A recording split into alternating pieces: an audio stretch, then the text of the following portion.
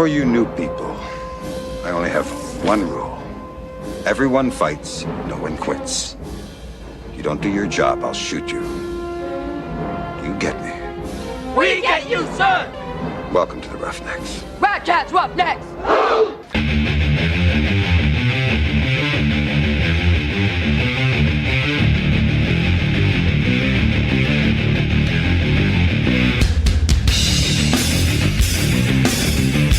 Like I said, I don't lead a cult. I lead an army. Rollo's Roughnecks. Say my name, baby. Yeah, sorry. I hate to begin the show with apologies, but I have to do this again. Red meat's on the menu, boys! My voice is finally back.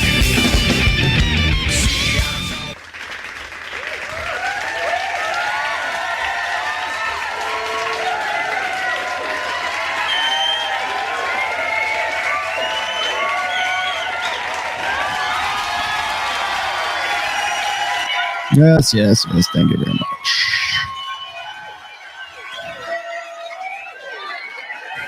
Somebody have already whispered in her ear. I'm sorry, I'll do better, trust me. Let's just move on real quickly. How dare you! Who the hell do you think you are? Abusing a woman, neglecting a woman, being a coward, a fool, being like your father, Adam. Who do you think you are? You're not God! You're just a man! You're not an impressive man! You're not a responsible man! You're not a noble man! You're not a respectable man! You're not a responsible man in any regard! Are we going to see it on CNN or MSNBC? Or is it, No, I mean, to me, it's like there's a base set of ideas, and people have different ideas of what to do with it. Who defines a base set of ideas? I would say that I think that's mostly. Say my name. I would say Rollo Tomassi. I think he seems to be like leading that like today, but before it seems like it was Patrice O'Neill possibly. So you think Patrice O'Neill was? No, I think a lot of like. It seems like a lot of ideas derived from him, but it seems like it goes around Rollo Tomassi. a lot of guys keep asking me, do you think that, and I think we talked about this last time I was here, is like, do you think that the red pill is going to go mainstream? Yes, and I'm like, well, that. It depends on what you think is mainstream. First off, is it like, are we going to see it on CNN or MSNBC, or is it, are people, are you going to hear about it around the water? What's this new red pill thing? That's, I don't think so. I answered that yesterday. I hope not, because the red pill is something that is, one of the reasons why we use the red pill as an analogy, and a lot of people, when they hear it, or they'll hear certain things like the red pill or unplugging, like I'll say unplugging from the matrix, or your blue pill or your purple pill or whatever, that kind of stuff. And I think when an immature mind kind of doesn't get the metaphor, that's one thing I try not to use online is metaphor and allegory, and because everyone will take it literally, automatic. The blue pill's not really the right allegory for that. Let me tell you exactly what I think, right? And so you have this literalist kind of mindset that like kind of tears all that stuff apart. I hope not, because what I was a little bit more concerned about with the red pill going mainstream, I've been talking about this for a long time. If you go back to like say 2012, 2013, Roosh even said, hey, this is the year, it was 2013. This is the year that the red pill is going to go mainstream. Like, still waiting for my red pill mainstream check. It's not in the mail. Hasn't shown up in the mail yet. And then in 2018, I did a State of the Manosphere address, which it's on the 21 convention site, but it's something I'm proud of. I don't, you go look at it. I think it still holds up very well today. Yeah. And I talked about Rollo exactly doesn't hate, you know what I'm saying? He just, I don't hate the stuff that I did. Yeah. I think I did some pretty good stuff. I thought that was a very good, and if you go back and I was actually reviewing that for yesterday's show. Right. And I was like, man, a lot of this stuff that I was talking about just 2.5 years ago, is coming to pass right now. And I did in that show, or in that talk, I did a SWOT analysis. Do you know what a SWOT analysis is? Strengths, weaknesses, opportunities, and threats. I think it's like what a company will do, like when they're trying to brainstorm, like where are we going to take this company in the next like 3 years or 5 years or something. Absolutely. So it's strengths, weaknesses, opportunities, and threats. And so I was kind of breaking down like what's the manosphere, what are the strengths, what are the weaknesses, and as if it was, we're all in this together, so let's talk about this. And one of the things one of the threats, I think, was either weaknesses or the threat. I think it was the threats. I said, there's the red pill at some point is going to have sort of a PR crisis. I don't know, it's called, maybe it's not, a crisis isn't really the word, but like we're going to get to a point where it goes mainstream, and then the people who are taking it mainstream, my main concern was that the people who are supposed to be an authority on the red pill aren't necessarily the authority that ought to be out there telling the story of the manosphere, right? Or the red pill, or what is this about? Because people use the red pill in so many different ways and in so many different contexts right now that it gets really very confusing. When you throw something out that sounds like, it sounds like a buzzword, it sounds like a catchphrase, it sounds like something that is easy to hate on, right? It's a convenient villain, is what I called it. Yep. And so when you give somebody it's like the alt-right, or it was the red pill, or it was just something that sounds sinister. And it's easy to for kind of simple minds to sort of understand. Yeah. Well, you can turn it into anything you want to at that point. So the red pill can be about politics. It could be about religion. It could be about anything. And to me, it's always been about intersectional dynamics. And like I keep saying, I wish there was some better term, some better abstraction we could use, but it's still, the analogy from the Matrix movie still fits to this day. And I don't think it's going mainstream in the way that I think a lot of people would like to see it go mainstream. But my concern is that even if it did go mainstream, I would be a little bit concerned about the message that is being made. This is official. This is really what the red pill's all about, because I think we're still kind of sorting that out. So Shout out to my psych majors. No, it's the craziest. It's the craziest shit in the world. There's a moral attached to it, and like everything that you can apply the red pill to, it's defeating kind of like a world-renowned collective moral. So we have a moral about marriage that just don't tamper with it, or you're gonna get Hafeez all bent out of shape. You know what I mean? Just don't tamper with the moral and the romance around it. Instead of just looking at what is and looking at the financial impact that's gonna have on you. Man, I did a lot of work this morning, just in case you didn't know. Hey, how we doing? Gosh, let me get my levels up here. My goodness. The studio's finally coming together. Oh boy, a great white line. White line, actually. Vito Bratta, much better guitar player. Wow, what a week I have had, and most of it has been spent flat on my back. I did a show with let's say Jason Hartman just yesterday, which actually turned out to be surprisingly good. Today we're going to talk about our good friend once again. Gosh, it's like that rash that keeps coming back. I don't know what to tell you. And here's the new camera. I'm a little bit yellow in this one. It's weird to see how like StreamYard sort of deals with different cameras. I tried to up the ISO on this cam right here. I got that. I also have a third cam now, which as soon as I get the ceiling fan put in here, we will have the Greyhound cam, and perhaps Ned will make some cameos on my shows. That will be very interesting. If you hadn't already figured out the and yeah, I will probably get docked for that Mark Driscoll bit this in the beginning of here, but it was, you know what? I felt it was worth the risk.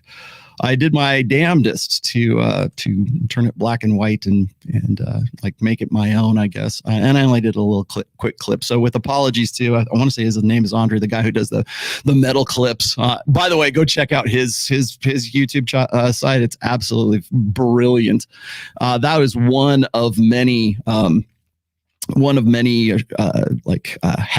it's weird to me. Like, I wish my brain worked like that. When I'm writing riffs, it's like I gotta have like complete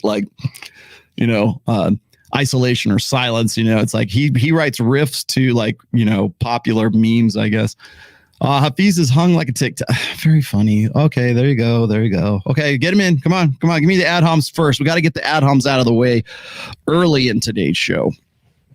Yes, the cry pill. Is that what he is?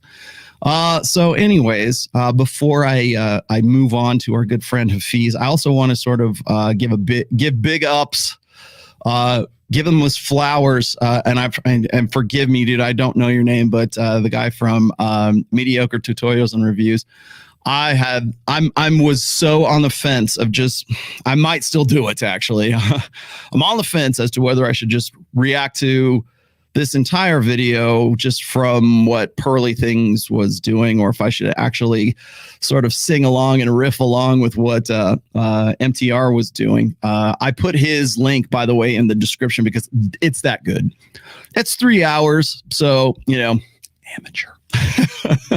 I would very much have loved to have done a tag team on this one and then just got this out of my system. I promise you that this will be... Actually, I probably shouldn't make those promises. This will be a 4-hour podcast. It'll be about a 4 hour and 15-minute podcast. Let me stop lying. No, I will promise you that I will not touch Hafeez. I promise I will not touch Hafeez for at least to the end of the year, right? Unless he's acting up. Now, I tell you, before we get into this, I gotta admit the clip that you just saw prior, I pulled out the salient part of Hafeez versus Pearly Things, as opposed to Hafeez versus CGA, as opposed to Hafeez versus it's like Mortal Kombat at this point, it's like round 1, fight. This is welcome to YouTube Blood Sports. Welcome to Red Meat Central. This is is this what we've really become? The reason why I put I'm only like peripherally aware of this guy unless he has something to say.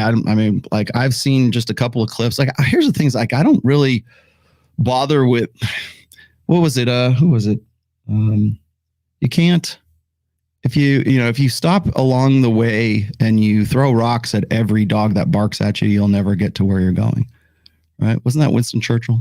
Something like that. If you stop at every dog that yaps at you along the way, you'll never get your army to the front lines, I guess, or something like that. I can't remember exactly what that. I'm paraphrasing. I believe it was Winston Churchill, but it's true.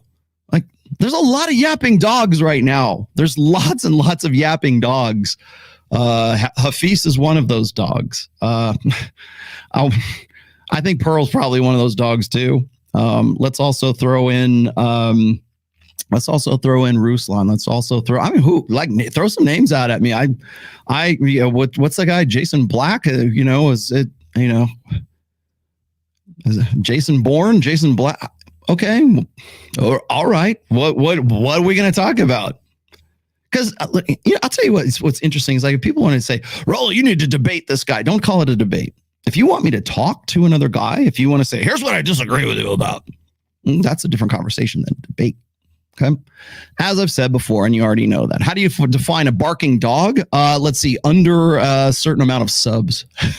Maybe. I don't know. It just kind of depends. Who's a barking dog? I'll tell you, Ruslan's a barking dog. Hafeez is most definitely a barking dog. And really, here's what happened. And by the way, I don't want to just pick on them too, because whenever I see like numbers kind of go stagnant or they flatline, that's when I see people want to that. Then suddenly it's say my name. Then everybody wants to, right? I debate. I'll be happy to debate. What the fuck are you talking about, dude? I debated Ruslan. It wasn't really much of a debate.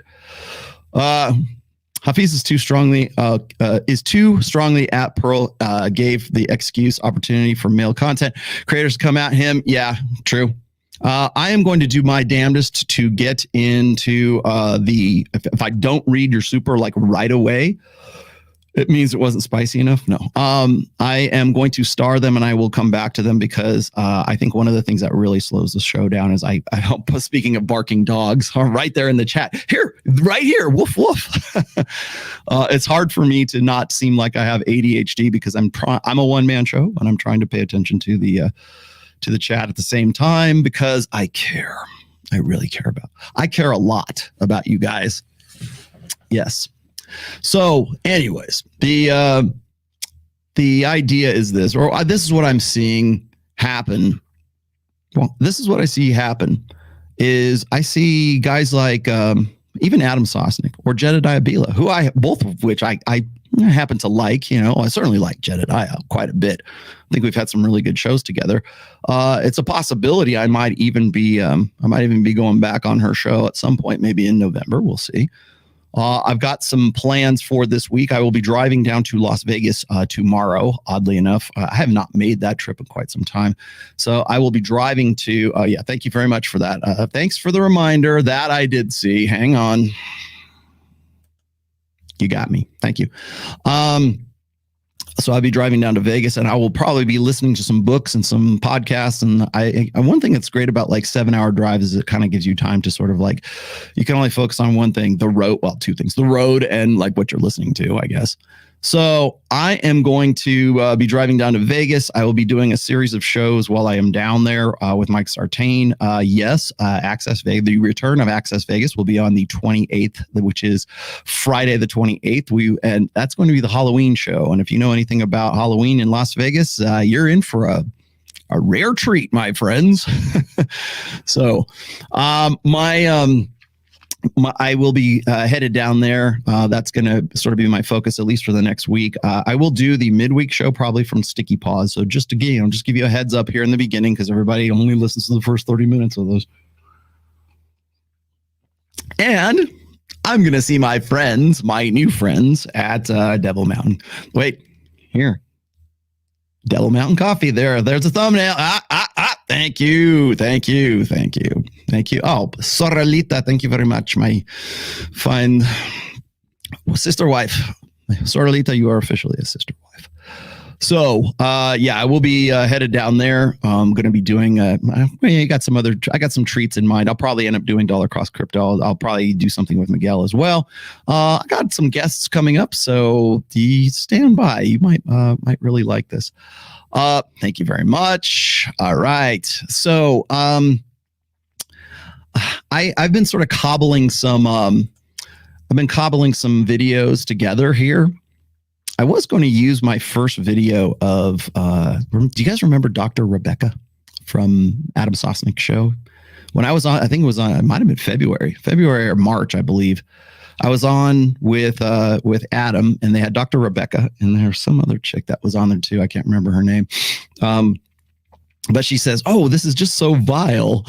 And I tell you, man, when I watch Hafeez with Pearl, that's the kind of vibes I got. It's like he's hearing it for the first time. And I know damn well Hafeez is not hearing this for the first time. So when I go back and I look at, say, like Ruslan, or I look at Adam Sosnick, or I look at Jedediah Bila, or I look at like content creators whose engagement, if not numbers, certainly their engagement seems to be flatlining, or it seems to be like falling off. I don't think it's any big secret that whenever I go on Adam's show, it spikes the numbers. When I went on and did the quote unquote debate with Ruslan, that was the most live views they've ever had. That was like something like 3,000, right?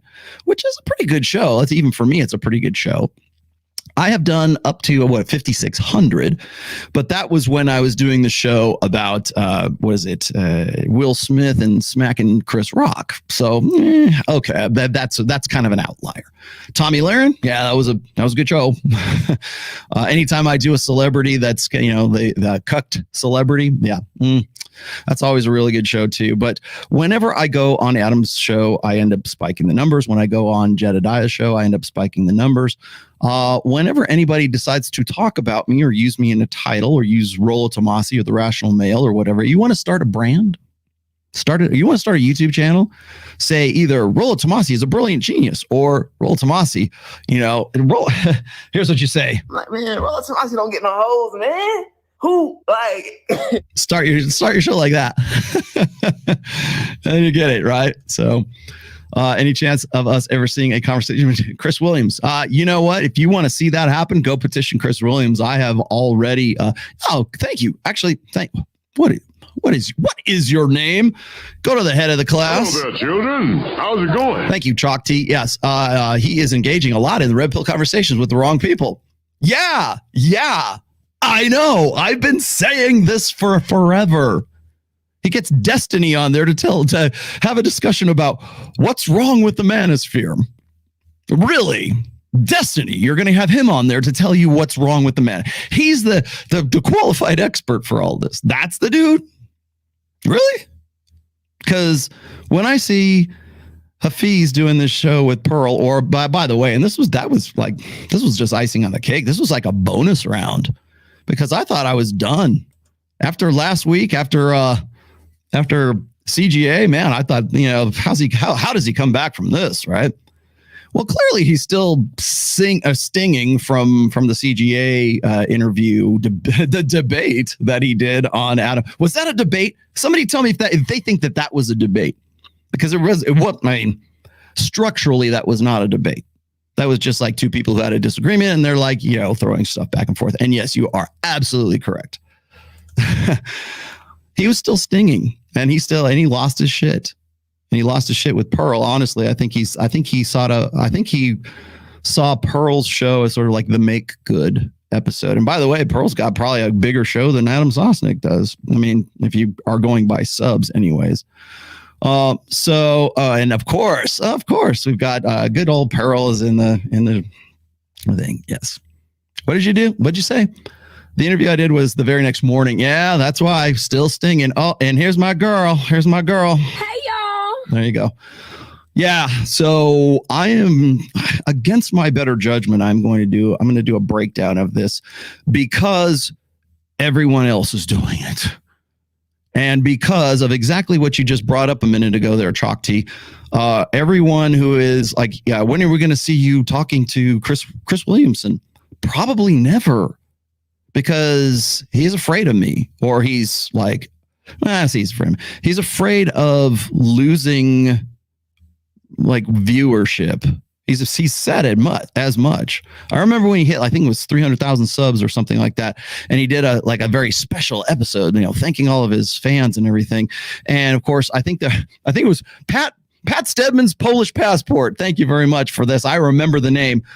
He was saying something like, when are you going to get Rollo on? When are you going to roll on? He had this very long, he knows who I am. Chris Williamson knows my name. Thank you very much. Say my name. Chris Williamson. And it's like, I have thrown this out there, and you're going to watch this. I know you will, because you all do. All of you guys watch this.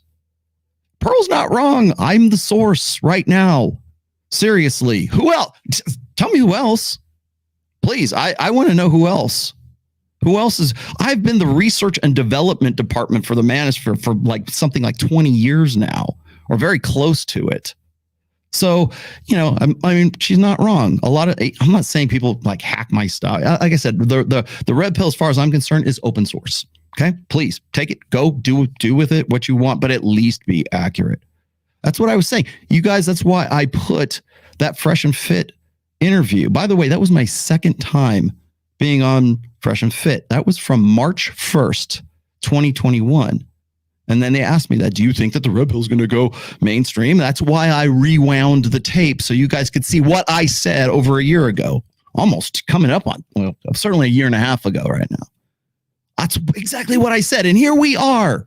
This is what I'm talking about. Why is Destiny getting freaking, interviewed about what's wrong with the manosphere? Who is the fucking representative for the red pill? Who is the fucking representative for the manosphere at this point?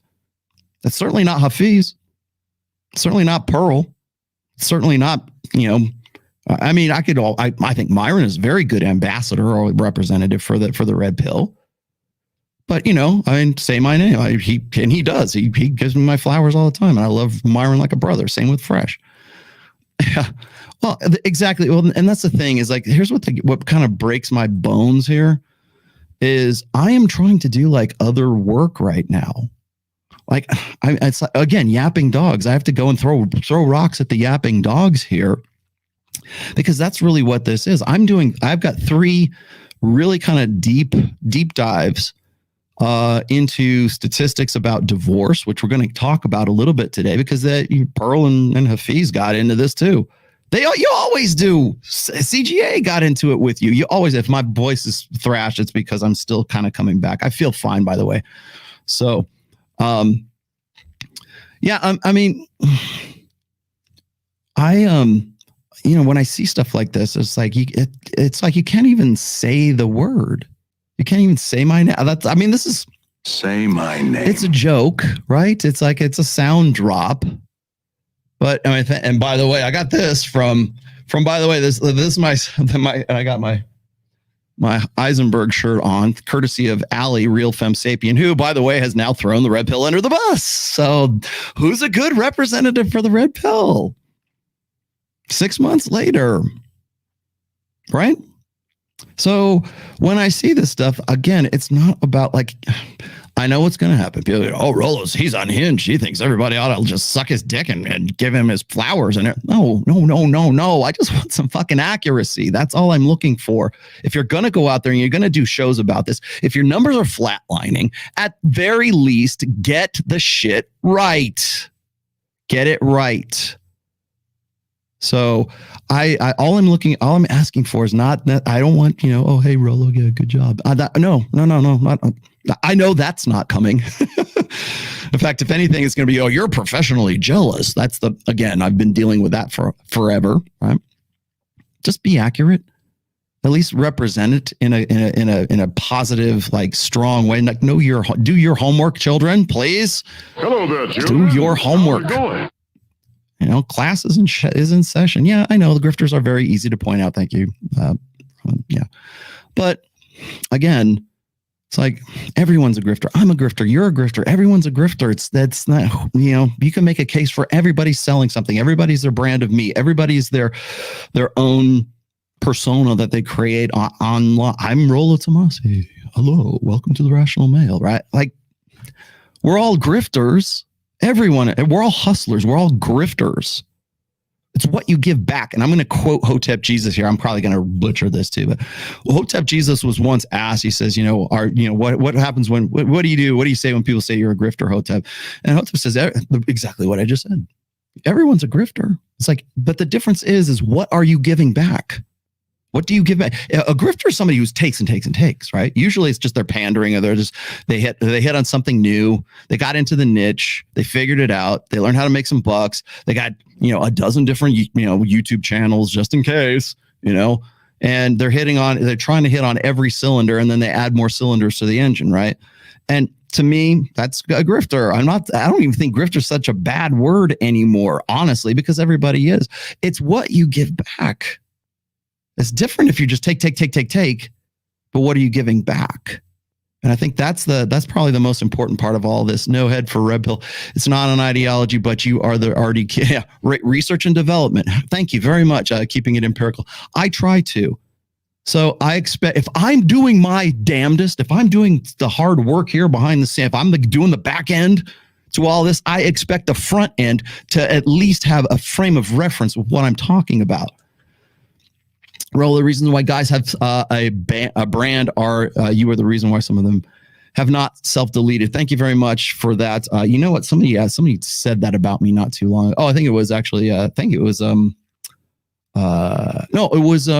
Paul Benjamin gave me some really nice compliment, but he was just telling a story. Like the first time I went to Rebel Capitalist in June of 2021, Paul Benjamin was there, who, by the way, hosted Rule Zero yesterday, which actually turned out to be a very good conversation.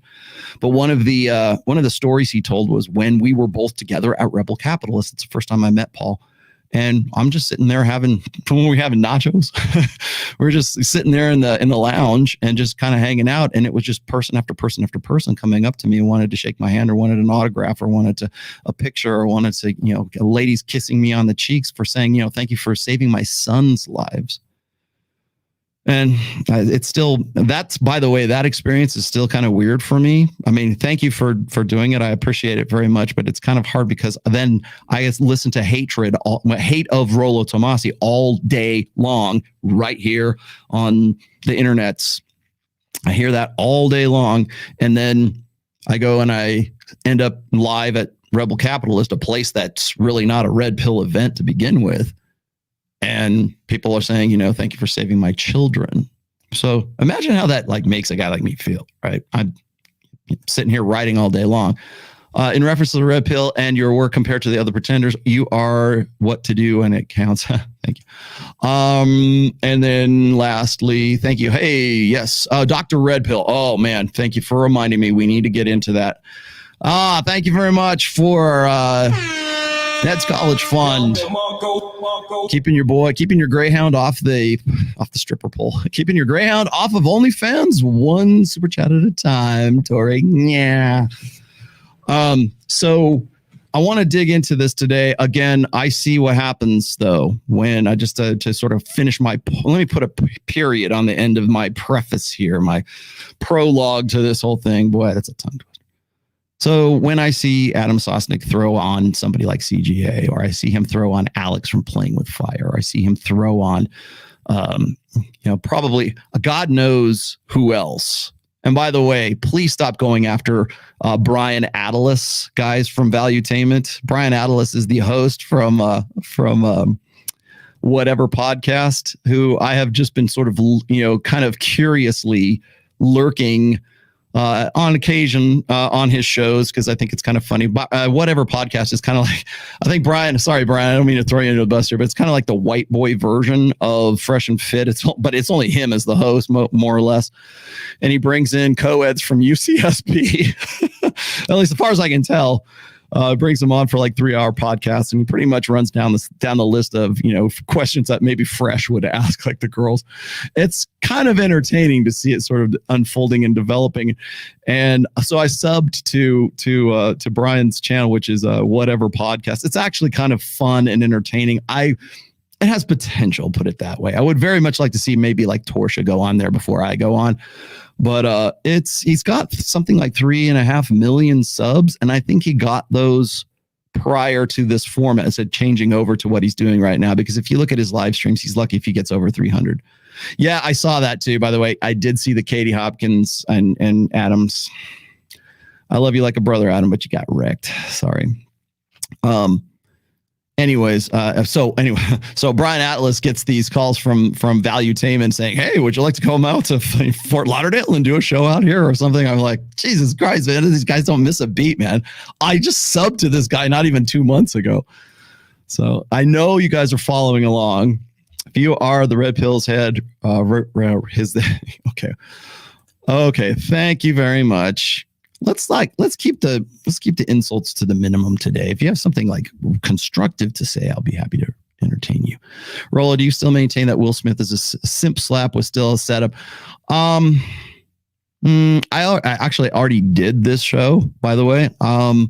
It was perfect red pill moment. Yeah, I think so. I don't think it was a setup in the sense that it was like Will Smith who like said, I'm going to go slap this dude. I think it was provoked. Put it that way. Because if you listen to, God damn it. See, here you guys slow me down again. If you listen to the script and the stupid ass jokes that Chris Rock was talking about, Chris Rock would never have written that, and he would never have delivered that. Who was writing that script? Somebody at the Academy Awards, knowing damn well that it was going to be Will Smith who's going to get Best Actor. He's going to be sitting there in the front, and they're hoping to provoke something exactly like what happened. Here's how you'll know, by the way. Unfortunately, it's going to take about a year for this to half a year for this to happen. Wait and watch for the ratings for this year's Academy Awards and compare them to the one where Will slapped Chris.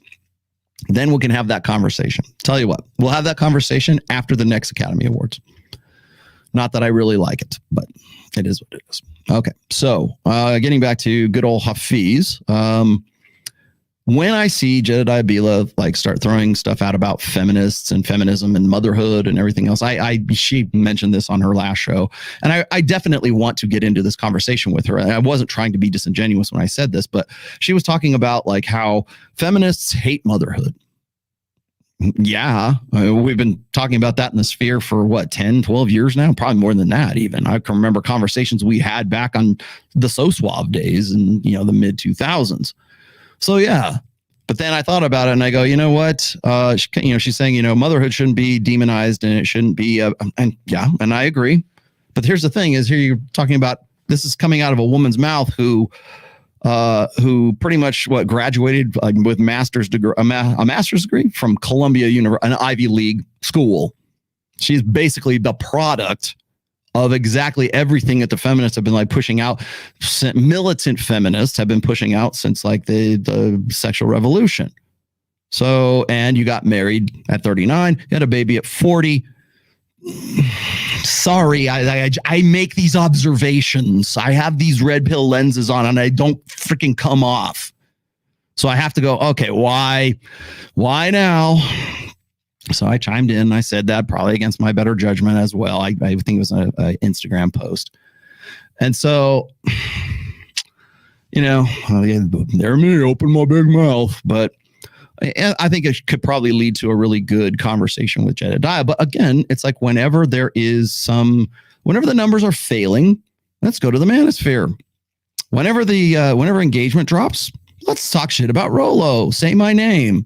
Or not. Let's praise Rollo. It doesn't matter. Either one will do.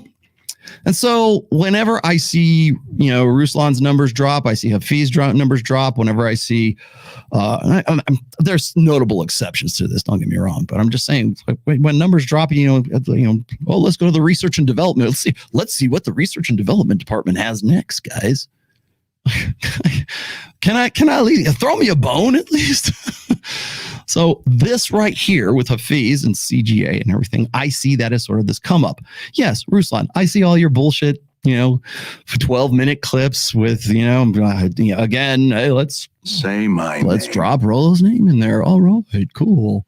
Can you do a show that is has a reasonable engagement about religion or some pastor or Creflo Dollar? I don't know. Can you do one of those shows and have the numbers and engagement be in any way comparable to when you come at me? I would like to know, because I look at your numbers and I look at your analytics, and I've got, playboard.co and I got Social Blade just like everybody else does. I know when the bullshit machine starts going. So Hafeez don't get no. Man, Rollo Tomassi don't get no holes, man. That's my favorite drop, by the way. Appreciate all your lessons and wisdom, Godfather. Thank you very much. Hafeez women emasculated him. No, they didn't. I'm gonna get here. You know what? I'm actually gonna give some praise to Hafeez. I have to look.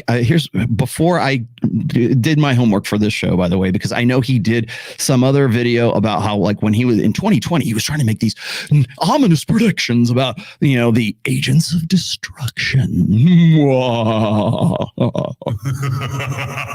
Rollo Tomassi is an agent of destruction in a world where a post-apocalyptic hell. Rollo Tomassi stands tall. I love this melodramatic shit. I really love it. Thank you. So he goes back in time to say, oh, see, my message was consistent. No, it wasn't. If you go back and you look at if you rewind the tape and you go back and you look at the videos of, and I'll give you the dates too. I don't want to get into them because you want a 6-hour show. I'll give you that. But I went back and I looked at the video when the roommates were actually the roommates and not Hafeez. What happened to the other guy, man? I don't even know the dude's name. Are they still working together? Because all I ever see is Hafeez. I don't see the other dude anymore. And I don't know if they had a falling out or if that was just not profitable for him anymore. But if you go and you look at Hafeez, he's most definitely made the pivot over to the success grift or the success motivational Gary V, Patrick Bet David. Sorry, I got to call it what I see it.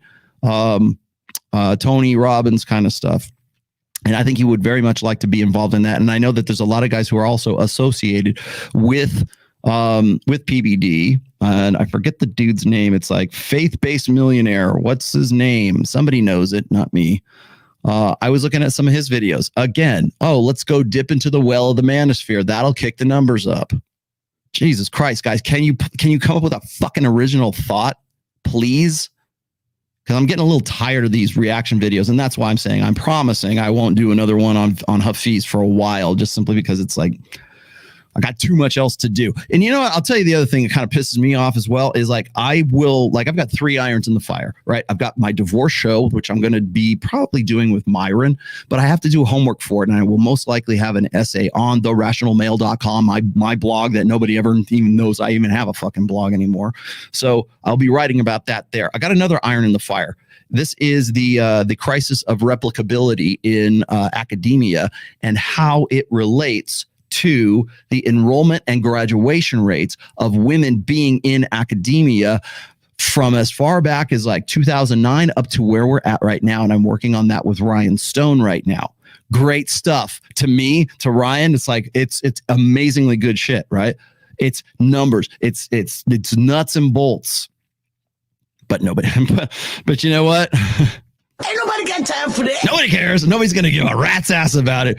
We got to make it spicy in some way, but I think it's worthwhile. That's the research and development side of everything. It's stats, it's numbers, it's data.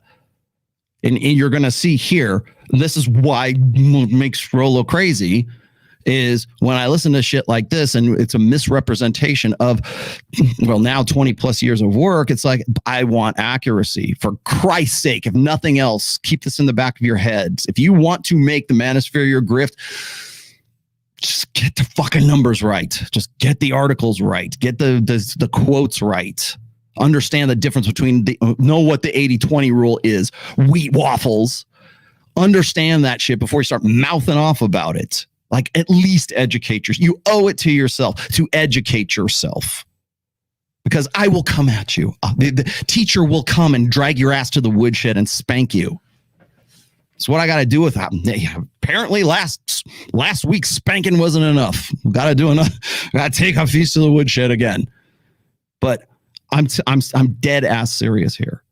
Like, please. Strive for accuracy. Strive for, you want to talk about, chase excellence? How about you chase some fucking excellence and understanding what your stats are? Understand what the articles, it is the rise of the she economy from 2018, Morgan Stanley. Please, for God's sake, Adam Sosnick, get that in your head. I want to hear you quote that the next time you start mouthing off about, well, there's a study about how women will be single and childless in 2030. Fuck's sake. You know, there's so much. So when I am doing these, right? When I'm doing like the hard work, when I'm actually doing the collating all this stuff, and I'm bouncing ideas off Ryan Stone, who by the way is a brilliant mind in all of this. And so when we will do this episode together, trust me. And you know what? We got almost 1,800 viewers right now. I guarantee you we'll be lucky to get half that when we do this one, because people are like, you know, ain't nobody got time for I got time for this shit. They want to see me. They want to see me go at crying ass Hafeez, which I'm going to give you here in just a moment. But I just want to point this out, that the only reason that Hafeez even has a freaking name is because he completely butchers the manosphere so thoroughly. And Pearl, sorry, you did a shitty job on this one and butchered it as well. If you want to be in the manosphere, you want to be taken seriously in the manosphere, get your shit together like Torsha does. Torsha has read every single book I've ever written. She goes back and does episodes based on essays that I forgot about. Even I forgot about that I wrote those back in 2012. So at least do me the solid.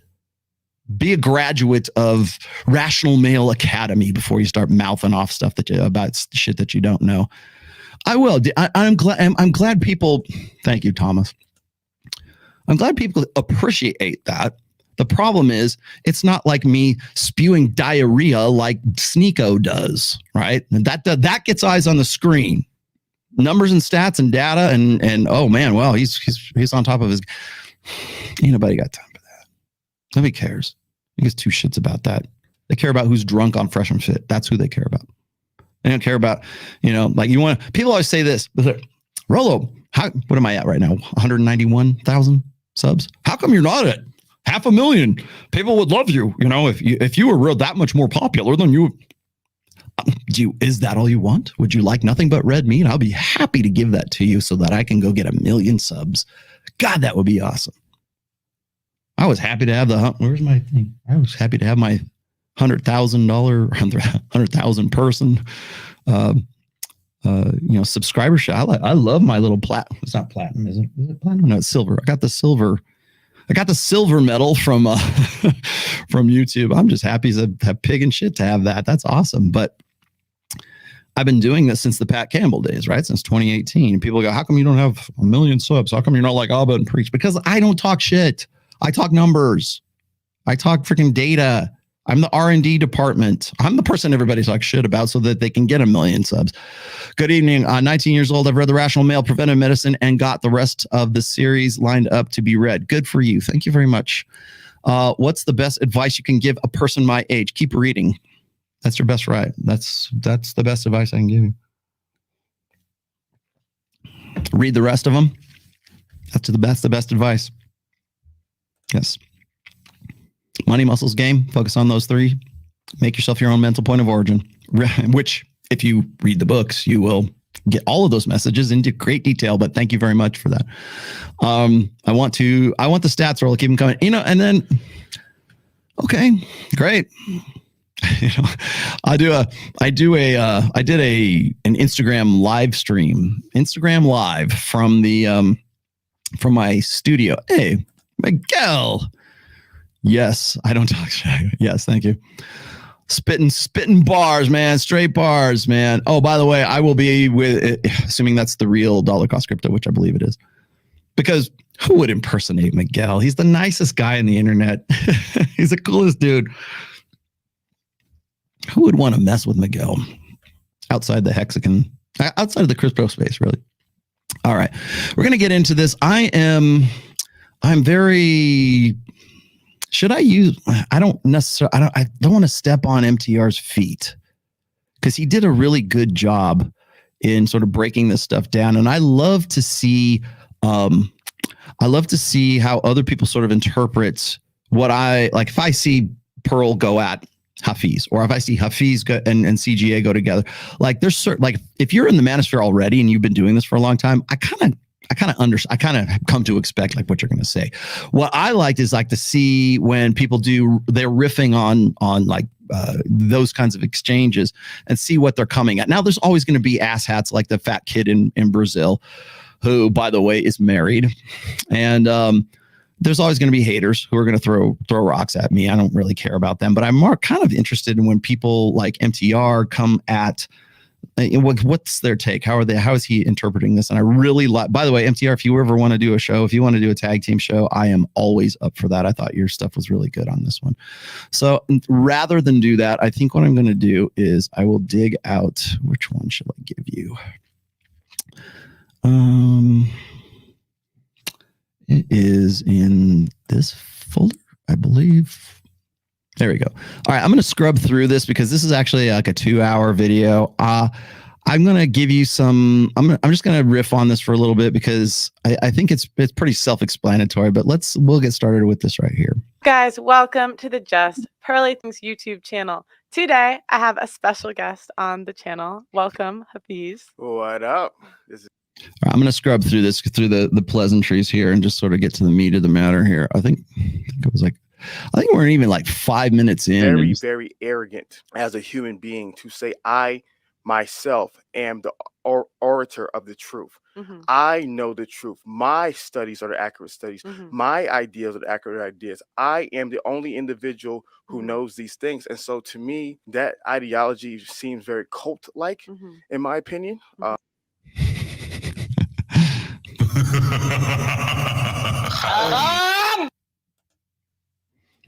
Actually, let me back this up a little bit. That was actually pretty good. I kind of got to give you a little bit of prefacing on that. So I think in regards to the red pill is a very interesting space, a lot of interesting characters there. And I think the biggest challenge to me is the phrase that they use is that all we're doing is trying to share the truth about fill in the blank, right? And to me, it's very, very arrogant as a human being to say, I myself am the orator of the truth. All right. Back to the beginning once again. The red pill is a praxeology, my friend. It is not an ideology. But once again, like Ruslan, there's always going to be moralists. There's always going to be believers. There's always going to be the guys who are going to have a real tough time reconciling their old school convictions, their old school beliefs with data. And that's really what's this entire exchange here, and pretty much any exchange with like guys who tend to be much more moralistic. Like people say, well, why are you hating on religion, Ro? I don't hate religion. In fact, that's the problem that I have is like, I have a faith. I have go read my book. Go read the Rational Male, the 4th book, Religion. I spent 3 years of my life putting that together and citing sources and everything else. That is probably that was the number one most bulletproof book of the 5-book series. And there's a reason for that, because I knew people like this were going to come at me later on. And I had to like make sure that I, crossed all my T's and dotted all my I's. And that's why I was very, meticulous in that. I knew that was coming. But the first thing I say, even in the introduction of that book, is this is not a book to shit on religion. And this is also not a book that's going to shit on atheism. I'm not going to reaffirm religion, and I'm not going to reaffirm your unbelief either. This is just, I'm present. I just work here, man. I just freaking work here. And this is what I'm seeing, and this is where it's going. Now, I understand that no expression, no delivery, no human voice can be free of bias. It can't be free of sort of your own interpretation. Like I said, I connect the dots all the time, but I have to go figure out what those dots are before I can make those connections. And that's the problem, is like what happens. And I point this out in the introduction of Religion. I said this, I said, you know what? The problem is that we live in the data age. We live in an age where a lot of very easily accessible data is conflicting with our old order 20th century, in some cases even 19th century belief sets. And we don't know how to parse them out. It doesn't have to be a religious thing. It could be a social thing. It could be a political thing. It could be just like a family thing. How should we best put families together, right? Let me see. How do we have a more productive conversation with religious folk? Seems to end up, let's see, so combative. Yeah, exactly. That's Iron Disciple saying, hey. There you go. You know what? You know what? I'll tell you this, I would be more optimistic about having a productive conversation with you guys than I would with Hafeez, than I would with Ruslan. I would welcome that conversation way more, because you know where I'm coming from. And really, where am I coming from? It is old order convictions that people have to suss out. They have to reconcile those things. It's cognitive dissonance. It's for men, cognitive dissonance is kind of tough. That's how you get Hafeez. That's how you get this emotional reaction. Hafeez is very in his feels. I know a little bit more about his background now. I know he had a father and everything as well, but like he is very effeminate, let's just say, in his interpretation of things. So there's data, and there's how you interpret that data. So to my knowledge, anyways, nobody that I know is actually saying anything remotely like what Hafeez is saying right here. As far as I'm concerned, I mean, when Pearly goes and starts dropping in, well, Rollo Tomassi seems to be the R&D department, let's just say, for lack of a better term, is the R&D department of the manosphere. I mean, every time my name comes up, it's like, it puts them in. Hafeez goes into vapor lock, man. Every time, Rollo Tomassi. Is Rollo Tomassi in the room right now? Show us where Rollo Tomassi is. Show us on the doll where a Rollo Tomassi touched you and hurt you. Yeah, I mean, it's seriously, it's that level of like really paranoid schizophrenia. I don't know, but when even my name comes up, he won't even say my name. I don't think I've ever heard. Well, God damn it! You know what I should have done? Damn, I hate that when I get into the middle of a show and then I think of another clip. There was the clip between himself and Michaela Peterson. And Michaela Peterson brings me up by name, and even in that clip, he wouldn't say my name. He was like it's like, say my name. Hot under the collar whenever my name comes up. In fact, nobody really wants to say my name. Chris Williamson doesn't want to say my name. They'll say, they'll use my material right out, like straight out of my books. Alpha Widow, War Brides, hypergamy in the expanded sense anyways. I mean, what else? You can't negotiate genuine desire, man. At the very least, throw me a bone for that, guys. What was it? Oh, and by the way, even people that I like will do the same shit. Like Andrew Tate and the rest of these guys. I'm seeing, I don't know who, maybe it's not Andrew directly, maybe it's the people that are working with him. But when you're throwing out quotes like porn is to men what social media is to women, right? Been there, done that. I'm like, damn, man, where's my residuals? I mean, that's, come on. Oh, well, Patrice O'Neal came up. No, Patrice O'Neal did not fucking come up with that. I was the one who said that. I said that right on Adam's show. I said that right on Jedediah's show. Paraphrase me if you want, but God damn it, man. At least throw me a bone occasionally. Give me a reach around, brother. So, you know, when you can't even say what my name is, when you can't even bring up topics, when you can't even say, you know, oh, here's the source, here's the R&D department. I don't know. It says a lot more about you than it does about me. I know the truth. My studies are the accurate studies. My ideas are the accurate ideas. I am the only individual who knows these things. And so, okay, I didn't do those studies. Just for sake of argument, I am not a research experimental psychologist or clinical psychologist. I don't even play one on the internet. I give you the same studies that Rob Henderson gave Michaela Peterson. I give you the same studies that, you know, Dr. David Buss gives. I was just talking about David Buss. In fact, by the way, that's another one of the irons in the fire that a data heavy show that I'm doing right now. One of the reasons why I am doing the show about the crisis of replicability in academia, I know it's a mouthful, right? One of the reasons I'm doing that with Ryan was because people were saying, well, Dr. David Buss doesn't say, he says that ovulatory shift is not replicable. Yeah, because something like 50 to 60% of experiments today haven't been, even the ones that have the most reliability when it comes to replication, aren't replicable either. And it's not just psychology, it's in the STEM fields too. So I have to kind of like take that with a grain of salt. But here I am trying to explain why I think that's fallacious. And I can give you, I mentioned this on one of the shows in the, two shows prior. I was talking about Dr. David Buss.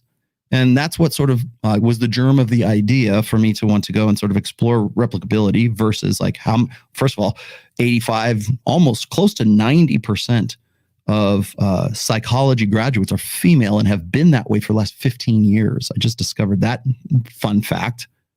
How does that skew the replicability crisis for the very well-known, experiments like Dr. Marty Hazelton, 25 years in the business at UCLA doing these experiments. Suddenly, she's the victim of p hacking. And I don't mean p hacking. I mean, you know what I mean? Like fudging the numbers. Like imagine me trying to explain p hacking to the average, to the guys who are just like, I just want to go watch Fresh Fit. Get these big Frank Kessler. Like, imagine me trying to explain how the numbers get rejiggered by people who don't want your old experiments to replicate because they don't align with the woke narrative right now. And how do I have that show and say, Dr. David Buss, here's what I see happening. Can we have this conversation? And the people will be like, who the fuck are you? You don't have a doctorate. You don't even play one on the internet. Oh, man. Thank you very much. There's PP. Funny how you came up when I started talking about p hacking. But imagine me trying to explain, how experiments are done and everything. That's really dry shit. I could hear the clicks, like clicking away. Oh, click that little X box. Bye. Boring. But so imagine me trying to say something like that. But it's very important that you know that kind of stuff, so you know where I'm coming from, so you don't have this bullshit about like, well, these guys are talking about their truths. No, I'm not talking about my truths. I've never in my long, luxurious career, distinctive career, whatever it is, in the manosphere, never have I said, I am the truth, the light, and the way. Yeah, there's no other way to the red pill except through me. I've never said that. I never will say that because I'm just the messenger, man. I just work here. I present this stuff. I'll connect dots for you. I'll show you the correlations. In fact, I mentioned that not too long ago. I'm going to bring this up later on when we talk about divorce statistics versus the rise in the use of hormonal birth control since 1965. By the way, that's the third iron in the fire. It's going to be called 1971, and it will be a blog post on the Rational Male. All the things that have happened since the sexual revolution. That was a germ of an idea by people telling me, "Oh, you should listen to this feminist who suddenly come around. She says that the sexual revolution." I think I even used her. I forget what her name was. She was saying, she was saying that the sexual revolution was a mistake. She must be on our team now. No, she's not. Just the fact that she's pointing this out does not make her like part of your crew. Dear Rollo, I'm 19 years old. I've been working tirelessly on money and muscles, as well as surrounding myself with a tribe of men. However, I've been struggling with game. Any advice to improve upon it? Yes. Get my 5th book. Oh, and then also go check out Mike Sartain's Men of Action. If you want to put it into practice, I would say the Men of Action group is a really good way to put it into practice. I am the theory. Mike would be the practice for sure. So go and check out what he's got. If that's what I don't want to get out in the club. Screw this book knowledge. Okay, fine. Fresh. You can join this, right? If you want more cerebral stuff, you want to know why the engine works, why the car runs on gas and spark plugs and all. You want to know, you look under the hood, you can read my 5th book, which is called The Player's Handbook. That's my best advice to you because I did a lot of fucking work on that. So anyways, point being, getting back to the point here.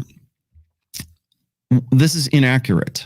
This is straw manning of like God tier straw manning from Hafeez. And now I'll tell you why he does this later on, but just point to be taken here. The take home lesson in all of this is no one that I know in the manosphere has ever said, I am the way, the truth, and the light. This is the only, maybe Andrew Tate, right? But no one that I know is saying anything remotely like this. And what happens is when guys like Hafeez, who are believers, and I'll explain to you what I mean by that in a minute, who are believers, who are feelers, who are emotionalists, when they are convicted and their entire identity is invested in their belief set, their convictions, their religion, their blue pill. And I'm not saying religion is blue pill. I'm just saying like socially the blue pill. When you combine blue pill with religion, that's a very powerful combination. When you combine those two, it's very tough. I don't put it this way. I don't have any hope to change his mind about anything. I don't have any hope to change Ruslan's mind. I don't have any hope to change really anybody's. I'm glad when sometimes it happens. But my goal when I go into a discussion is never to change anyone's mind because I know that that's a pretty tall order. I just want to put the information out there, give people something to think. When I do shows with people, you go, why are you talking to this dude? Why he's against you? Why are you talking to Pearl? Why are you talking to Fem Sapien? Why are you talking to this guy? Why are you talking like? Because the conversation has value for people that are in the chat. The conversation still has value to people who are like, oh, I never thought of it that way. Like even if the person I'm talking to is a brick fucking wall. My goal is not to change their mind. My goal is not to like sort of drag them over to my way of thinking. My goal is to put the information out there and hope, we can say, okay, well, here's what I say. I think here's my counter argument, my weak ass counter argument. Well, that's why when I put this material out there and I talk to these guys, I'm not talking for their benefit. I'm talking for your benefit. I'm talking for my audience's benefit, hoping that like maybe 10% of them, this shit will sink in. Hafeez, you don't know that, Rollo Thanos. I'm the one that knows that. At least I'm the other one. Thank you very much. Okay, let's keep going. So to me, that ideology seems very cult-like, in my opinion. If you believe it. When you're a believer, the only way you can reconcile like irrefutable empirical data is to turn that data or turn those uncomfortable truths that are forced upon you, those objective, those are not saying truths, those facts into a cult, into a religion, into a belief set, because believers can only attack another belief. They can't attack numbers with numbers. He's not going to go do the data. He's not going to do the research. He's not going to go dig. He's not reading. Do you, honest to God, think he's read the Rational Male? Do you, honest to God, think he's read anything?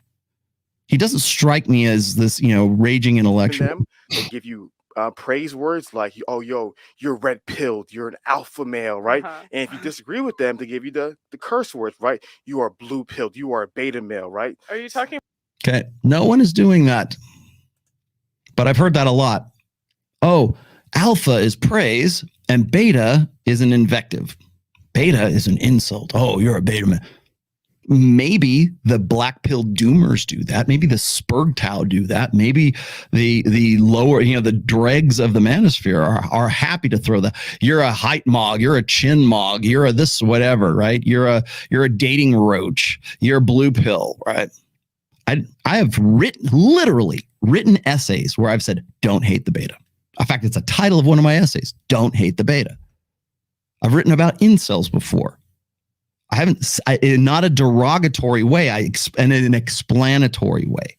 But you don't know that because you simply don't have the care to even bother with that. You would rather be in your fields and in your ignorance, confidently ignorant. No one is doing that. About like the comment section. I'm just talking about the idea of the philosophy, right? Okay. So the people who subscribe to their worldview are red pill individuals, right? Their minds have been opened up to the truth, right? And the people who disagree with their ideas are considered blue pill, right? You have rejected the truth, i.e. the Matrix, right? The guy in the Matrix, he said, I want to go back in the machine, even though I know it. I want to go back in the machine. So to me, that seems very cult-like in regards to the ideology. And so there's a lot of different reasons why I don't subscribe to it.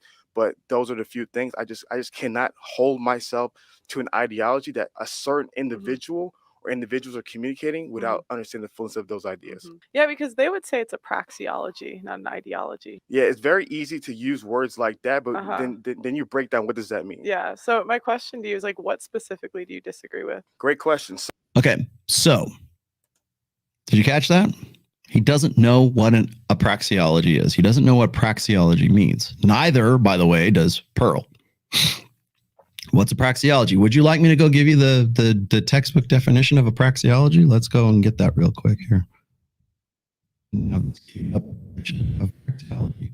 Let's see.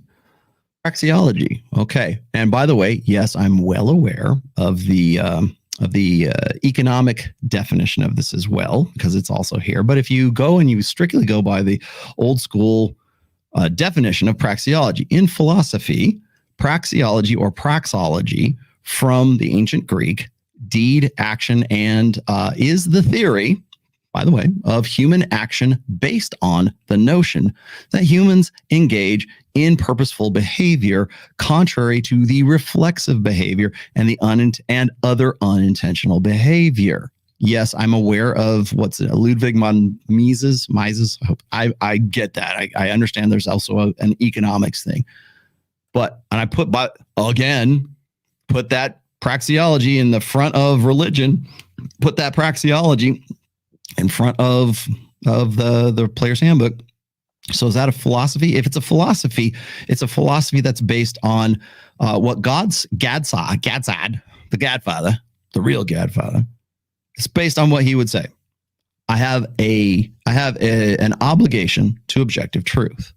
I have an obligation to the idea that human beings behave in a certain way because of it's an intentional way. Like there's a latent function, a latent purpose to what people do. I'm going to read you a little bit of something I got from Rob Henderson's Substack, which, by the way, I think you should subscribe to. I think it's absolutely brilliant. Actually, maybe this is probably the best time to bring it up here. Let me throw this up here for you real quick. I was planning to get this to now. Rob Henderson is he's one of the evolutionary psychologists. He's a doctoral candidate, anyways. He is one of. Let me see if I can push this over here. I'll just read it to you. It's easier if I just read it straight off because it's much easier. Let's see. Where did it go? Much better. This is great. Oh, you know what? I might give you this. Hold on, let me grab the. That's my email here. Okay, So what Rob was writing about today was he's very fond of Robert Greene, which I am too. And Robert Greene just came out with I think it's the Daily Laws, like 366 meditations on power, seduction, mastery, strategy. He's basically harvesting and farming his old material. But it's great material. Go for it. I probably will get this book. It's almost like Robert Greene Digest. Okay. Is this the one that's from? Yeah. Okay. So this was from number 4, and I'm going to throw this out there because this is kind of pertinent to what Hafeez was just saying. See, I try to give you the cerebral stuff. I give you the real stuff here. So here it is. This is from Robert Greene's Daily Laws. Most people do not want to expend the effort that goes into thinking about others. They are lazy. They want them to be themselves. They want to be themselves, speak honestly, or do nothing and justify this to themselves as stemming from some great moral choice. Sound like Hafeez? Because it sure as shit did to me when I read this morning. From an evolutionary psychology perspective, most human actions are strategic in the sense that these actions have an ultimate goal: survival and reproduction. That's it. That's praxeology right there. You want praxeology? You got it right there. Understood? I just gave you the dictionary, and now here I'm going to give you sort of like the updated layman's version of this. All right. So again, from the top, most human actions are strategic in the sense that they have an ultimate goal. Praxeology, boom, there it is. Anything else? Save that one. You want me to throw that one out there in a tweet or something so you can save it and clip and save? Rollo's clip and save is daily devotionals, right? His daily readings. Human actions are strategic in the sense that these actions have an ultimate goal. Praxeology, poof, god damn, there it is. However, god damn it, stop interrupting. Class, be quiet. What about Hafeez is appealing? How does he generate traffic? I'll tell you how. You know what? I'm starring that. I'll come back to that. Hang on. That's actually a pretty good one. Sorry. When did Hafeez decide to start his transition? I can tell you that too. It was right around August of 2021. I can tell you that. The hormone shots seem amazingly effective as he is speaking nonsense and word salad. Thank you very much. I think so.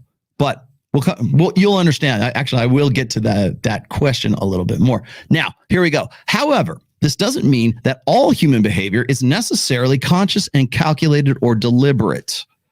When people ask me, Rollo, are all women hypergamous? Yeah. Are they evil bitches for like manipulating us? I'm like, no. It is what it is, right? It's female nature. Hypergamy is women's innate mating strategy. Well, it seems so horrible and evil. And yeah, that's you applying a moralistic, judgmental thing. Or that's you. Well, I shouldn't say that. That is you understanding pattern recognition is what that is. But that hypergamy has a purpose. You know how you stop? You know how you understand hypergamy? You know, you want to be better at game. Here's how you're better at game. You understand the logic and the patterns, and you understand the latent purpose behind the behavior. That's essentially, that's what I've been teaching. That's what I've been talking about for a very long time. Is understanding the patterns in the behavior, understanding it's in the first damn book. The medium is the message. And yes, I pulled that quote from someone else. Thank you. Okay, there you go. You got me. Oh, I got it wrong. Okay, but it's true. The medium is the message. What is she doing? You probably heard this about a cajillion times. I'm working on a book of maxims. That's one of my projects right now, Juan.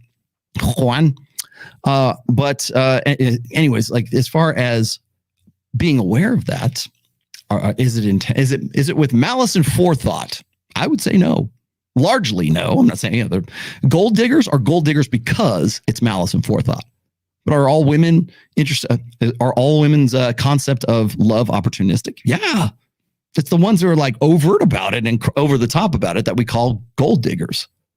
But when we talk about like, oh, sex work is really just a job and not prostitution, we're just potato.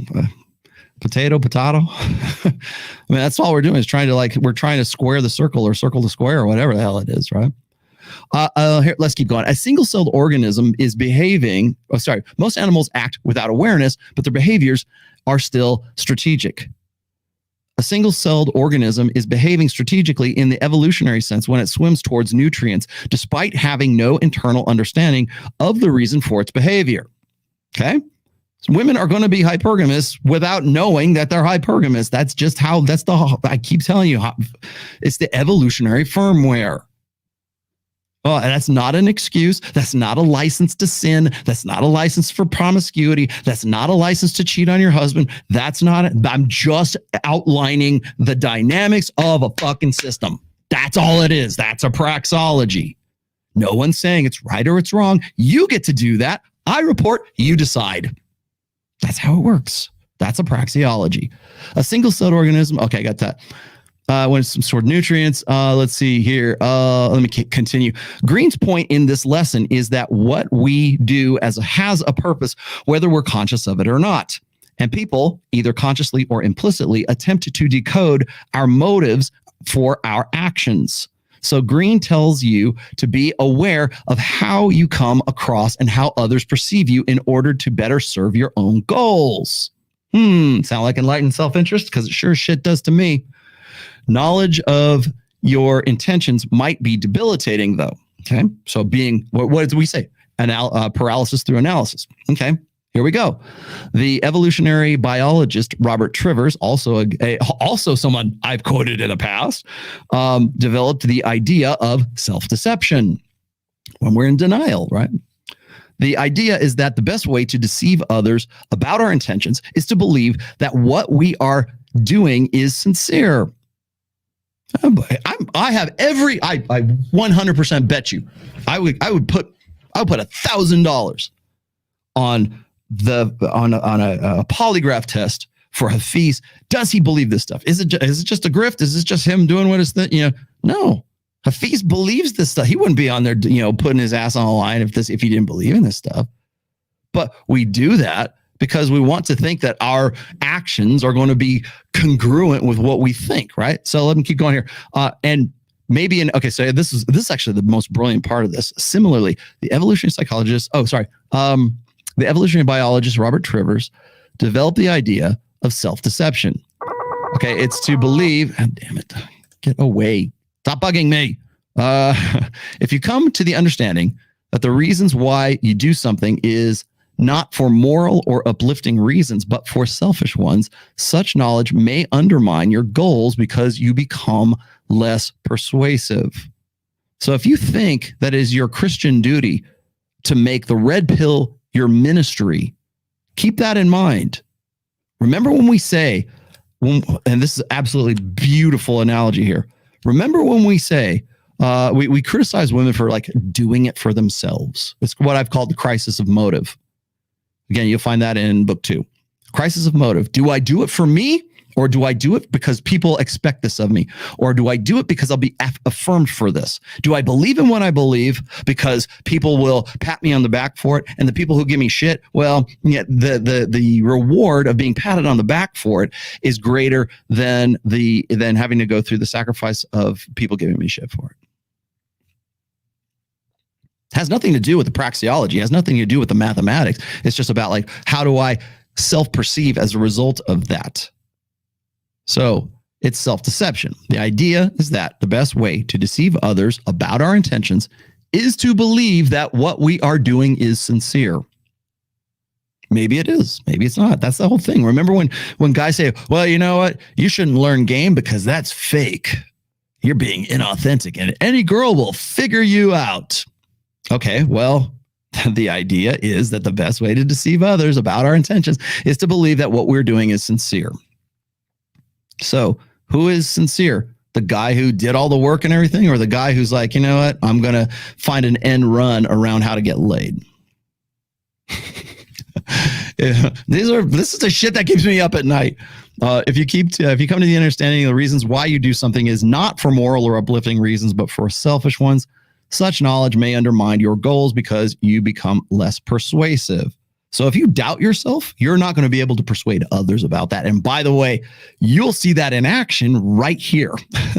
Similarly, the evolutionary psychiatrist, by the way, there's a distinction between those two, Randolph Nice, has suggested that the defensive mechanism of repression, burying mental content that has painful emotions, may be an adaptation to inhibit mental pain in the same way the endorphin system limits physical pain.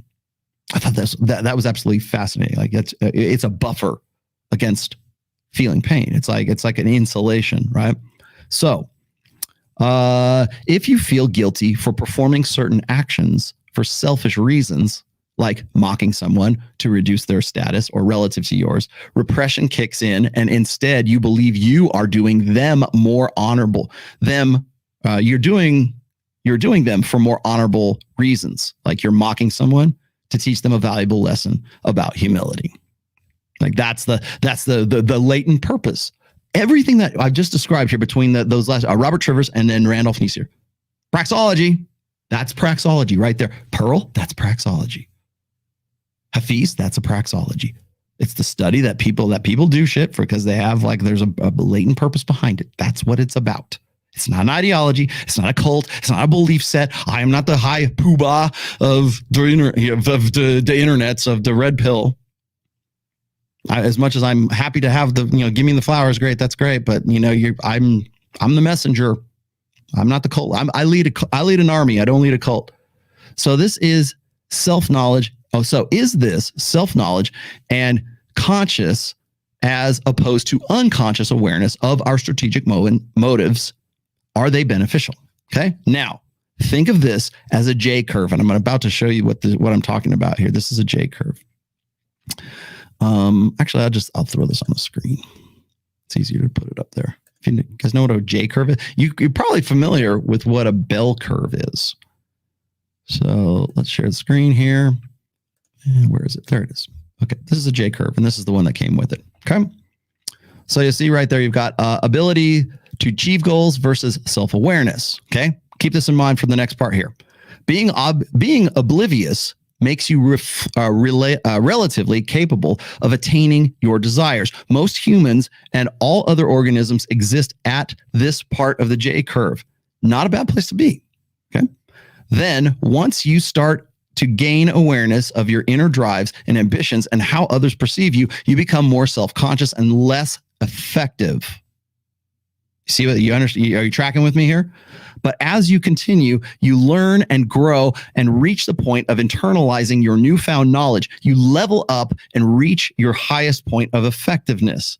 Fighting, martial arts work in the same way. Okay.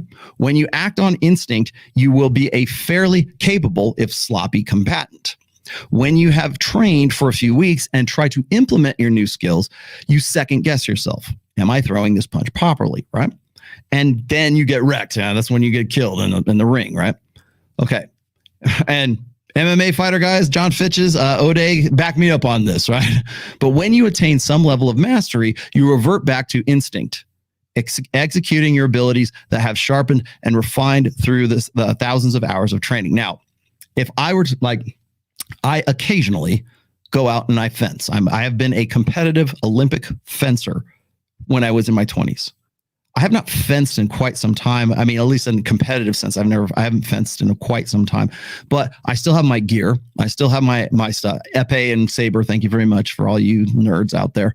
But if somebody put an epee in my hand, I would instinctively default back to that muscle memory because I got to a point of mastery where I was pretty damn good at it. Will I be as good as I was? Probably not. And it will take some time to recondition, but that's what they're getting at here. Executing your abilities that have sharpened and been refined through thousands of hours of training. Okay. This is a quote I love. This is why I like Rob Henderson here. This is a quote from Bruce Lee. Before I learned martial arts, a punch was a punch and a kick was just a kick. When I studied martial arts, a punch was no longer just a punch and a kick was no longer just a kick. Now that I understand martial arts, a punch is just a punch and a kick is just a kick. Be like water, my friends. So you can apply this to other human endeavors. I just wanted to point that out. I thought that was absolutely brilliant on part of Steve Stewart Williams. And now I will quit out of my email here so you can get an idea. So that is as best as I can give you a description as a definition of a praxeology. It's the study of that. It's a study of that J curve. It's a study of why we do what we do. Why is a punch and a kick a kick? And here's the problem is where we get lost in the sauce, where Hafeez gets lost in the sauce is once you get to the bottom of that bell curve or the J curve at the bottom there, when you're oblivious to it, that's one thing. When you get to the top of that, that's when things get a little bit difficult because you're so overly analytical. And what happens is when you're overly analytical like that, faith about things that you had, you've created your identity on, get questioned. And they cease to become faith anymore. And this is just by definition. This is just me. This is just the nuts and bolts of things. If you are faithful about something, if you have a faith in a certain thing, and then that thing is explained by science, so that thing is explained by just like, the veil is revealed. You can see the mechanics behind it. The magic trick is revealed. Is it magic anymore? If David Copperfield shows you how he disappears a jumbo jet, is it now magic? Or is it kind of, the thrill is gone? Observing the process, change the process. Same thing applies to faith, right? I mean, you believe in something, and then after a while, perhaps it becomes something of, your article of faith, your doctrines, whatever it is. When that is explained, is it still faith? Because now it's been brought, the metaphysical has been brought into the physical, and we can explain it with physical means. We have words for it now. So is it still faith? No, some people would say, oh, it's still faith. I believe in it. See, I was right. Yeah, but it's still no longer faith because now I can show you how you got from point A to point B. Well, I had faith that it was true. Good. I'm bravo. I'm glad. We need that. We need hope. We need magic. We need imagination. We need that stuff. Now, can it be taken to the extreme and, be used for destructive ends? Absolutely, it can. But it can also be used for self-delusion. It can also be, and especially after shit gets explained. And that's the point what I'm getting to right here is more and more and more aspects of conviction, aspects of faith, aspects of all this stuff is being confronted by Google, by data sets that some schmuck like Rollo Tomassi can go get at a moment's notice. Yeah, I know. It probably would suck a lot. What do we got here? Let's go through these. Hafeez sound like he hates his job. His success was on the rise, and now he's facing criticism and opposition, and it's become harder to succeed. Yes, because he's in the wrong business. He plateaued, and he's bitching about it. Popularity is a double-edged sword. It can be for sure, and I do see, and I agree with you. I think that he is most definitely trying to get into the motivational positivity grift, which a lot of guys who are in that circle are having a tough time with right now. There's a lot of guys that do it better than Hafeez. There's a lot of guys who do it better than, what's that guy? Faith-based millionaire dude. There's a lot of guys who do it better. Shit, Tony Robbins does it better than Patrick Bet-David. Okay? If all you are is a brand and all you are is this one-dimensional thing and every word that comes out of your mouth is on point, on brand, are you still a dude or are you Ziggy Stardust, right? Are you a man? Are you still who you are? Or are you just this branding? Are all of this experiences that you had as a child that you use as sort of your prefacing for your latest book or for whatever convention you're at, is that just branded content now? Or is that something personal to you? I heard, I really kind of got behind Gad Saad when he was talking about how the Canadian government was like taking his money out of his bank account because that's how they do taxes apparently in Canada right now, especially if you make a shit ton of money like Gad Saad. Well, probably makes a lot more than most people, right? And they're happy to pull money. And he was saying something to the effect that like he wrote these books, like he wrote Parasitic Mind. I think he's working on another one. He's got the Purchasing Mind, something like that. I forget which one was before that. But essentially what he's doing is like he uses a lot of personal stories in his books. And I get it because Gad Saad's still a man.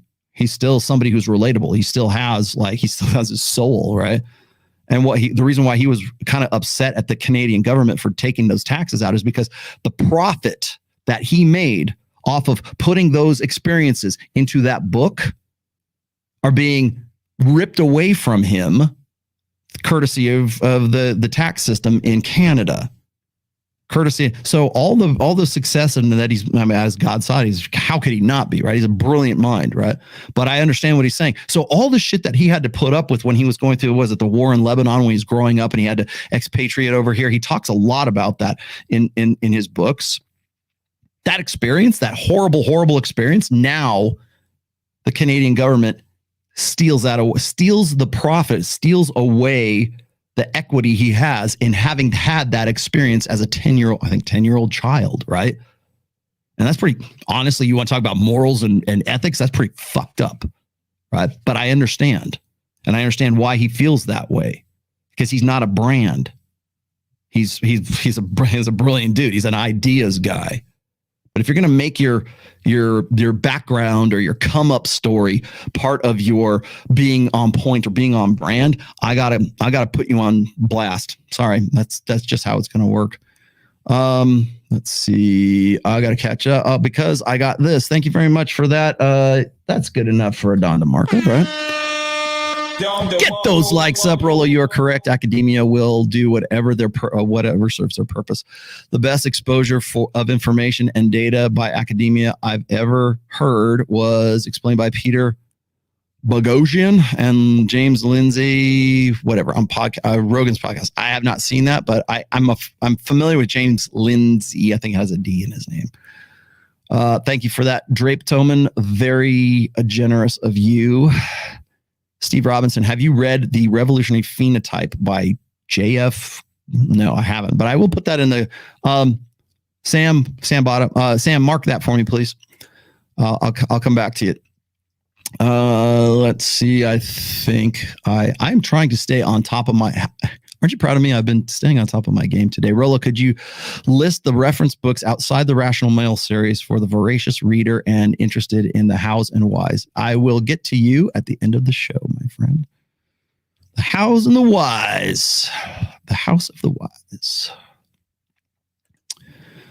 If you think Rollo is long-winded, try listening to yeah, I'm not. Am I really? At least I'm coherent. Mostly. Thank you for your lovely compliment there. Your $5 compliment. All right. Yes. Thank you. Please. Switch time. Should we switch over? Yes. I have to learn how to get the facial smooth. I feel like a poser if I have like the facial smoothing thing that's on here. Okay. Shall we continue with the bloodbath that was the Hafeez thing? When people say things like, okay, we're not an ideology, we're a praxeology, right? You have to ask yourself, are you teaching any ideas? Like, is there any principles that your belief system is teaching? Because every human being's belief system teaches an ideas, right? And so for me, when I see that there are certain ideas and premises that are being taught, therefore you cannot simply say we are not an ideology. There is no ideals that represent the things that we believe. And so an example of what are some of the things I disagree with, I think I primarily disagree with a lot of times the descriptions of marriage and just how they analyze and describe marriage in today's world. I think I disagree with the analysis of male-female nature. I think if you were to read a book like The Evolution of Desire by Dr. David Buss, he's a world-leading expert on human evolutionary psychology. Yes, quoted by pretty much anybody in the manosphere worth their salt. Regards to mating, and he's fantastic. Buss School of Psychology is amazing, and you actually read a person who's like a world-renowned expert on this topic, and you hear about all the nuance. And I love Dr. Buss because Dr. Buss understands the nuance and the cross-cultural studies and so much data. And you were to read some of the more red pill, doctrinal books, you would be like, wow. You understand that? Doctrinal. Catch that? I've quoted Dr. David Buss like, guys, recently as 2 episodes ago. A lot of the stuff that makes its way into, especially the stuff in like my 5th book, a lot of that stuff makes its way into my books. Sources side, I've even brought up David Buss's name a couple times in religion. So if I'm drawing from that and I'm using that data, but you just want to hear it from him, is that how it is? Chris Williamson? Is that how it is? You would rather hear the message, you rather hear the same message from somebody who hasn't been in the sphere for as long as I have, or as long as, well, actually, a lot of other notable guys have. You'd rather hear it from somebody else. Really. Like it's literally like reading Dr. Seuss and reading something like Hamlet. It's like night and day difference. And so to me, I think I acknowledge that a lot of their ideas are truthful, like any ideology. Okay. They are not ideologies. They're not even ideas. They are facts. You can interpret those facts in lots of different ways. You can put them through the filter of whatever your ideological filter is. But if you're going to make comparisons, and by the way, we know damn well who he's talking about. We do. I mean, let's just be fucking honest. Who else? Who else? You take their book, motherfucker. Say my name. Let's be honest here. Who? Who else? Who else? Who else has a book out there? And don't say like, Unplugged Alpha, because God bless, I love me some Rich Cooper, but like, I mean, let's be honest, it's kind of like the cliff notes to the Rational Male. So who else? Name someone else. Right. Okay. So I tell you, if somebody takes the work of, let's say, Steven Pinker, Steve Stewart Williams, I just read you Rob Henderson just a second ago. You take Dr. David Buss, Marty Hazelton, you take, was it Stephen Gangstad? I mean, I can rattle off names you probably would never even heard of. I presume that if that is your opinion, if that's the interpretation you have, I would presume that you've read those fucking books. I will bet you money that you would not be able to pass a polygraph test when I ask that question. Have you read The Rational Male? Have you read The Evolution of Desire? Have you read? No. He just thinks that sounds like knowledgeable. Really what it is, it's a logical fallacy. It's an appeal to authority. These guys don't know what they're talking about. This guy does. Well, if you had actually read even The Evolution of Desire, even if you had read even if you read anything maybe other prior to Men Behaving Badly, and probably even Men Behaving Badly, you would understand how we come to the conclusion, how are the facts anyways, of men's nature and women's nature. And it's probably be very uncomfortable for you, considering how it would conflict with your convictions. So to say that's just basically a logical fallacy, which is an appeal to authority, especially when I'm the one who's quoting these guys in the first place. So I would like to know, here's a question for you, Hafeez. Have you read my book? Have you actually read those books? Are you a knowledgeable source? Is your opinion, your interpretation based on an educated understanding of both of those source materials? No, it fucking isn't. Right? Or whatever the heck word they're using nowadays to convince people that's not an ideology. Yes, those things there's truthfulness in it, but there's a whole lot of lies and a whole lot of information that is not statistically accurate. Where? Point it out. Show me the inconsistencies. And that's why I've always recommended people to read books like The Evolution of Desire by Dr. David Buss, and then simply read whatever red pill literature that you want and juxtapose those two ideas, and you'd be extremely astonished at the differences. Well, it's just because everything you're saying is very broad. Yeah. So you even said like their teachings on marriage, because like from my understanding of red pill is that they're not anti-marriage or pro-marriage. They're anti-marriage as it is today and the way the laws are today. And do you disagree with that? So I'm gonna give you an example, and I'm excited because I'm really excited about the way you're processing this. Yeah. So let's go. Whenever you hear motivational speakers, they always start their sentences with, "I'm excited to be here. I'm excited. I'm excited." That's, by the way, that's straight out. That's like template motivational positivity grift bullshit. Into marriage. So here's a fundamental challenge. Okay. So red pill is very broad.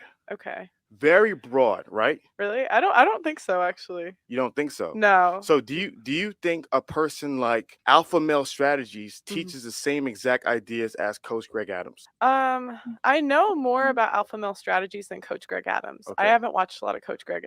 And They actually align pretty damn close. Massey's like, the fuck these hoes to sleep type. Yeah, but he's evolved. That's old school AMS. I don't know. If a guy tells me he watches AMS, I'm like, I gotta run. Yeah, but but even to that point, right? So you're like, I gotta run. Yeah. So there's a lot of there's individuals like Steffes Cole. I'm not sure if Steffes Cole still calls himself Red Pill, but you have the Steffes Cole guys. Right. A lot different than Coach Red Pill. Okay. A lot different. Okay. So all right. So these are your sources. Coach Red Pill, Steffes Cole. And not taking anything away from those guys. But these are the names that come to mind.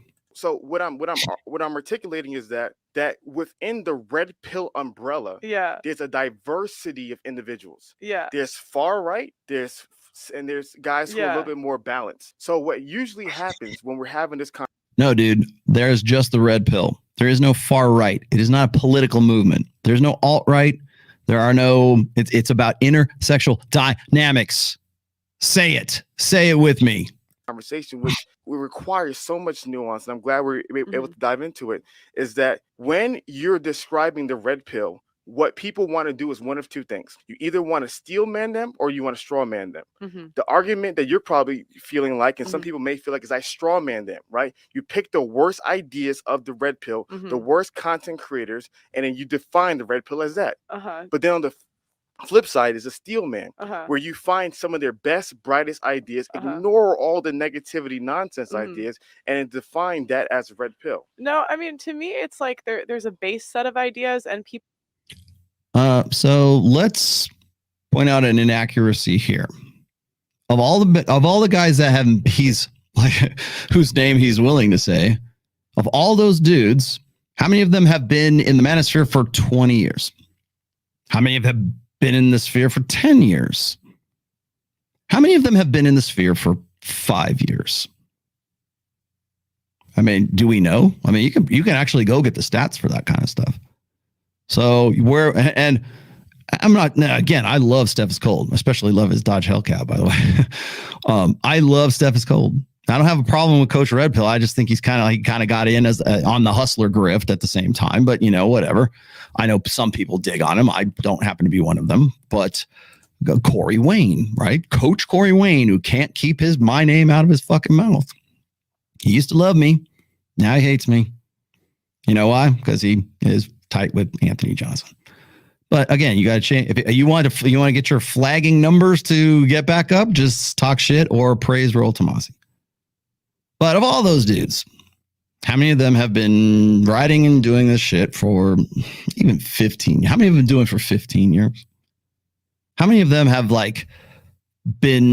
had this keen interest in intersexual dynamics for that long? I mean, you want to talk about appealing to authority. He just appealed to authority with Dr. David Buss and calling my book fucking Dr. Seuss. Okay, fine. I'll take that one on the chin. Sure. Because he's got a DR in front of it. If I was Dr. Rollo Tomassi, then I would be more legitimate. Is that it? Should I go back to, I could do it now. They offer a psych degree. It would probably take me another 4 to 6 years to do it, but I could probably go get an evolutionary psych degree from UNR. I know that they've got a doctorate program now. Would that make me more legit? Would you listen? Then would I change my mind after all of that? People have different ideas of what to do with it. Who defines a base set of ideas? I would say that I think that's mostly who defines the base. I would say Rollo Tomassi. I think he seems to be leading that today, but before it seems like it was Patrice O'Neill possibly. So you think Patrice O'Neill was? No, I think a lot of if you're gonna come up with Patrice O'Neill, who by the way, brilliant comedian, I would say Patrice O'Neill and Tom Likas are, I would call them proto Red Pill. They were before their time, right? Dump that bitch. It seems like a lot of ideas derived from him, but it seems like it goes around Rollo Tomassi. That's what it seems like. So the interesting part of the conversation, going back to the Red Pill conversation, because I know you want to talk about this, is that there is no single source. There's no doctrinal source. There's a lot of individuals who've written their books and shared their ideas as Red Pill, and depending on what school of thought you're in, a lot of individuals will say, well, that's not Red Pill for me. Okay. Did you catch that? Because that's an important. Now we come to the very. Sorry, I apologize for being remedial here. doctrinal source.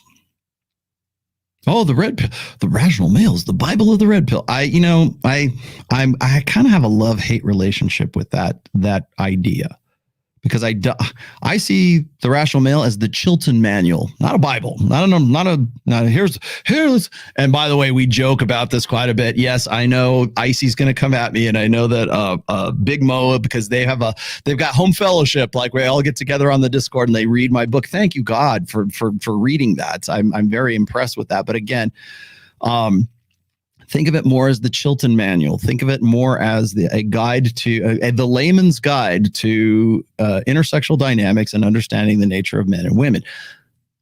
It's not a doctrine. It's not a religion. It's not the little red book in China, in Mao's China. It's just the rational male. That's what it is. But once again, when all you know is belief, when all you know is conviction, when all you know is religion, everything is doctrine. The only way you can attack facts that conflict with conviction is to turn their interpretation into an ideology. Want me to read that? Here, let's go again here. Red pill and blue people and red pill and blue pill people end up talking past each other because they cannot even agree on what they should be debating about. The sets of values they hold are completely disjointed. They cannot even agree on what a debate is and what the goals of the debate are. Red pill people generally bring the following assumptions to a debate. They believe that there is exactly one reality, and that truth is what accurately describes that reality. Not my truth, not your truth, not living our truths. There is one truth, one set of facts that accurately describes reality. The better a statement describes reality, the more true it is. They are factual absolutists. They believe that whether something is good or bad is a matter of opinion, and that all systems of morality are things societies invented to get a result. And it is therefore pointless to argue about whether something is evil or not, instead of about what, effects it has, the effects. That's not to say that morality is not important. It's just not the focus of the inquiry. They are moral relativists. They believe that the goal of a debate is to establish what the facts are and how this knowledge can be used to control outcomes. They argue about what is true. Facts, objectivity, understanding the observable world, what can be measured, what cannot be measured. They believe that debates are a cooperative process between two or more people who have the shared goal of achieving a more accurate picture of absolute reality, and that while people may stick vehemently to their positions, they can also reverse them on a dime if new information comes to light. As I said, not written in pen, written in pencil. Because the only real attachment is to factual, observable, objective truth. They believe debates occur between theories, not people. The question, thus, questioning someone's character is off limits because it is irrelevant to what? Sussing out what is factual truth. That's where we're at. That is the red pill. Got it? But when you are a moral absolutist, so you want to know why is he so emotional? Why is he so like fidgety whenever my name's brought up, or he can't even say the rational man? He can't even acknowledge the fact that it's there. The reason for that is because it conflicts with his moral absolutism. Well, that's their truth. I'm not talking like I have my own personal beliefs. Actually, you will never hear me talk about them unless you're like watching me on my Instagram in the middle of my freaking rehearsal studio, and I'm jamming out and just kind of musing. People are asking me questions on an AMA. I might then. I'm not giving them to you now, and you'll never find those in my book. I give you the facts. I throw. Here they are. Here's some facts. Here's some objective, real, well documented, well understood. I'll pull them from David Buss if you'd like.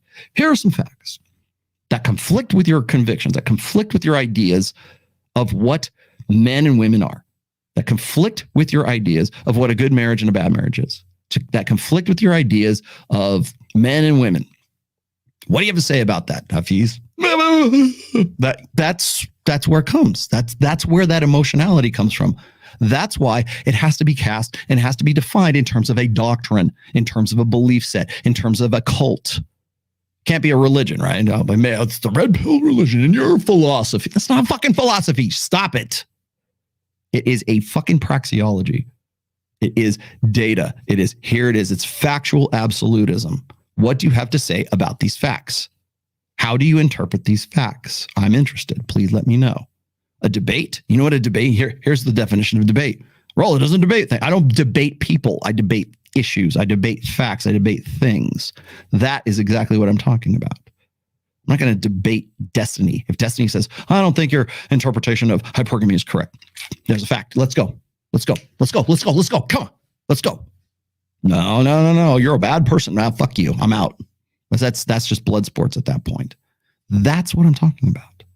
And that's why his interpretation of this is all, it's doctrine. Yeah, because the only lens he has is through this idea of being a believer. It's not red pill for me. Maybe in your world, he's red pill for you. And some people, red pill for them might be Coach Greg Adams. People, red pill for them might be Fresh and Fit. People, red pill for them might be AMS. People, red pill for them might be Coach Red Pill. Some people, red pill for them might be. But they all seem to say the same ideas. Well, yes. Yeah. It's like, so I'm just like, if we're going to say they're different, like what is different? Okay. So in regards to each individual, I can't get into the nuances of each individual. So no, you just can't. Say my name. There are some individuals who are, when it comes to marriage, are explicitly marriage. I think the whole institution of marriage in the Western world is done. It's over. It doesn't work. It's a failed system. X, Y. I agree. X, Y, and Yeah. Z. Cool. So that's why why red pill Yeah. aligns to you, because Yeah. those emotional sentiments rock with you. So then it's not other emotional. It's because of the way it is legally. 100%. Yeah. So those legal sentiments rock with you, Yeah. and we can get into Okay. how does those things fleshed out. But then on the flip side, which you have other individuals who say, well, in actuality, well, I do believe that in the sanctity and the beauty of marriage, and if you're going to do marriage outside of the state, I'm all for it, right? So yeah, some people is like, even with or without the state, institution is broken, women are broken, society is broken, doesn't even matter. Then some people are like, well, outside of the state, I support it, I agree with it. It So there's seems like nuance in that. it seems like their prescriptions are different, but their description is the same. Yeah, typically. So like they'll say these are the flaws in women, these are the flaws in marriage, but like they. All right, this is where I gotta hit Pearl. Sorry, girl, but I'm gonna smack you around a little bit too here. Be accurate, please. It's prescriptions first and foremost, but like get that accurate. Okay, we're talking like when we're talking about like prescript. Like I don't give prescriptions. That's just it. I try not to anyways. Like some people want to say, well, aren't the 9 iron rules prescriptions? No, they're just like they're observations. That's factual. That's really factual absolute. Me being at my most factually absolute. That's me being my most factually absolute. So yeah, well, how did you come to those? Well, it's not because I'm trying to say, here's my 9 rules for life. It's like, here's some observations. It's like the 48 laws of power, right? Are the 48 laws of power a field manual to a better life? I think they are, because you need to know them, but should you practice each one of them? Is it like saying, follow these rules and you will live a better life? 12 rules for life, but from Robert Greene. 48 rules for life by Robert Greene. That's not what it is. It's the 48 laws of power. So if I believe it's law number 10. What is it? Get other people to do all the work and take all the credit. That's a rule for life. Are you saying that I should follow all these? You want to know why 48 Laws of Power was banned from prisons back in when it first came out, like 1998, 99? It's because people instantly saw this is an evil book. It teaches people how to be powerful. No, it's not a field guide. It's not a step-by-step template to live the great life. It's here's power. Here are some mechanics of power. And because they happen to be 1 through 48, then people go, oh, a list. If I follow all of these, I'll live a better life. No. Stop it with that bullshit. It's not about a plan. It's not about, oh, here's what we're going to do. Are you on to Iron Rollo Tomassi number 3 or 4 yet? Really?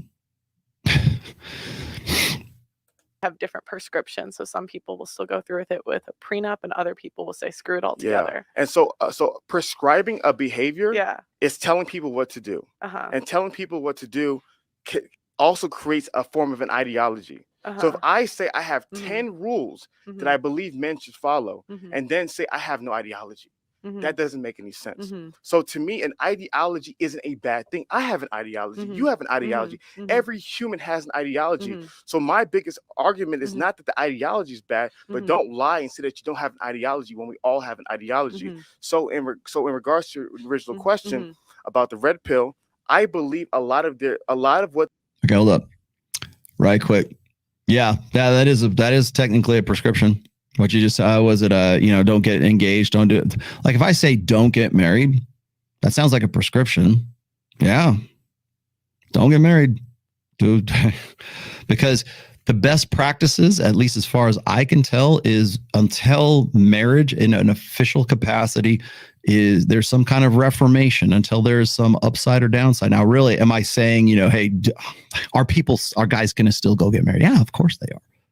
But the reason why I point that out, the reason why that's included in that, I think I was in a plate theory, which, by the way, is another step-by-step guide that people think that that's a step-by-step. But that is included in that because what it's meant to illustrate is this.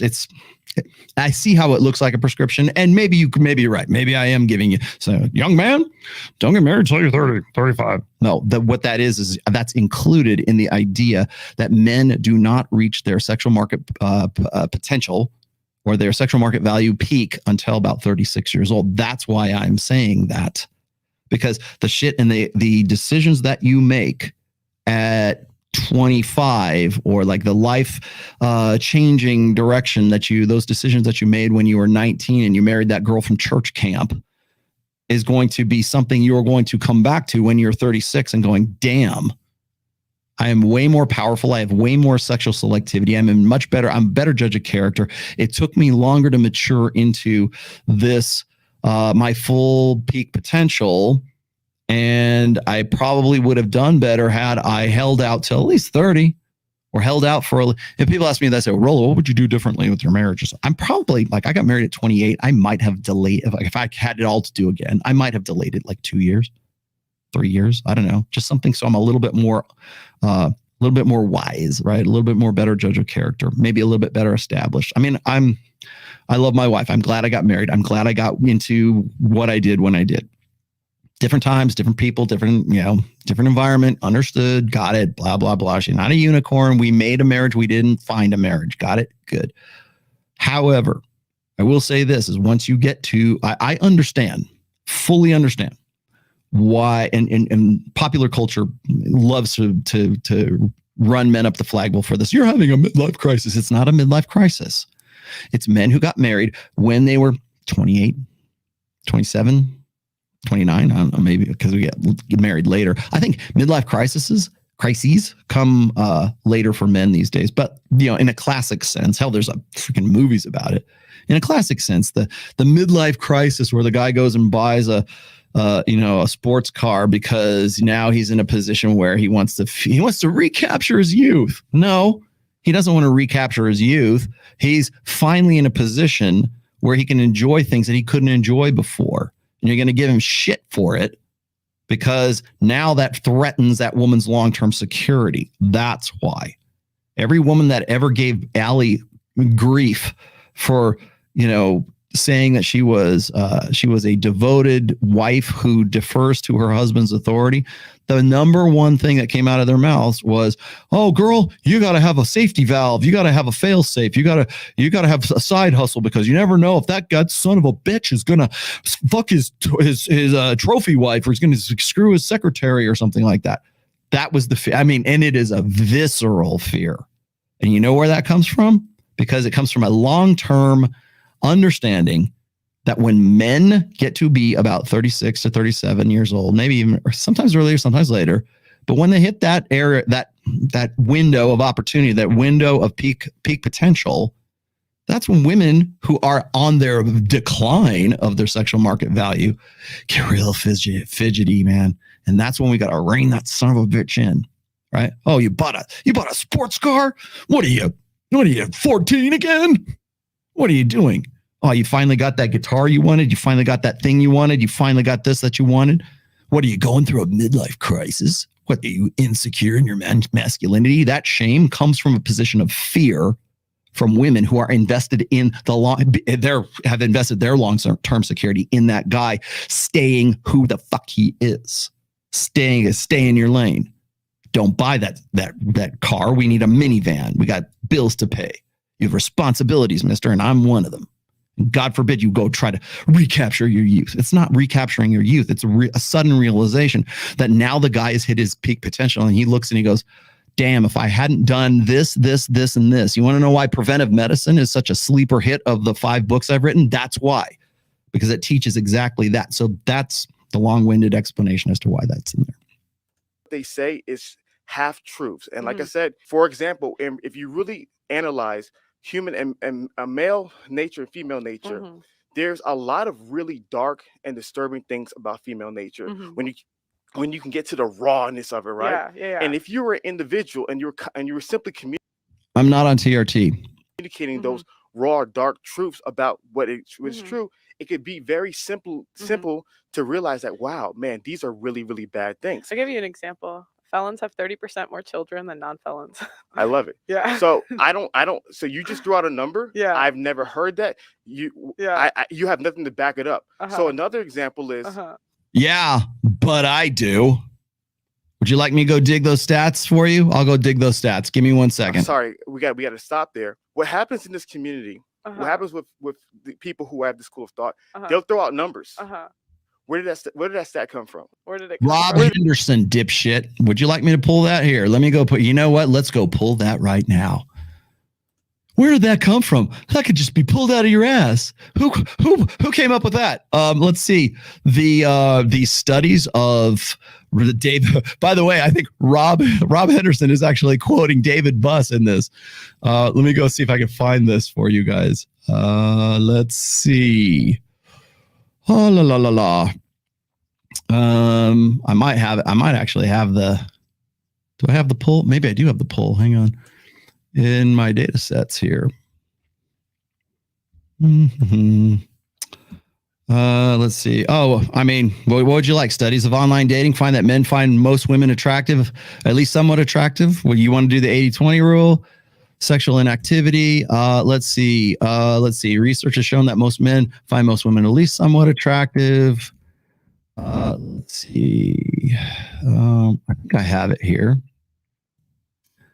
There we go. Oh, man, it's right here. Shit, I already had it on tap. Look at that. Look at that. Thank you, Rob Henderson, for your contribution. Well, guys, welcome. Oops, excuse me. Sorry. Let's put that back in, and let's put this back in. Here we go. You want it? You want the stats, Hafeez? Here's your stats. Let's go and put the. Actually, I'll just show it to you on screen. It's easier to do it this way. Here you go. Share screen. Window. There it is. Here it is. Ready? Where did you pull that out of your ass? Oh, let's see. Convicted criminal offenders had more children than individuals never convicted of a criminal offense. Importantly, the reproductive success of criminals was explained by a fertility increase from having children with several different partners. There it is. Those guys, I don't know what they're talking about. That's not Dr. Seuss versus what Hamlet. Here's your Hamlet. Here's Hamlet. What do you have to say? The fuck are you now, man?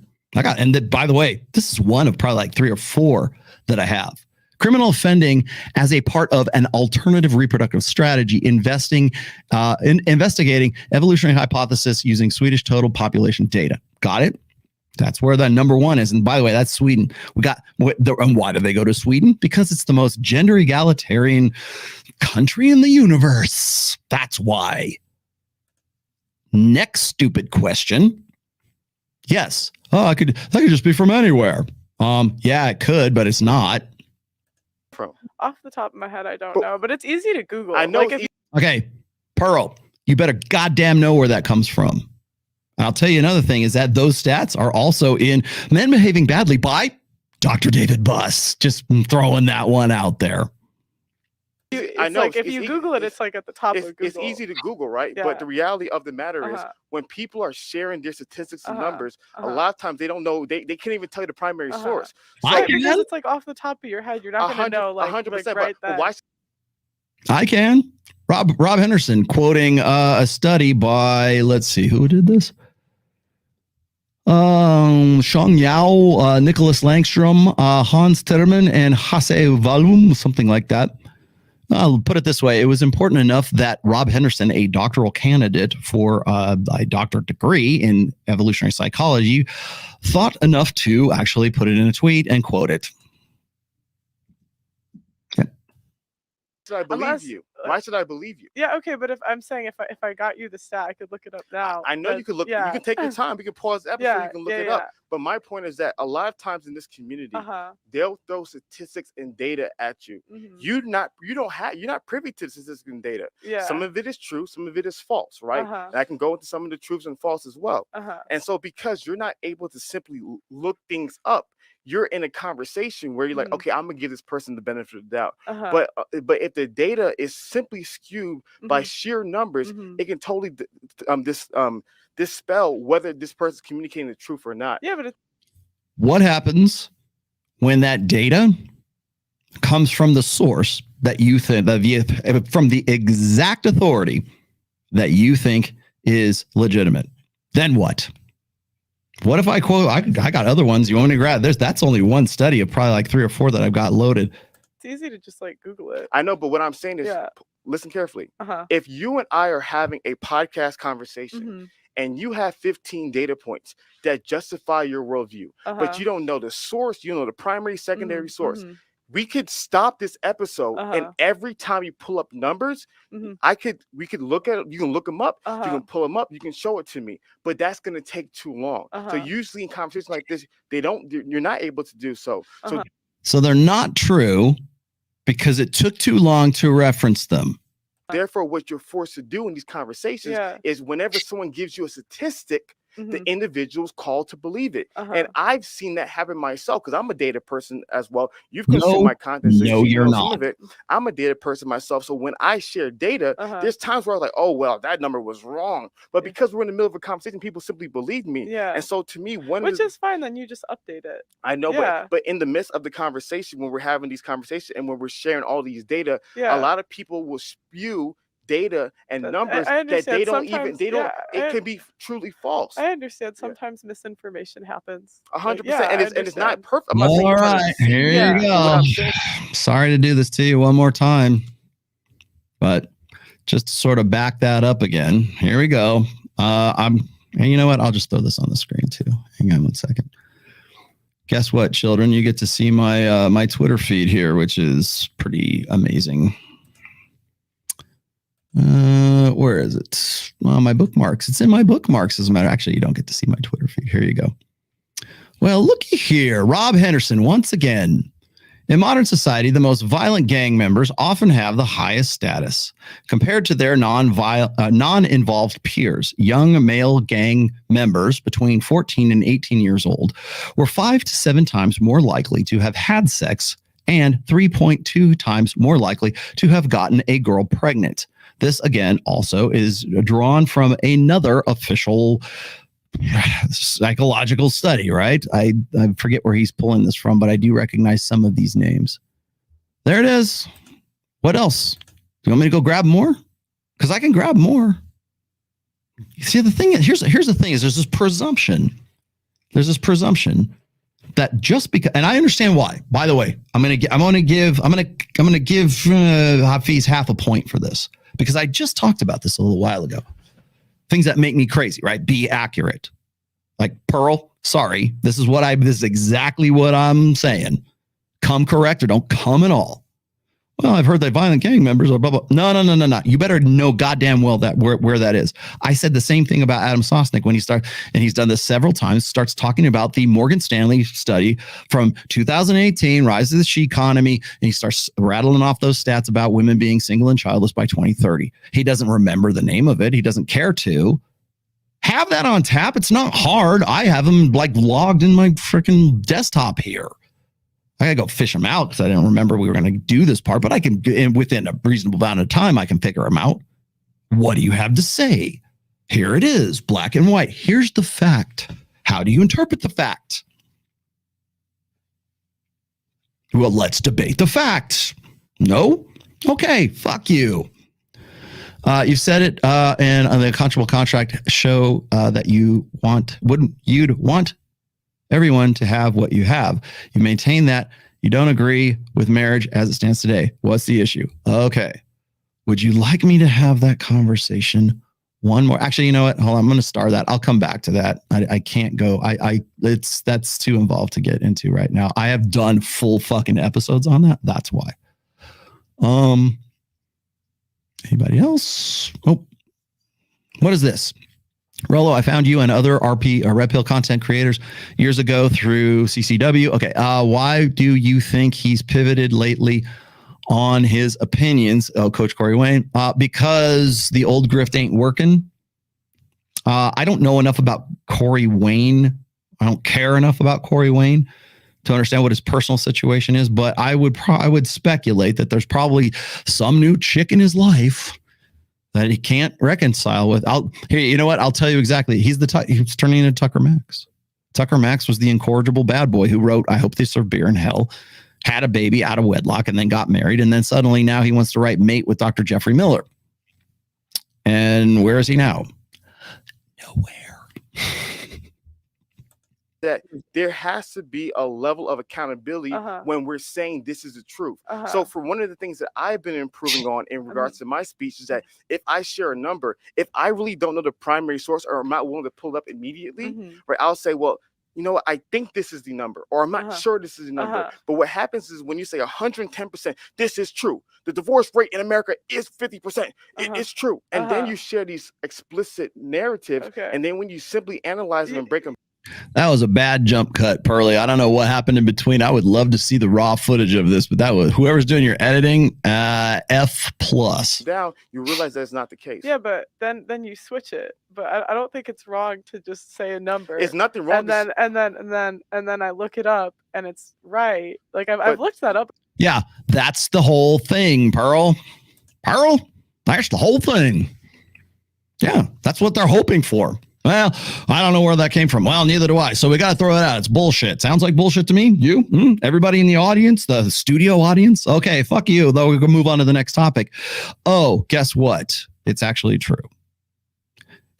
I'll tell you, you want another study? Whenever factually inaccurate, incorrect shit comes out, what do you think has more impact? Bullshit or the retraction of bullshit? How many clicks did the bullshit fake news get? And how many clicks did the retraction by the New York Times get? That's the same dynamic. As I've said before, and I forget, some smart guy in the chat's going to tell me this, right? It's, what is it? What's the quote? Somebody tell me the quote. Like, who is responsible for the quote? But it's, to create bullshit is a order of magnitude greater than to refute bullshit. That is pretty much what you guys are talking about right here. Oh, well, I'm gonna make up some bullshit. Okay, well, I can get you the real stats, but I don't have them on tap right now. Okay, well, then they must not be true. Let's move on to the next thing. That doesn't sound right to me. But it is later on. What's more impactful, the bullshit or here's the stats that refute the bullshit? What gets more clicks? Or does it even get any clicks? Because somebody says, oh, you know what? It's bullshit. But that's not what I think you're getting lost. You're getting lost in the specific point. I'm talking about the meta point. The meta point is that when people are communicating statistics, the audience is totally dependent upon the orator. And if that person says, I am the bearer of the truth, a lot of times in the midst of a conversation. I am not the bearer of the truth. I am the bearer of the facts. The facts, here they are. Here's the statistics. And yes, he is correct. That's where a lot of guys fall flat on their ass. That right there is why I lose my motherfucking mind whenever Chris Williamson decides he's going to go interview Destiny about the fucking manosphere. Because, if we're going to talk about authorities and stuff like that, I'm the research and development department here. You want to come at me? I will come correct with you. I will show you the facts. I will tell you. I've been doing this for a very long time. I know who to reference. I know where they were from. I can talk to Steve Stewart Williams. I can go look at Dr. David Buss. Does a lot of these too. The one guy that he seems to think is legit. His facts, here they are. I am the bearer, the bringer of the facts, not the bringer of the truth, the bringer of the facts. A lot of people communicate numbers that may or may not be true. Yeah. So my biggest thing is that when a lot of these individuals are communicating numbers, I'm the kind of person where I'm like, hey, let's stop, let's analyze them, and let's see whether they're true or not. Is there a common talking point that isn't true that you're thinking of? I think one of the biggest conversations that is not discussed is how marriage has changed from the 90s till today. Okay, go on. If you look up the divorce rates, divorce rates have been decreasing from the 1990s until today. There's a lot of different studies and a lot of different analyzation. Go on. A lot of different. So are you listening or are you trying to talk? I'm listening. I'm curious. I'm listening. Because you kind of seem like you're waiting for me to stop talking. And this is where he railroads and walks all over her. Are you sure? Yeah, I'm listening. Go ahead. Okay. So all right, here's the thing. Now, I understand the difference of being like set in front of you, like having like it's a different conversation when you have someone on remote. It's a different conversation when you are face to face. Like for instance, when I'm talking with Jedediah Bila, people go, "Oh man, you were too easy on her." No, I was unfamiliar with her. I've had three different interviews with Jed since then. I've had God knows how many different interviews with Adam Sosnick. All right, put me on again. Let's do it. Let's do it again. Now I'm familiar with your bullshit. Now I know where you're coming from. Oh, Rollo wasn't prepared for Ruslan. No, you're right. I wasn't prepared for Ruslan because I didn't know what the fuck we were going to talk about. I think I did I think I did stellar in that for knowing my shit right out the gate. It was, it was the trial of Rollo Tomassi is what it was. It wasn't like, oh, I want to debate you about what? You're a bad person. That's not a debate. It might be a trial. That's your interpretation. It's your opinion, bruh. But it's not a debate. But when you are here, Pearl, learn this lesson. Come correct or don't come at all. Have that shit ready to go. You know damn well what this son of a bitch is going to say. You know damn well what he's going to come off with. You know, and by the way, not just him. In fact, he's actually a pretty good pretty good practice for guys who actually do know their shit. So come correct, tell them the truth, or don't tell them the whole truth, or don't tell them the truth at all. In regards to the divorce numbers, a lot of the divorce numbers that are communicated today, they're not all. Those are a lot of previous numbers. And when you're factoring into the trends that are leading to the lowering of divorce rates, as well as all the different cross-cultural analysis of divorces, there's a lot that can be learned about divorces. So in regards to the Western world and a lot of the divorces having issues, they're 100% right. But we have to communicate. Well, here's the reality. The divorce rate has been going down.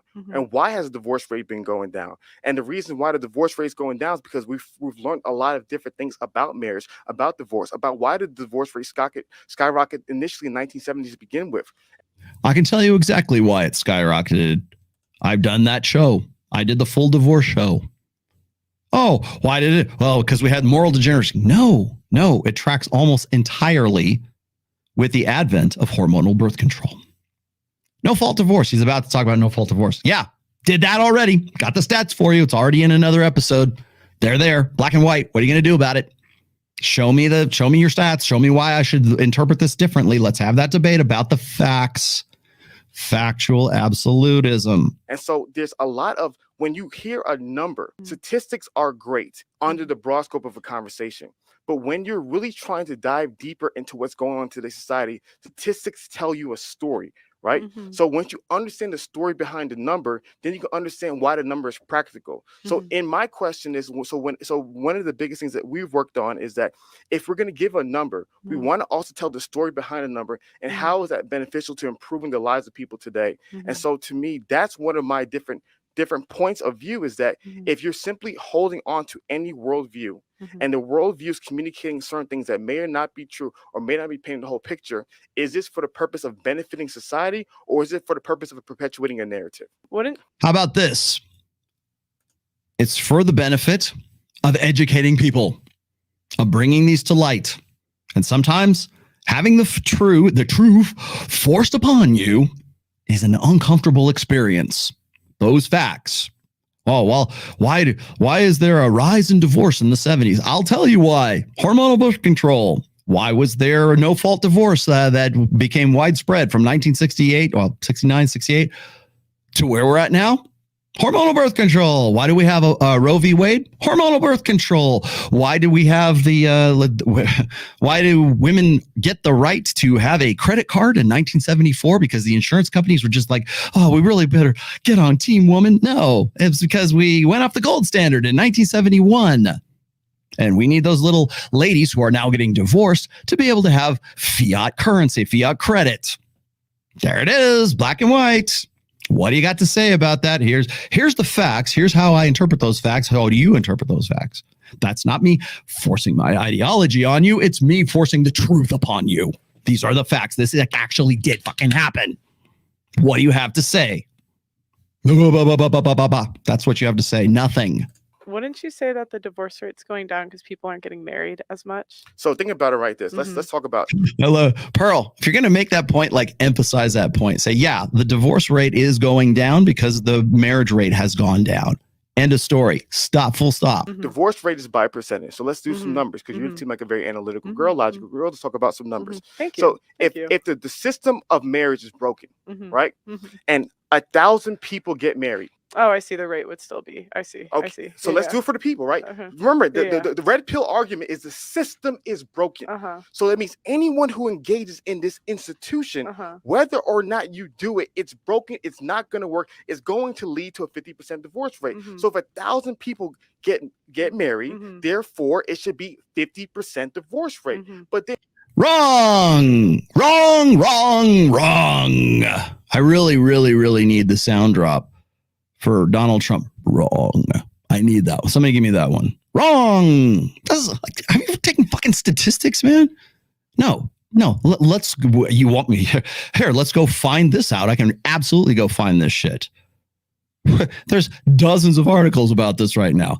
The marriage rate in I think it was far back as 2020, but like I'm sure it's still the same right now, is at the lowest it has ever been since they started recording it back in the 1800s. 5.1 per 1,000. That's why, asshat. It's not, well, there should be half of these guys. No, it's not 50%. No, that's the success rate. But the reason why the divorce rate is coming down is the prerequisite for divorce. I know this is hard to wrap your head around, but the prerequisite for divorce is to be fucking married in the first place. That's why. If you're not getting married, then you're not getting divorced. End of story. It's really... This is fucking rocket science. This is not rocket. I'm not trying to land a rocket on a pad in the middle of the ocean here. Numbers, man. Numbers. Figure it out. It's not hard. If 900 people get divorced, and 10 years later, instead of the 1,000 10 years ago, now 900 people get married, and that divorce rate is 40, not 50 where it was before. The question that must be asked is, these 100 people, why did that number change? If the system was broken, and therefore whether it's 1,000, 900, 800, 1,200, 1,100, it should be the same thing. But if the number went down, but then the divorce rate decreased by percentage, why did it go down? Who was not getting married, and how would it contribute to the increase of divorce rates in the past? And that's why I said the number. Well, there's plenty of data for you to figure that shit out. And you know what? You'll come to the same conclusions that Coach Craig Adams did when he spanked your ass on Adam Sosnick's show. Well, why? If they say if it's broken, then why did this happen? Well, all I got is the numbers, man. Well, here's a better question. Here's a fantastic question, Hafeez. Why is it that marriage rates are at the lowest they've ever been since they started recording them in 1848? 5.1 per 1,000. Those are numbers that are data. You can go get that from the Census Bureau. You can go get that from the GSS. You can go get that from the IFS, which is International Family Studies thing. Easily. You can get a return on that on Google in less than 0.0007 seconds. Guaranteed. Guarantee. You want me to do it? I'll go get it right for you right now. What is the marriage rate? Siri? I can go find that out for you. Okay? Now, have I ever, I'll answer that question here in just a second. Oh, thank you very much, Soralita. I love you very much, my fine Latin firecracker. I have to roll my R's every time I say your name. Where did that go? Here we go. Okay, so now we can come to this. Porgy. You've said it. I'm the unconscionable contract. I'm the unconscionable. Me? I'm not the unconscionable. That you'd want everyone to have what you have. I'm making it work for me, if that's what you meant. You've maintained that you don't agree with marriage as it is today. What's the issue? Okay, well, funny you should say that. Thank you very much for that comment. So let's go back again, children, shall we? When I talk about this, I made this analysis with as recently as Friday with Jason Hartman. People always say, well, Rollo, and I get this all the time. So here we go again for the 28th time, 100th time. I'm not against marriage. End of story. I'm not against marriage. I think that it is, and you heard me say this, I'll say it again. It is the foundation of Western society. Monogamy, one man, one woman, nuclear family, have some babies, have a golden retriever in the front yard, live a good life. It's much better. It's a much better system based on patriarchy. It is a much better system than anything else that we've had. If you look at polygamous, polyamorous, whatever societies, they tend to be more war-torn than any other societies. Okay. We can look at the Economist, by the way. You want more numbers? Economist did a really good breakdown of this not too long ago. I think it was 2018. They did a broad study of cultures that were polygynous, like one man and many women. Polygyny, one dude, patriarchal, Father Abraham, one man and lots of women. They did studies where that was the norm versus where socially enforced monogamy, which, by the way, is not a Petersonism. It's something he knew from sociology. It's the idea that a society that reinforces the idea of monogamy, of marriage. Those societies tend to be more profitable, tend to be more stable, tend to be more, industrious than other frameworks. I'm not saying one's right and one's wrong. I'm just saying those are those are the numbers that they came to the conclusions with. Got it? Okay. So, as I've said in the past, I am not against monogamy. You've heard me go through, I'm not going to say it again. You've heard me give you the big head babies spiel. I've told it's, if you don't know what I'm talking about, it is in book 4. It's in religion, big head babies, right? There is a male protector dynamic, and human beings, men and women, are better together than we are apart. That's just the way we evolved. We have a high investment cost. Both sexes have a high investment cost in raising and protecting and nurturing their offspring. We are very much, when we finally get together and a baby is born, we are very much K-selected, meaning that we invest a lot into our offspring, into our progeny. Well, I thought we were promiscuous. Yes, we are. We're also promiscuous. You can have both, right? We're monogamous when we need to be, because we have to be, because we have very vulnerable, very fragile children. Got it? Got it. Okay. So therefore, monogamy, or one man, one woman, or one man and, invested in 2 or 3 women, maybe, in the past, and, Father Abraham again, right? So polygamy can still work. Polygamy can work if the guy's a high value man, which of course leads us into the Andrew Tate / Myron Gaines men should cheat, Kevin Samuels men should cheat conversation. But that being said, monogamy has served the human race for a very long time. In fact, I would say that we are the result of monogamy, at least in a limited sense. Maybe not a lifelong sense, but maybe sometimes in a lifelong sense. I hope in a lifelong sense. So you're the product of that, Rollo. Yeah. Yes, I am. So is my daughter. So is my wife. So is my dogs. So are my mother-in-law, who I care about because she's part of my tribe. Kin altruism. Got it. I think marriage is a great idea. It is. Well, here's how I see marriage. Marriage is the formalization of the compromise between women's mating strategy and men's mating strategy. It is a compromise that both men and women have to make in order to invest in that offspring, because if they don't, that offspring dies or it is put at a disadvantage. So is marriage a good idea? Yes. So the way we do it right now is an unconscionable contract. That's what I have said over and over. I have put it into writing in my fourth book, The Rational Male Religion. Go get it. It's on Audible. It's on Kindle. It's on print on Amazon. Go get the book. Had you read my Dr. Seuss fucking book, you would fucking know that. You would already, this wouldn't even be a conversation starter. You would know. So, I mean, how many times do I have to say the same thing in a different way, or the same way for that matter? I told Ruslan, I told Adam, I told everybody, I've told every single person who's asked me this question. I've said the same exact thing. How can you talk bad about marriage? I can talk bad about it. How the way we do it now, it is an unconscionable contract.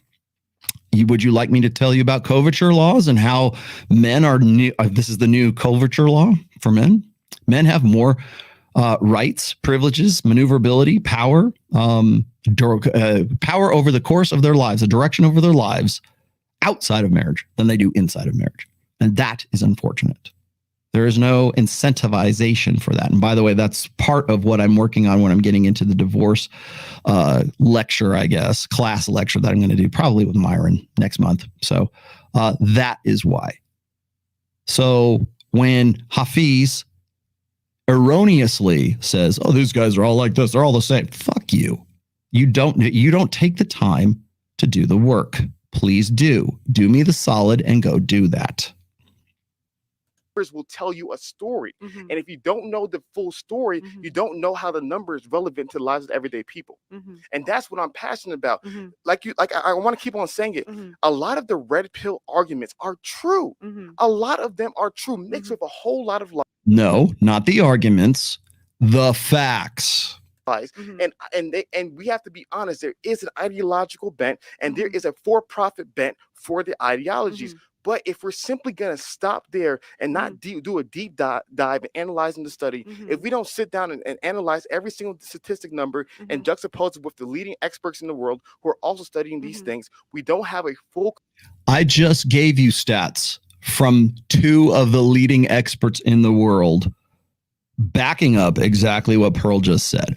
What do you have to say about those facts? Complete message to share to men and women for the benefit of society. Because to me, if we're genuinely saying that the red pill message is the truth, if it is indeed the truth or an attempt to convey the truth should only make society better. It should only make men better.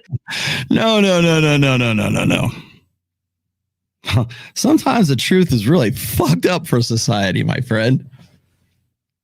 The truth forced upon you. The truth is not. The truth is the truth, whether it's good or it's bad. As I said, gentlemen, shall we go back to the books here again? They argue about what is true. Factual absolutists. Okay, they believe that the goal of a debate is to establish what the facts are and how this knowledge can be used to control outcomes, whether they're good or whether they're bad. It's all about who is using the fire. Are you using it to cook your food, or are you using the fire to burn down your neighbor's house? They believe that debates are a cooperative process, and usually erroneously, they believe that debates are a cooperative process between two or more people who have a shared goal of achieving a more accurate picture of reality. And that, while people may stick vehemently to their positions, they can also reverse them on a dime. They believe that whether something is good or bad is a matter of opinion, interpretation, opinion. How do I see this? And that all systems of morality are things societies invented to get a result. And it is therefore pointless to argue about whether something is evil or not, instead of about what effect it has. They are moral relativists. Got it? That's where you drop the ball. That's why Hafeez is a believer, not an empiricist, as much as he wants to say, well, we need to look at the facts. And when we do, and they conflict with your worldview, they conflict with your ego-invested convictions, then what? Come on this show. I'll be happy to show you stat after stat after stat. I'll give you David Buss's stats that back up everything that CGA has said. I will give you those stats. And you know why you won't? You know why he gets fidgety? Because he knows that I will bring those. I'll bring the fire. Pearl, you got to learn to bring the fire, girlfriend. You want to go far on this? You want to be the female red pill person? I don't know what the fuck you have planned for yourself. This ain't it. I'll tell you that right now. This ain't it. It should only make women better. It should only create a better world for us. And so no, it should lead to good predictive outcomes. Good, bad, doesn't matter. It's all about what is true and what is not. Then from that point, you can decide what's best practices. Best practices, and by the way, as I've said before in the past, black pill, doomer, spurg, tau, whatever, that's a practice. Here's the best way to live. Don't do anything. Just jerk off. Like, by the way, I got really, all right. Cause I got to answer this. I got really heated on Saturday because and not because it's like, oh, well, roll out an emotional reaction. No, I'm sick of fucking answering this question. Really. That's it. Which is, black pill, or was it? The black pill's the way forward. All you boomers are going to die off and then people will like live a better life because they'll have this black pill mentality. I'm like, no, your ideology, your practice, which is don't do anything, which is, exit the game. Your extinction is included in your belief set. So there ain't going to be no next generation of black pill doomers. You're going to go because included in your ideology, your philosophy is your own extinction and you're willingly participating in it. So don't say this bullshit about like, oh, the red pill's going to die off. Fuck you. When literally your best practices will lead to your own extinction. But there's going to be another generation of black pill doomers. Tell me how that works. Give me the math on that one because I'm a little confused. Oh, wait, maybe it's artificial wombs. I didn't account for ectogenesis or ectogenesis. Is that what it's called? Exogenesis. The hilarious thing is that most believers will never get this. Is the truth is decisive. Truth is concerned with discernment. Yes, it is. Again, pattern recognition. People in all societies and governments are unified by lies and stories. History is told by the most convincing liar. Let's see. Fan I am. Most women can't handle. You can't handle the truth. If it's negative, yeah. Like Hafeez can't handle the truth. Again, I can put that over.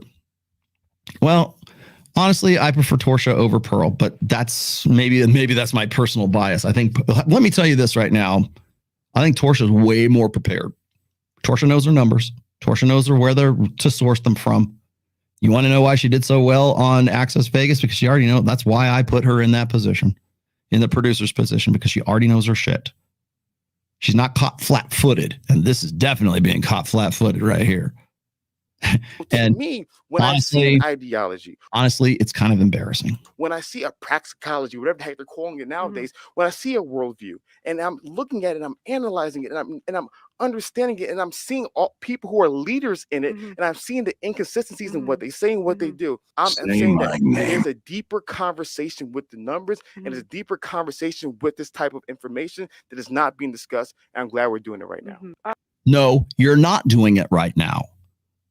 Because she is unprepared, just as you're unprepared. All this is just like he said, this is hearsay. Everything is hearsay in this. Until you come correct. You want to know why I had this magical premonition on Fresh and Fit as far back as March 1st, 2021, when people said, is the red pill going to go mainstream, Rollo? And I said, God, I hope not. This is why I said, God, I hope not. Because this is what a guy like Destiny goes and watches, or he watches that bullshit with DJ Academics and fucking Sneeko, that shit show that was going on last week, or they'll see something else and they go, that's the manosphere. This is the manosphere right here. You're setting a bad fucking example. Both of you, both Hafeez and Pearl. That's a bad fucking example. What are you going to do about it? Come correct, for fuck's sake. That's what I'm trying to do. I'm trying to elevate. I try to come with stats every single time. Oh, where do those stats come from? Got them right here. Bam. Rattle them off. I'm sorry that it takes that. You need to have a doctorate in the red pill to be able to rattle that shit off. In fact, even then, I don't know what I'm having thrown at me. So I can go and pull those stats if I need to. But he's right. You can't pull them like right there immediately. But this is there was a dream that was once Rome, and that ain't it. There was a dream that was once the manosphere, and this ain't it. Please be fucking accurate. Come correct. Know your material. That's why I prefer Tori. Honestly, that's why I prefer Tori. She knows her stuff. She invests herself in this.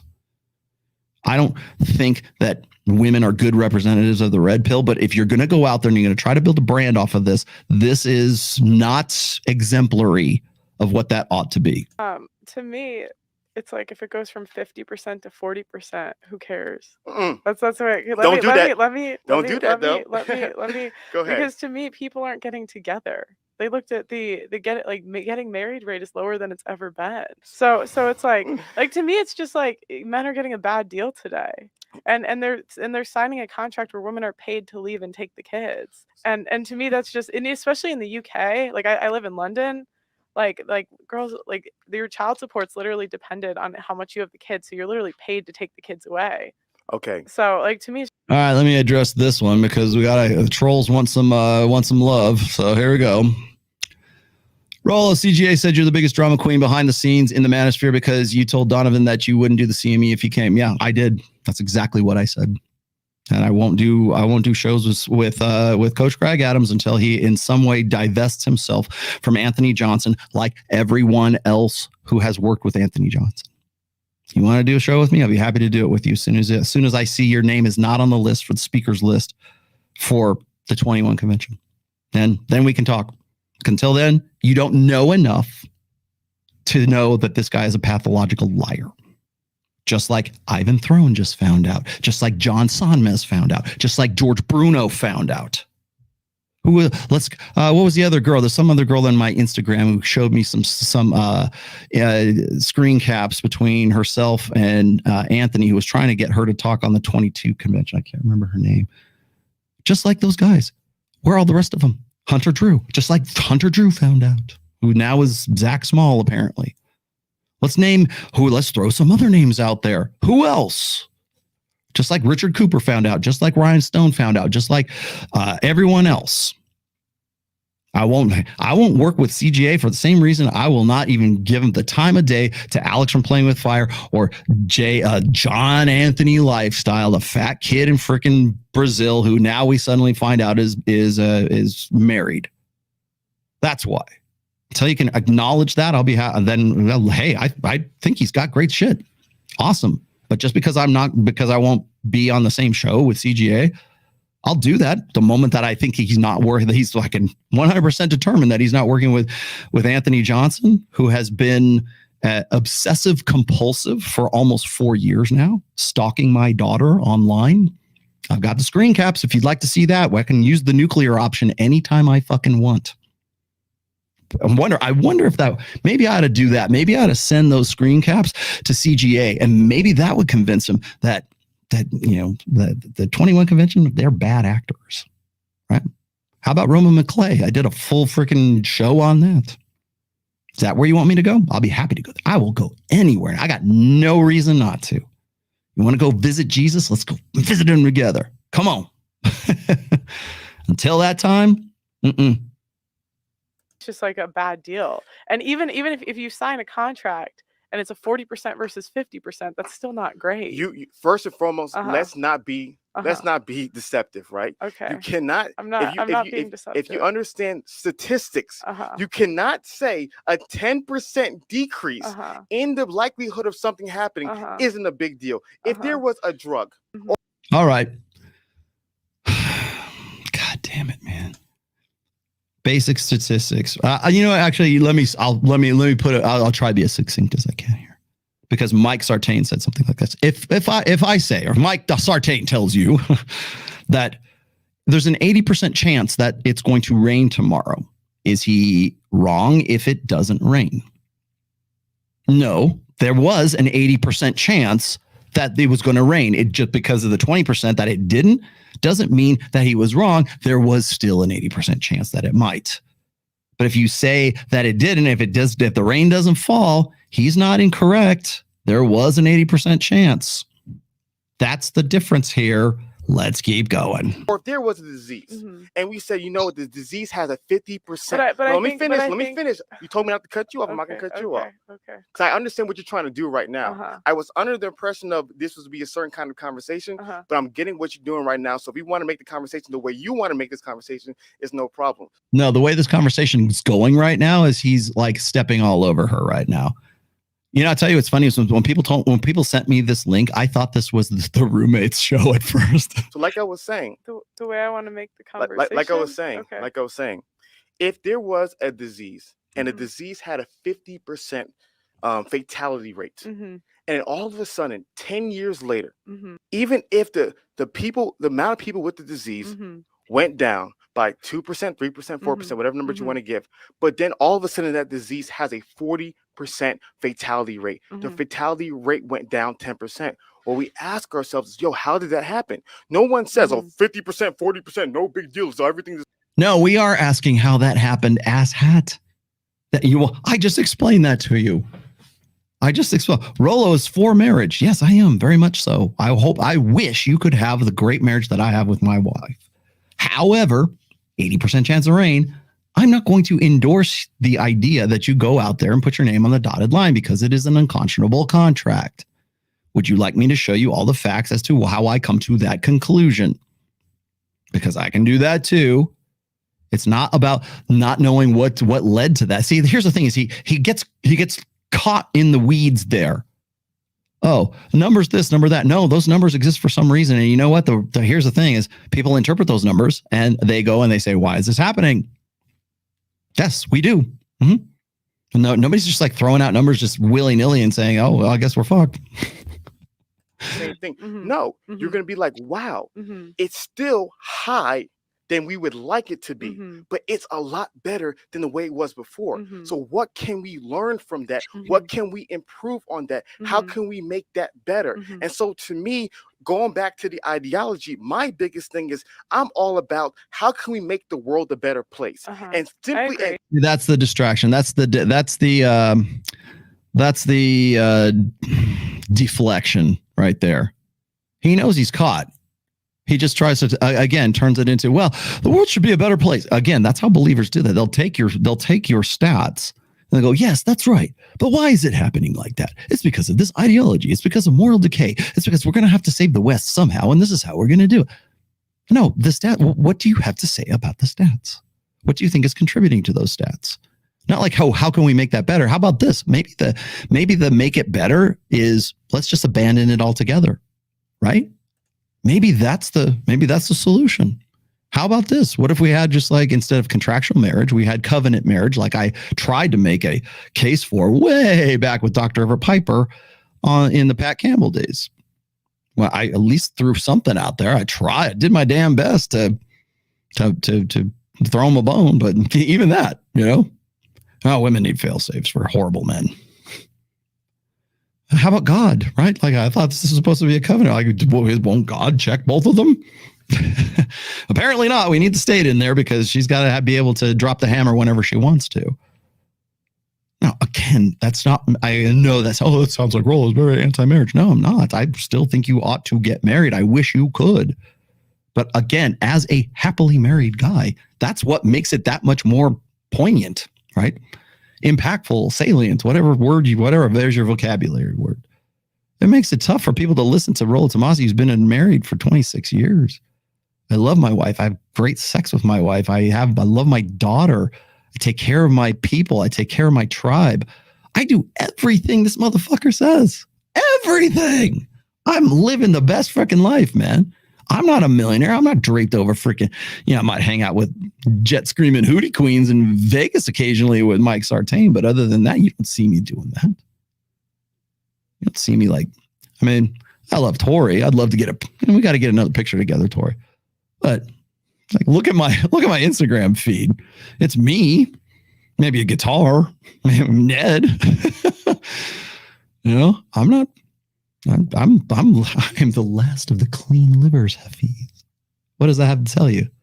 I'm the most notorious guy with the doctrinal Dr. Seuss book, but yet I'm been married. I'm living proof of your life that you are proving, or that you would like guys to be. How do we make that better?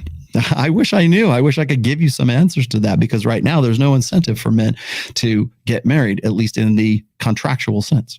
And simply saying that 50%, 40%, that there's no big difference.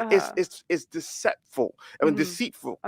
It is not communicating what's really going on. And so I think it's really cool. And I kind of, now a lot of things are making more sense. But if we're going to have a real conversation about men and women in today's society and marriage in today's society, we have to get into specific details every single point of the conversation and understand the nuance to each issue. So if you want to get into men getting a bad... All right, full stop. Here we go. Here's that attention you wanted, dickhead. Sorry, class. We have to stop for the rest of this for the trolls here. Rollo is a petty, deeply embittered bore. Am I? Very inarticulate. How have I been? I just used the word poignant. I just gave you your vocabulary. I'm inarticulate. Okay. Can't compose a single coherent paragraph. You mean in my books? He is utterly chaotic and unpleasant to listen to for any length of time. Yet here we are at the 2 hour and 50-minute mark. And this is clearly you've been listening for the last 2 hours and 50 minutes, Rowdy Rory. So, bye, Felicia. There you go. There's that attention you wanted, dickhead. Ha! He made a devotional event. No, I didn't. I'm just giving you the attention you wanted. Carrying on, people. Deal in marriage, we can talk about that specific issue. But I think sometimes it's very easy to be able to stay in our echo chambers, in our silos, and share these ideas without having them flesh out, that somebody can give us some pushback. But I just think, like, you're missing the point. Like, the point is that the laws don't favor men today. Like, the point is it 50% or 40%? That's not the point. The point is that, like, right now it's a contract that women are paid to leave. And so if that's the way the laws are set up, I understand why men are walking away. Like, I understand why they wouldn't push marriage. So here's the deal. So let's play your game. I love to play your game. I'm not trying to. So now it's a game. Got it? You guys, you have to catch these things. Oh, so this is the game you really wanted to play. It's not like that. You know what that is? You know what that is? Like when you're talking, you're having a fight with your girlfriend or something like that, and she goes, "So that's the way you really are. I knew it. You're one of those." Have you been in an argument? Have you been fighting with your girlfriend or something like that? And that's like, oh, so that's the game you want to play. By the way, that's passive aggressive. I'm sorry. Okay. I'm playing. I'm having fun. Okay. Don't wait till you're content creator. We're having fun. Okay. Come on. Are we good? Yeah, we're okay. Good. We're having fun. Game is just a word. Okay. We're having fun. Guys, we're having fun. This is content. Right. Diffuse the tension. Fuck you. People here, we're having a good time. Yeah. Don't take anything personal. Yeah. Sometimes the pepper soup might be too spicy. We're just having fun. No, I know. Go ahead. Go ahead. So let's play your game. Okay. Let's say the system is all the way effed up. Yeah. Men are getting screwed left and right. What do we do now? I think you change the laws. Like, honestly, I'd like to run for an office someday. I'd like to actually try to change the laws. I love what you just said. Yeah. I love what you just said. My question to you, you're very smart. When we said we should change the laws, how many people are getting into law? How many? You're a smart woman. Here, I've got this great used car over here. People are doing content to be able to change the laws, or versus how many people are doing content simply complaining about the laws, in your personal opinion? All feelings, no facts. Shout out to Andrew Schultz. What percent of people are actually trying to change the laws? That sounds like a advertisement there to me. People complaining about the laws. All feelings, no facts. No, there's no analytics. There's no logical data for this. I know. I don't know. I've met a lot of men's rights activists. They actually have a really. Have you ever talked to that community at all? Yeah, of course. Who? course, I've seen the Red Pill documentary. I've no. Oh, the Red Pill documentary. You mean the one produced by Cassie J, ex-feminist, now feminist again, Cassie J? That one? The one that Rollo Tomassi said, hey, this is going to end up being a brand builder for Cassie J, that it's not going to be about the MRAs. It's really going to be about her journey of self-discovery. And it was that one. The one that wouldn't have been distributed whatsoever had Mike Cernovich not thrown $10,000 at it. That one, that Red Pill documentary, the with the MRAs in it. Yeah. The one where Dean Esme is like crying his eyes out. That one. That's your frame of reference. Because you know what? I'm an encyclopedia, man. Encyclopedia Tomassica. Is that what we called it last time? Encyclopedia Tomassica. Yeah, I know everything about that bitch. And that was probably one of the worst mistakes that a Voice for Men ever made. Go ask Paul Elam. He'll probably agree with me on that one. Yeah. Who else? Name an MRA. Name any MRA besides Paul Elam. Maybe Dean Esme. Name anyone besides Christina Hoff Sommers, besides Karen Strawn, besides Janice Fiamengo, besides Bettina Ardent, besides Cassie J, besides any female that happens to be a part of the men's rights groups. Name one. What's the household name for MRAs right now? I guarantee you probably wouldn't even be able to name the women. No, not even that. Like, they have whole groups. I don't know. Like, that's my. You couldn't take. You're a smart woman. You have no educated guess in the world. I don't think you're gonna like my answer. No. I know. I feel like there really aren't that many content creators in the Red Pill space. Like, I think it's a generally small space on YouTube. So if I had to guess, there's probably more lawyers trying to change the laws. Okay. So, or like lawyers that like defend men and that sort of thing. I love it. Yeah. I love it. There's more lawyers. Yeah. My biggest thing is, let's say the laws are broken. I'm about solutions. Yeah. So what I'm saying is, if you truly believe, if you're like, man, the system is broken, then the system got broken because somebody broke it. So you're saying that before the system was working. Is that safe to say? Was the system working before? Yes. Before, yeah, but I'd say before no fault divorce, it was more fair. Okay. It was more fair. No fault divorce, 1968. So the system. So and birth control. I actually pinned my birth control. Thank you, HBC. At least you picked that one up, Pearl. And the sexual revolution. I think birth control. So was it working? Was the system working?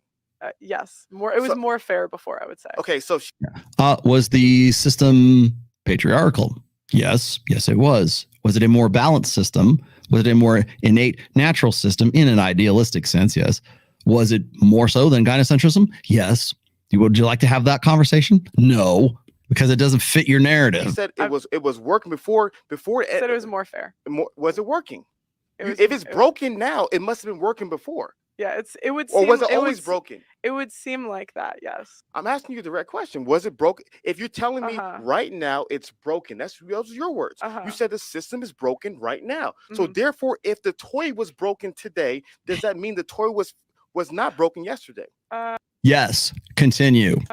Well, because what I'm thinking is there's like multiple points that I would pinpoint that started to like cause the decline of relationships in the West. So it's like you could say no fault divorce, but like then I would also argue that birth control contributed. I would argue like that the beginning of feminism, because I don't believe in like first wave, second wave, third wave. Like I think there's multiple. All right. Let's halt right there.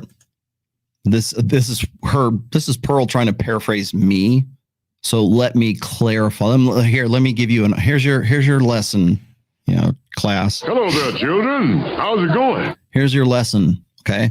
There were no waves of feminism. This is by the way, Jedediah, Bila, if you're watching, you better, this is what I'm going to come correct with when we have our feminist talk here. I've said in the past, and I will say this once more, everyone today is a feminist. Everyone. To identify as a feminist or not is completely irrelevant in 2022. It is meaningless in 2022. Everything the very fact that she is able to be on a show like this right now is the product of a feminist ideology, and that is an ideology. There were no waves of feminism. There were no good feminists and bad feminists. It is the same movement. I always track back. Now, when people ask me this question, I track this back. I've done the full, I'm not going to do it again. I have a full episode on feminism. You can go back and look at that, but it is the same movement. It has always been since 1848, 49, Seneca Falls, New York, the convention, the suffragette convention. It has been the same movement. Suffragettes were considered terrorists at the time. Still are. Plotted assassinations of political figures, bombed police precincts, and not just in the United States, but also in the UK. They were considered terrorists. And by the way, we always talk about, repeal the 19th. Yeah, I love it when people like give me that bullshit about like, oh, we got to repeal the 19th. We're going to take the vote right. They're not incorrect when they point out the fact that women are the ones who decide votes or decide elections right now.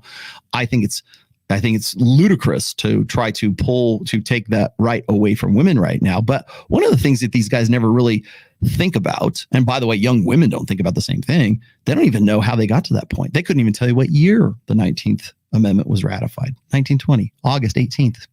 I know that one. Hey, I got stats. Go look it up. Hey, he's pulling that out of his ass. No, I'm not. Go look it up. I've done essays on it. I know what I'm talking about. And you know what happened? It was one dude from I forget the guy's name, from the state of Tennessee. He was a senator from the state of Tennessee, and he was the one deciding vote that got women the right to vote, that passed the 19th Amendment. And he did so because he was going to be against it. And then his mother sent him a note and said, be a good boy and votes for women. And he changed his vote because he's a mama's boy. One beta is all it took. That guy is a lesson. There's a lesson in there. I could tell you the story about that, but we don't want to talk about that. We don't want to talk about those little stupid points because, fucking ain't nobody got time for that, right? Things. But I would say before it was more fair. Does that make sense? Okay, so we'll stay in your lane. Yeah. I love what you brought up because no fault divorce in 1970s changed everything. Yeah. I keep on forgetting the name of the birth control. Is it envoyed or envoyed in 1950s? I forgot the name of the first birth control in 1950s. It changed the whole entire game. Mm-hmm. Yes. Right?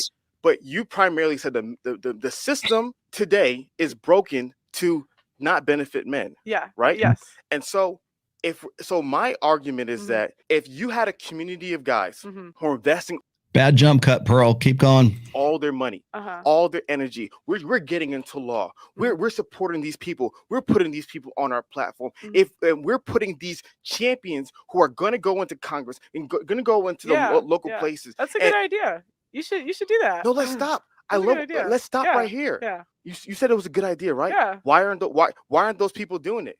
Because you're the one who told me they believe the system is broken. That's what you told me. So therefore, if they can't do it, the people who go in there, imagine running on imagine being the first dude to run on the red pill forum. I mean, you can't even have Andrew Tate gets blown off of all media. They erased him in the space of 1 week. That's why. How did we come? Well, what's the reason for that? Well, the reason for that is because that is the ability to do something like that. You want to know why woke culture is the predominant one right now? That's why. Because it started back in 1965 when we started. It's just this snowball effect to where we're at. Don't be surprised where we're at. You will never see anybody run on that platform. Very rarely. You might see like Vladimir Putin come out and talk about how the family is the basis of their society, or what's that Italian prime minister girl? She might say something like that.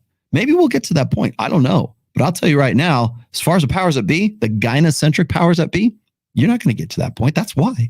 Maybe there are. Do you know if there's guys out there trying to run on a quote unquote red pill platform to reform marriage, to reform? Yeah, I've said that. I said this directly to Jedediah's face. I will not vote for a woman. I don't care if she's Democrat or she's Republican. I will not vote for a woman because women organize societies differently than men. And I think that the result of that is where we're at today in society. I will not vote for a woman, period. End of story.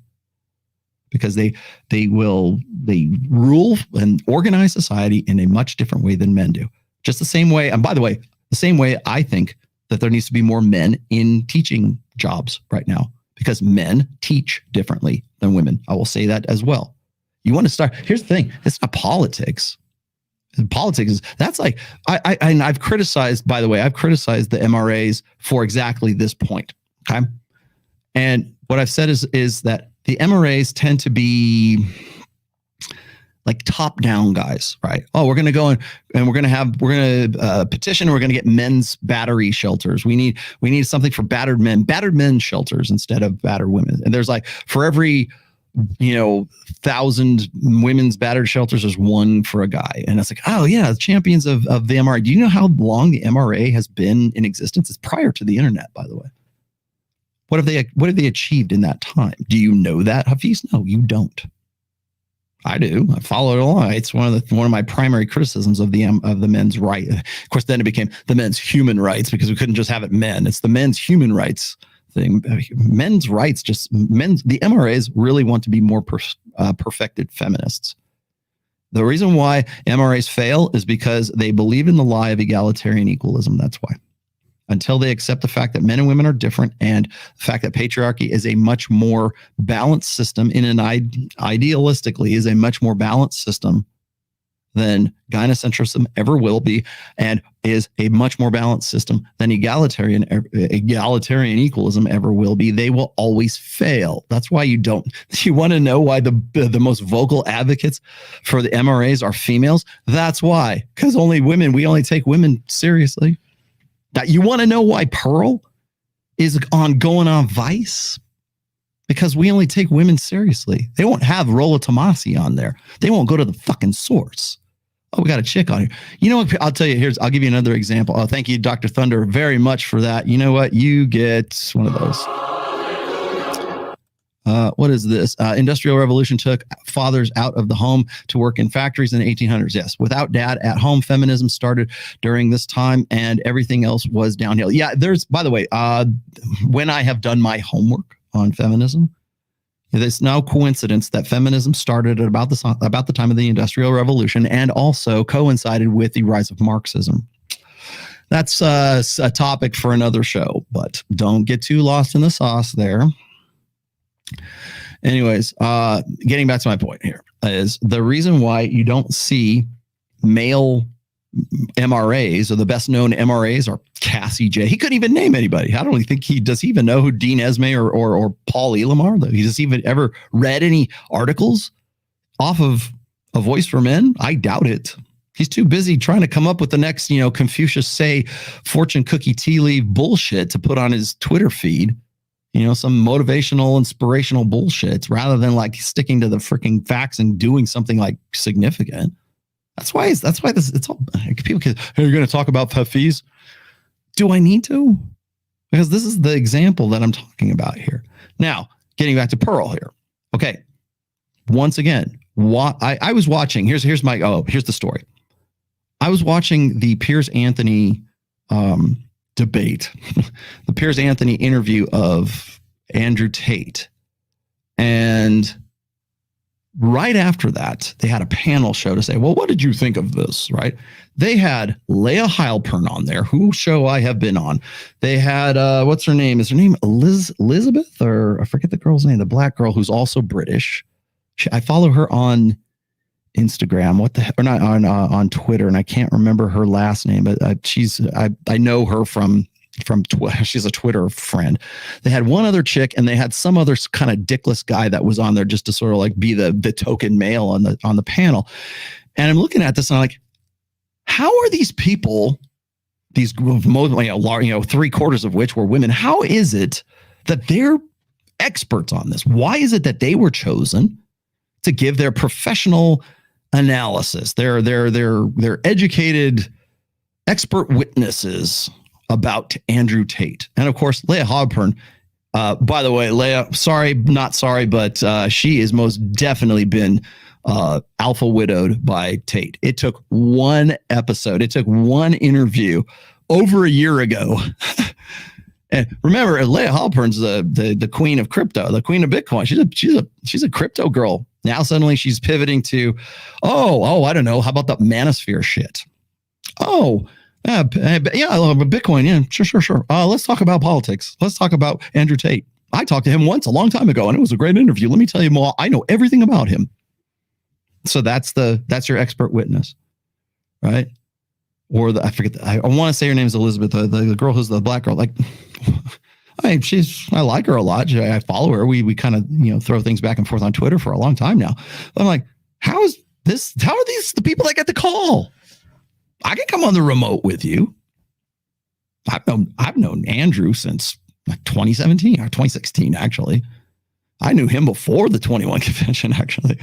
But like, I have Leah Halpern, you ain't got but one interview. I've got how many I did 2 Q&As and I did 3 episodes with Tate, and then I did 1 with Tristan.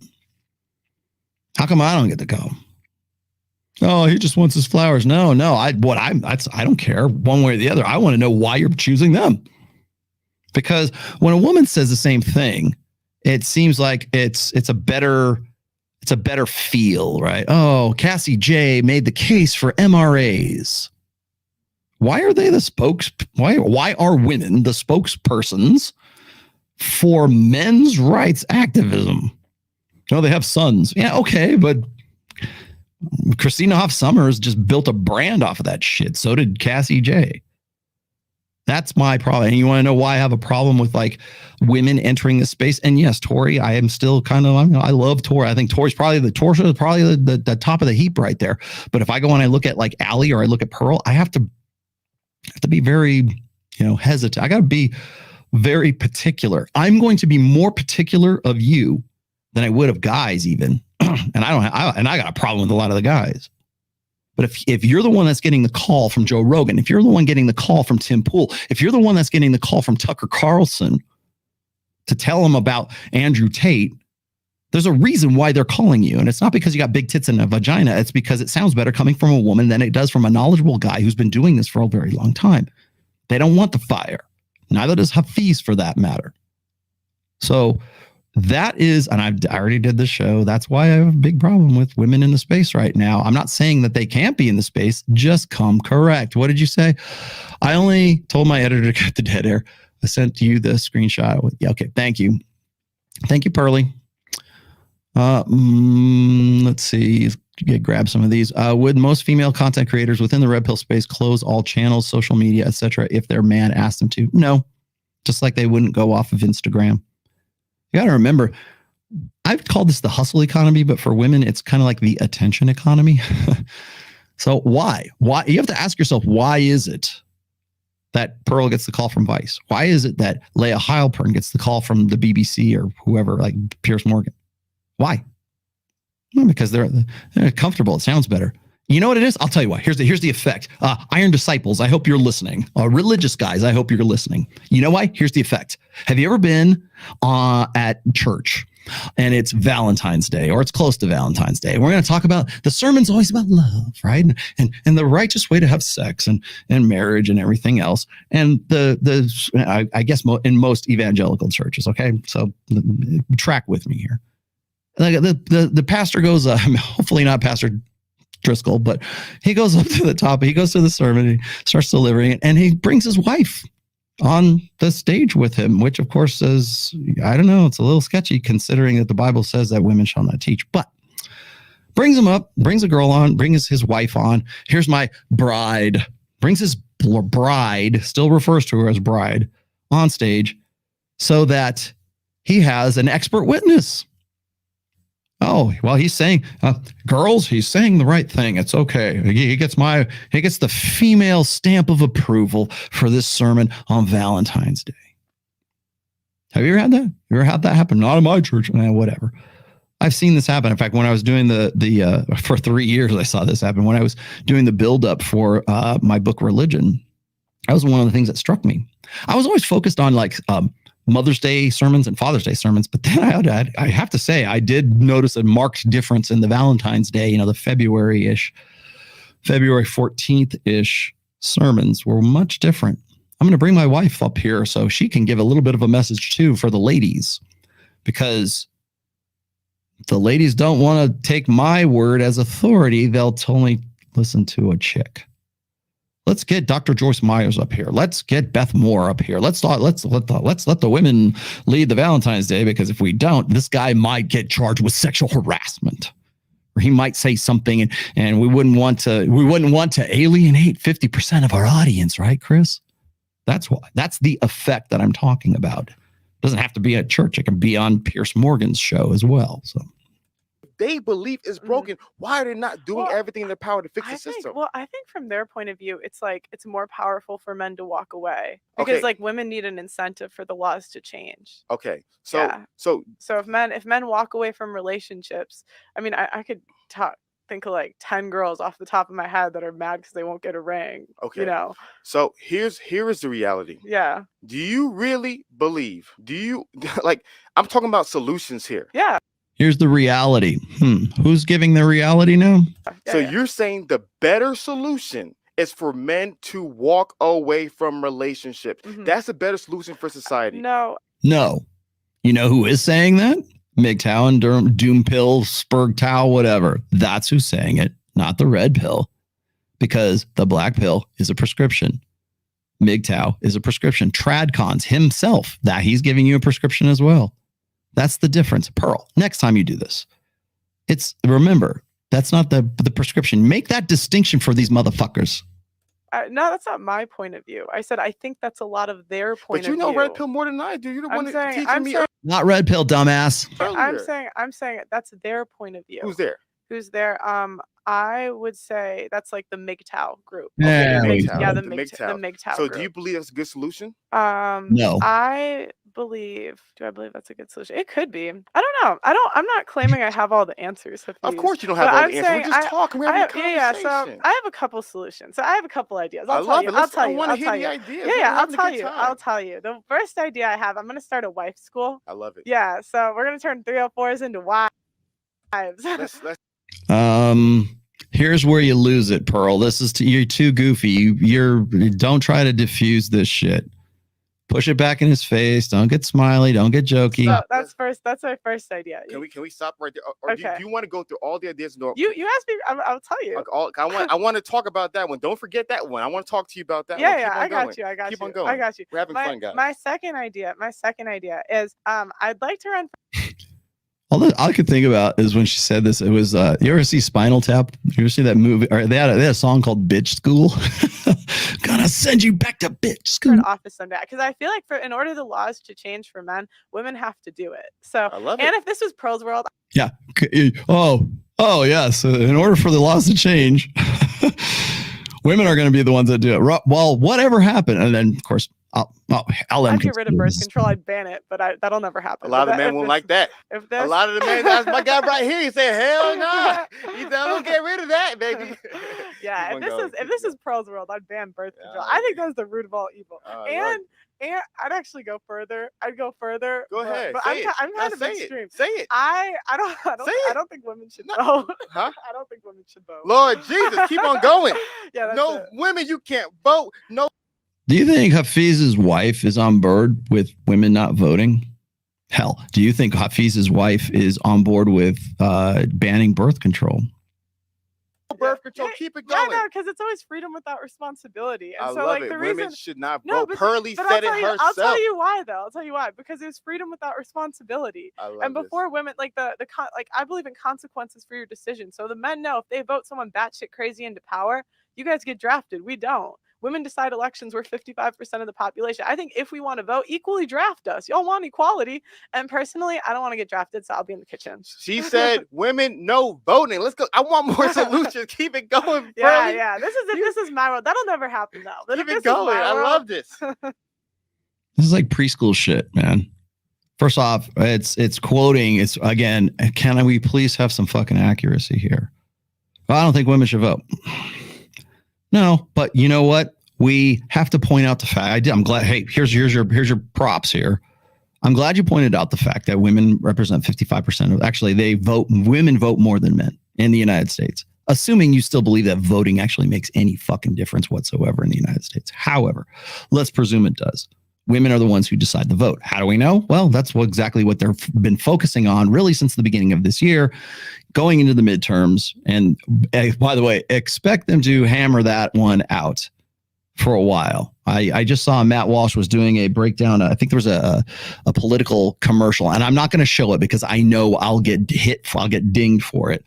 but there's a political commercial, and it's this skit where it's this family of like 3 or 4, and the police knock on their door at dinner time, and they're there to take mom to jail because mom had an abortion at one point. And so it's like the abortion police, and they come and they take her away. Like, really what it's meant to do is it's meant to, again, feed fear and sell security. That's what it's about. Matt Walsh, I made a big fat hairy deal out of it.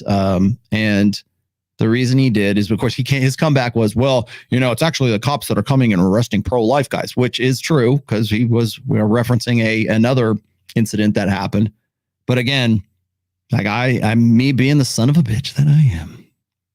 I'm like, well, Matt, if you are going to say, like everyone else, I've held him on this before. I said, if you're going to say that abortion is murder, then should women be held accountable for murder 1 or premeditated homicide?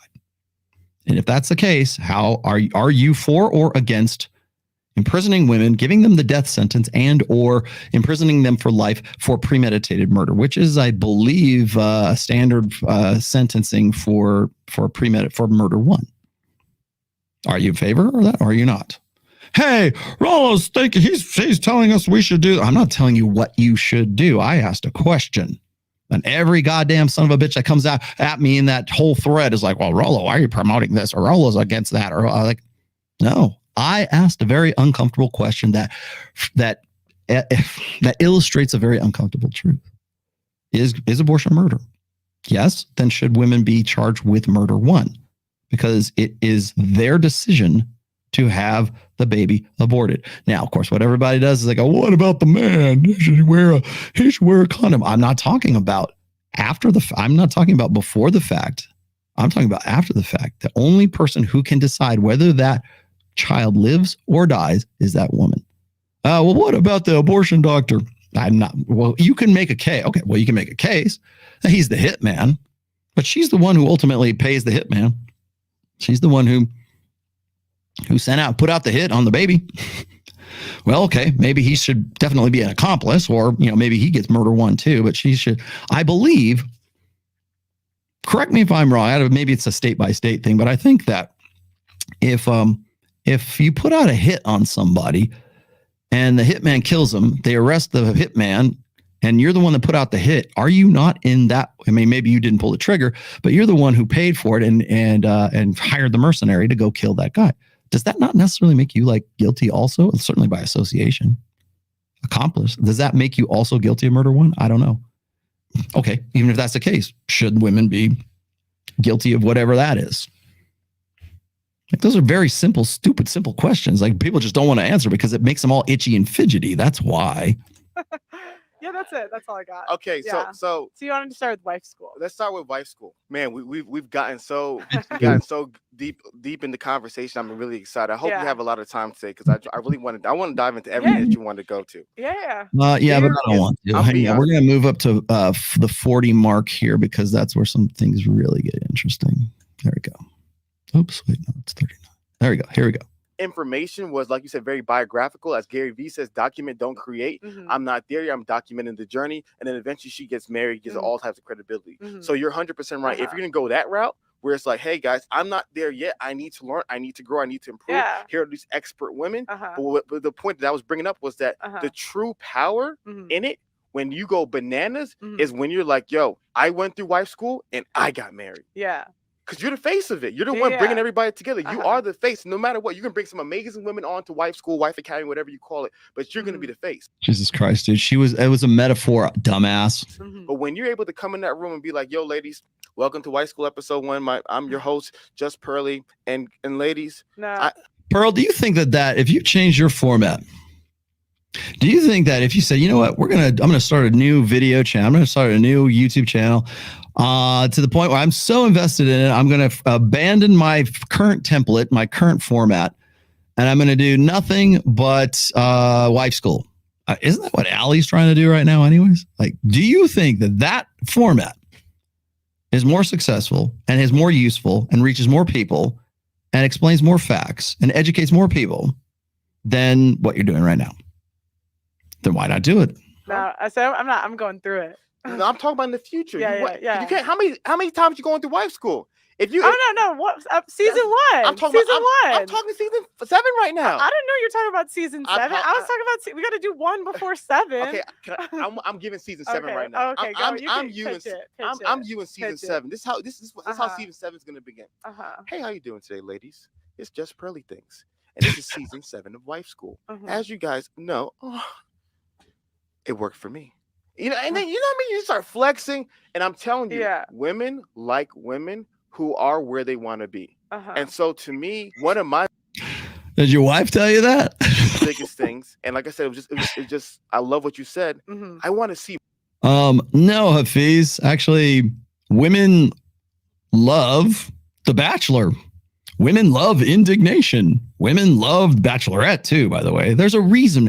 Hafeez, there's a reason why The Bachelor is in its 26th, probably now 27th, 26th season. Because the formula does what? Inspires indignation.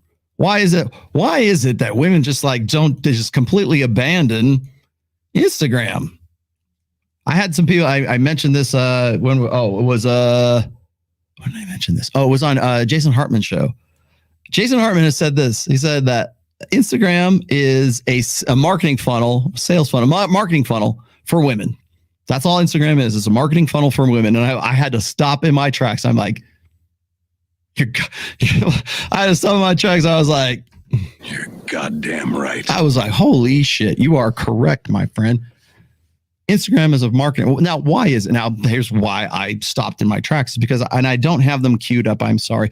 Somebody sent me these, and I believe in DMs, but they were pictures of soccer players, like Ronaldo was one of them, like star soccer players, and it was showing their Instagram with the women that they're with, like Ronaldo and whatever chick, like hot piece of ass he's with. Like there's like at least 3 of them, maybe 4 of them, and it showed on the player's Instagram them together with the chick, the hot chick that they were with. Then they went over to the girl, the woman that they're with. They went over to her Instagram, and on every one of them, even in the same like location when they're on vacation on the beach, it's just her.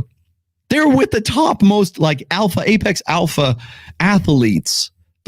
Is he the best I can do? Yes, he is. Am I going to give up my Instagram, or am I going to put him on my Instagram? No, I'm not. I mean, seriously, girls, like the same girls on the beach in the same bikinis with no dude. That's what women want. They don't want, I want to be a better wife. No, they don't. Because that's what sells. That's what works. It's not necessary. I'm not saying it's good. I'm not saying it's bad. It can be good or bad. Mostly bad in some cases, but like let's just say it's, maybe she gets the best. Women want the best that they can get, right? Hypergamy. Is he the best I can do? Well, that's a fail safe. It's a fail safe in the same way that all these bitches told Allie, who now I see is in the chat. It's the same way that they said, well, you got to have a side hustle. You need a fail safe. You need some insurance, girl, because what if he's not the one? What if he goes and bangs his secretary? What if he gets a trophy wife? Then you're going to be ass out and you won't have anything. That same mentality is why women like the ones in the soccer players. So that's why they're single. They try to still present the idea that they're that nobody knows they're already banging Ronaldo or whoever, when everybody does know, but they still in the back of their mind, I better have a single one here because I wouldn't want anyone who would come after Ronaldo to think that he was my alpha widow. That's why. Yes, you are absolutely true. It's the 401k program. It is a marketing funnel. That's what women want. More of that. I want to see that. There's enough. We know modern women are delusional. We know the issues in the divorce. I'm sorry, that sounded like a MGTOW point. Court. We know these things. We don't need more of it. We need you helping women. I disagree with you because like the one thing I think it's common in our space of YouTube to know this, but it's not common in like the general, like I'm on volleyball teams, I'm on basketball teams. Like I deal with a lot of different types of girls from all walks of life. I don't think most girls have any idea. And that's actually part of the stuff on my channel is like I red pill women. So I'll show them Jordan Peterson about the pay gap, or yeah, probably not the best example of that. Wife School is going to be a second channel. Here's some advice, and I don't usually give advice. Here's some advice. Don't make your shows on the same night as The Bachelor or The Bachelorette. Just saying. I'll show them like So it's kind of like you kind of see them go through their journey like firsthand. But my thing is that, and this is my criticism of doing it for 7 years, and maybe you're just sorry. 7 years. So huh?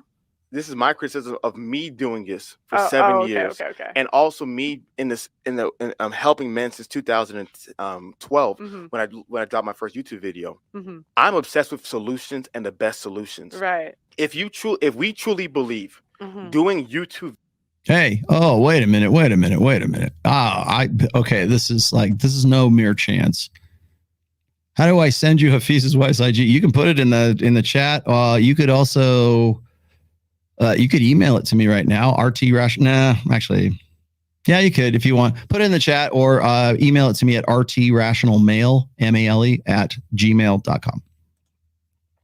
Videos showing people what's wrong in today's world is going to change the minds of the masses. You and I both know that is not the case. That's not the case. That is not the long-term solution to society. If you were to ask me what would change the world more, Pearly Things doing. That's a tall order, my friend. Here's a solution to society. A wife academy, a wife school where she's going through things that a wife needs to be successful, that she goes through herself, and then all of a sudden she finds an amazing husband, and now she's having an amazing family, and using that as an example versus just going up to random girls asking her, do you believe in female privilege? What? So, Allie, how did that work out for you? Trying to change female society with your viral video on TikTok way back in May? How'd that work out? Wasn't that a step in the right direction? Because I would think that it would be very well received, right? It did go viral. What was the net result of that? What is most effective? And so to me, that's a part where I realized my expectations is not fair to put it on you, because it's your life, it's your purpose, whatever you feel like God's called you to do. But to me, after doing this for so many years, I'm like, yo, the win is the receipts, is the results. That's the win in today's society. The win in today's society is what? All the 40-year-old plus feminists, single, miserable, lonely. Yeah. And they're upset, and then their friends happily married, doing well. That's the win. Showing like, yo. Happily married. Yeah. Not according to most data. They're married. Whether or not they're happy or not is kind of, we don't know. See, again, presuming stats. This is really presuming stats. Oh, well, but half of their friends are married and they're happy. Are they? I do. I understand. Hell, I can show you stats, and I can show you research that shows that women in the demographic that he just quoted are the most happy. No kids. They're single income, no kids.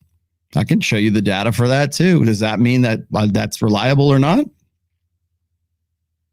If it aligns with whatever the fuck you think it is, then that's how it should be, right? You guys thought that 40 and with your cats is cool. Look at you now.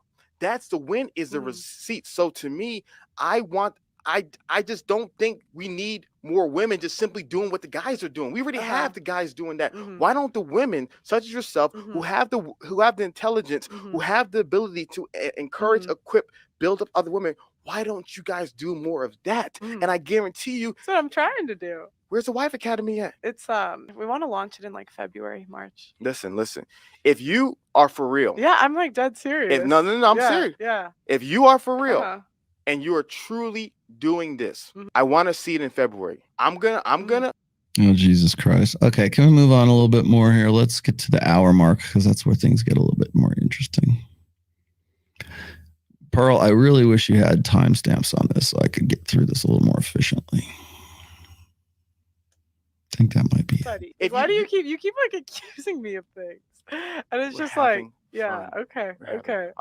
Is this too much for you? No, I can calm down. No, I'm good. I thought we were having fun. Okay. You want entertainment, right? You want views. Okay. You're the one who said you want entertainment. Okay. Now I'm giving you entertainment. Now Yeah, okay. You want entertainment, having a good time. Okay. We're having a good time, ladies and gentlemen. My point is that I understand that you have to provide entertainment. And when you make things stale like broccoli, nobody's going to want it. I understand that. But what I'm saying is that if you're telling me the biggest issue like broccoli that's destroying society is the point that you brought up about the issues between marriage, and you believe your solution is an academy for women, why won't you get the women who want to actually learn? Why won't you get the healthy? Oh, Jesus Christ. Here we go. That's just my think about it. What? So Michael, I'm going to have more screen time than the other. This really got away from you, by the way, Pearl. I mean, I just scrubbed through probably about half an hour, maybe 40 minutes, and we're still on the same topic. Girls, because it's my show. So here's the question. Yeah. Season 3, you end up getting married. You're no longer on the show because you obviously can't be. No, sorry, you can't be in this school multiple seasons. Are you getting kept back? No. I mean, what happened season 2? Oh, you're right. Yeah, then I would. Jesus Christ. This is like this. By the way, this was like the worst. That's why I scrubbed through this. It's like insufferable. It's like it's hypothetical, and he's acting like it's actually going to happen. He's acting like this is actually going to be the savior of society. Can you move on to something substantial? Both of you, by the way. It's ridiculous. What the fuck is it? Wife school stuff. I mean, you know what? Be my guest. Please do. Go do wife school. We'll see how long it lasts. We'll see how popular it is. Maybe you could go do the 22 convention with Anthony Johnson too while you're at it. I'm sure he'll hit you up at some point. Quite honestly, I'm surprised that Allie hasn't already been on the 22 convention and is not part of the speaking circuit with Anthony Johnson at this stage, because that's eventually where that leads. So there's a reason why. Do you honestly think that nobody's already thought of that? Do you honestly think that, hey, because what I hear most of the time is this, at least this is a different conversation, but what I hear for the most part is it's men who need to man up and be better men, because if they don't, then we're the only reason why we have shitty women is because we have shitty men. And if men would up their game and they would turn off the porn, and if they would be better men, if they go to church on Sundays, and if they would get a job and they would have a purpose and everything, and they really pull themselves up by their bootstraps and get married, blah, blah, blah, blah, blah. If they would just magically do that, then women would magically quit their OnlyFans, delete their Instagram.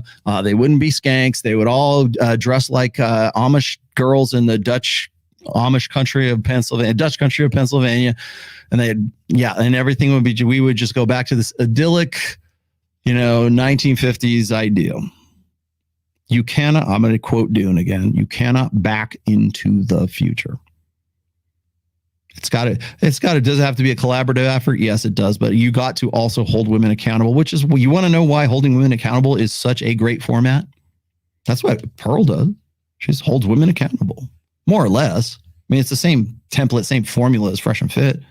Same as Kevin Samuels. They interview her because she's not a he. More or less. You're much more approachable. You're much more available. It's a chick. So if a chick's doing it, it must be okay, right? But she's saying the same thing as Fresh and Fit. Yeah, well, doesn't matter. Vagina. Let's continue. You're right. Yeah, think about it. You can't, if you are in Marriage Academy for 7 years in a row, they're like, yo, something's wrong with this chick right here. How's she in this 7 years in a row? So after season 1, then we. I can throw a word out there. I don't even know what that word means because Jack and Jill told me what it means. No, I thought it was like my understanding of the it is study of human action and conduct. Yeah, my. That is praxeology. Oh wait, let me back that up. That was actually good. Hang on. I feel like it's like, I feel like he's the most these are the solutions. These are the tools you need. Okay, hold on. I'll say my name.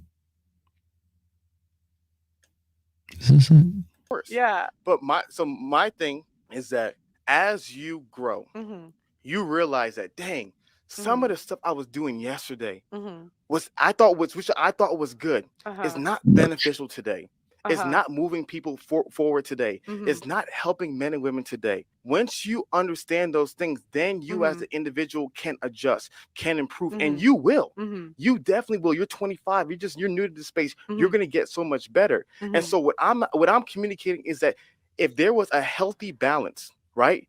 We've gotten on too far on the entertainment side, and we're not into the true life transformation side. And in regards, not saying you, not saying you, but I'm saying the content in general. And that's what I've seen, because I've been watching this content for a long time. You're new here. I've been watching this for a very, very long time. The people that you mentioned, I've been watching them for a very, very long time. How long? And to me, there is an evolution and there's a growth, which I love what I was seeing out of Kevin. I love what I'm seeing out of Andrew Tate. And that's what we need to make the society. Do you guys get that? Did you catch? I love what I'm seeing come out of Andrew Tate. Really? I will nail your ass to the wall if I ever get in the show with you. I will nail your ass to the wall. I will bring up I will bring up everything Tate has said and say, you're on board with that? Same thing with Ruslan. I'll tell you something that's funny is like when I look at like the replays of the stuff that I did with like the interview that I did with Ruslan, and there was a little bit in there where we talked about Andrew Tate. Oh, I think he's great. He's the real G. But he's like pretty much been saying exactly what I've been saying for, well, not even as long as I've been saying it. Well, so if I was a millionaire kickboxer and I had all kinds of bitches and I was flying to Dubai and everything, then that makes me like reputable. Or if I'm Dr. Rollo Tomassi, that makes me reputable. Even though I say the same exact things, that's okay. I mean, beware. One of the things you got to remember about when you're looking at people who are going to be your teachers, look at who they're impressed by. You want to talk about like, oh, it's entertainment? Well, do you not think that Andrew Tate was entertainment? Better place. And that's all I'm advocating for. I feel like you think of Rollo Tomassi, I feel like he's the most like, these are the solutions, these are the tools you need. Solutions. I thought it was a praxeology, not an ideology. Well, define for me a praxeology. Let's stop right there. Define. You want me to look it up, or do you want to look it up? We already did. Look it up. I'm curious. You said, I think it's like based on. I'm not a smart guy. I'm just a guy who likes to read books and share my opinion. I want to know what a praxeology is. Yeah, what books have you read? I want to know a praxeology. I'm not smart, guys. I'm just a guy. A praxeology is a theory of human action based on the notion that humans engage in purposeful behavior. Is this the right one? Never looked up the definition. Yes. But how would you use a word if you never look up the definition? I said that's what they say. Oh, so you don't know? Yeah, I don't know. So you're just going off what they say. Yeah. All right. The F+, Pearl. You failure. You failed. How many times you're going to use that so often and you don't know what the fuck I'm talking about? As I said, you better come correct. Funny how we can go and look at the praxeology definition, but we didn't want to look at the stats for women who are more into thugs, right? That I just looked up for you, but 2 hours and an hour and a half ago. That we don't want to look up, but we're going to look this up. Okay, fine. Here we go. Okay, cool. Yeah. I told you guys, you got to study these things. You got to study it for yourself. You can't just listen to somebody else and then go what they say. Look it up yourself. And here you are, and you're looking it up, and that's the definition. What do you got to say? Just be a blind witness. Yeah. Sorry, I don't have the definition of a praxeology memorized. Yeah. Fail. Well, if you're using a word, hopefully you know what it means. I'm not going to throw a word out there. I don't even know what that word means because Jack and Jill. You already have like several times throughout this entire conversation. Well, I thought it was like my understanding of the study of human action and conduct. Yeah, like so, my understanding was it's like based on like reality and it's based on like data. It's not like ideology is like how you view the world and a practice. All right, so we've already went through this. Do you want me to read it again? I'll be happy to. What did Rob Henderson tell us just a little while ago? What did Robert Greene tell us? Hell, I can go call that up again. I got that right here. Where's Robert? Oh my goodness. Robert Greene, number 4. Most people do not want to expend the effort that goes into thinking about others. They are lazy. They want them to be themselves, speak honestly, and do nothing, and justify this to themselves as stemming from some great moral choice. Right? Being oblivious makes you relatively capable of attaining your desires. Most humans and all other organisms exist in this part of the J curve. Remember what we said, just because you're not aware of it does not necessarily mean that it is not there. If a tree falls in the woods, does it make a sound? Yes. Praxeology is like based on what is. That's my understanding. Ideology is a system of ideas and ideals. If you have a solution to a problem, that is an idea. And so therefore, everyone has a unique set of ideas. It's not a solution. You just said it 1 minute ago. It is the theory that the people, human beings, engage in purposeful behavior. You want the broken down, easy 8th grade answer? There you go. Everyone has a unique set of solutions, and that unique set of ideas and solutions creates someone's ideology. So therefore, when you use the word praxeology, which you did not know what it meant, you just heard somebody else said it and then you spewed it out. Therefore, what I'm trying to communicate is that I said that's what they say. That's what I said. You fail, double fail. Now you know why I said in March 1st, 2021 on Fresh and Fit, I hope it doesn't go. I hope the red pill doesn't go mainstream, because Lord only knows. You want me to play that again? I'll go dig that. I got it right here if you want to see it, because the people who will be representing it as authorities won't know what the fuck they're talking about. That's why I said that as far back as March 1st, 2021. Heard what someone else said and you spewed it out. Yes. And the initial point, which I was saying initially, is that too many people, when they hear talking points online, they simply regurgitate them. They never analyze them for themselves. Everything that I said, guys, I'm just a man who likes to read books and share my opinion. No, you're not. You lose. Good day, sir. I'm not Dr. Jordan B. Peterson. I'm not Dr. David Buss. I'm simply appeal to authority. Keep going.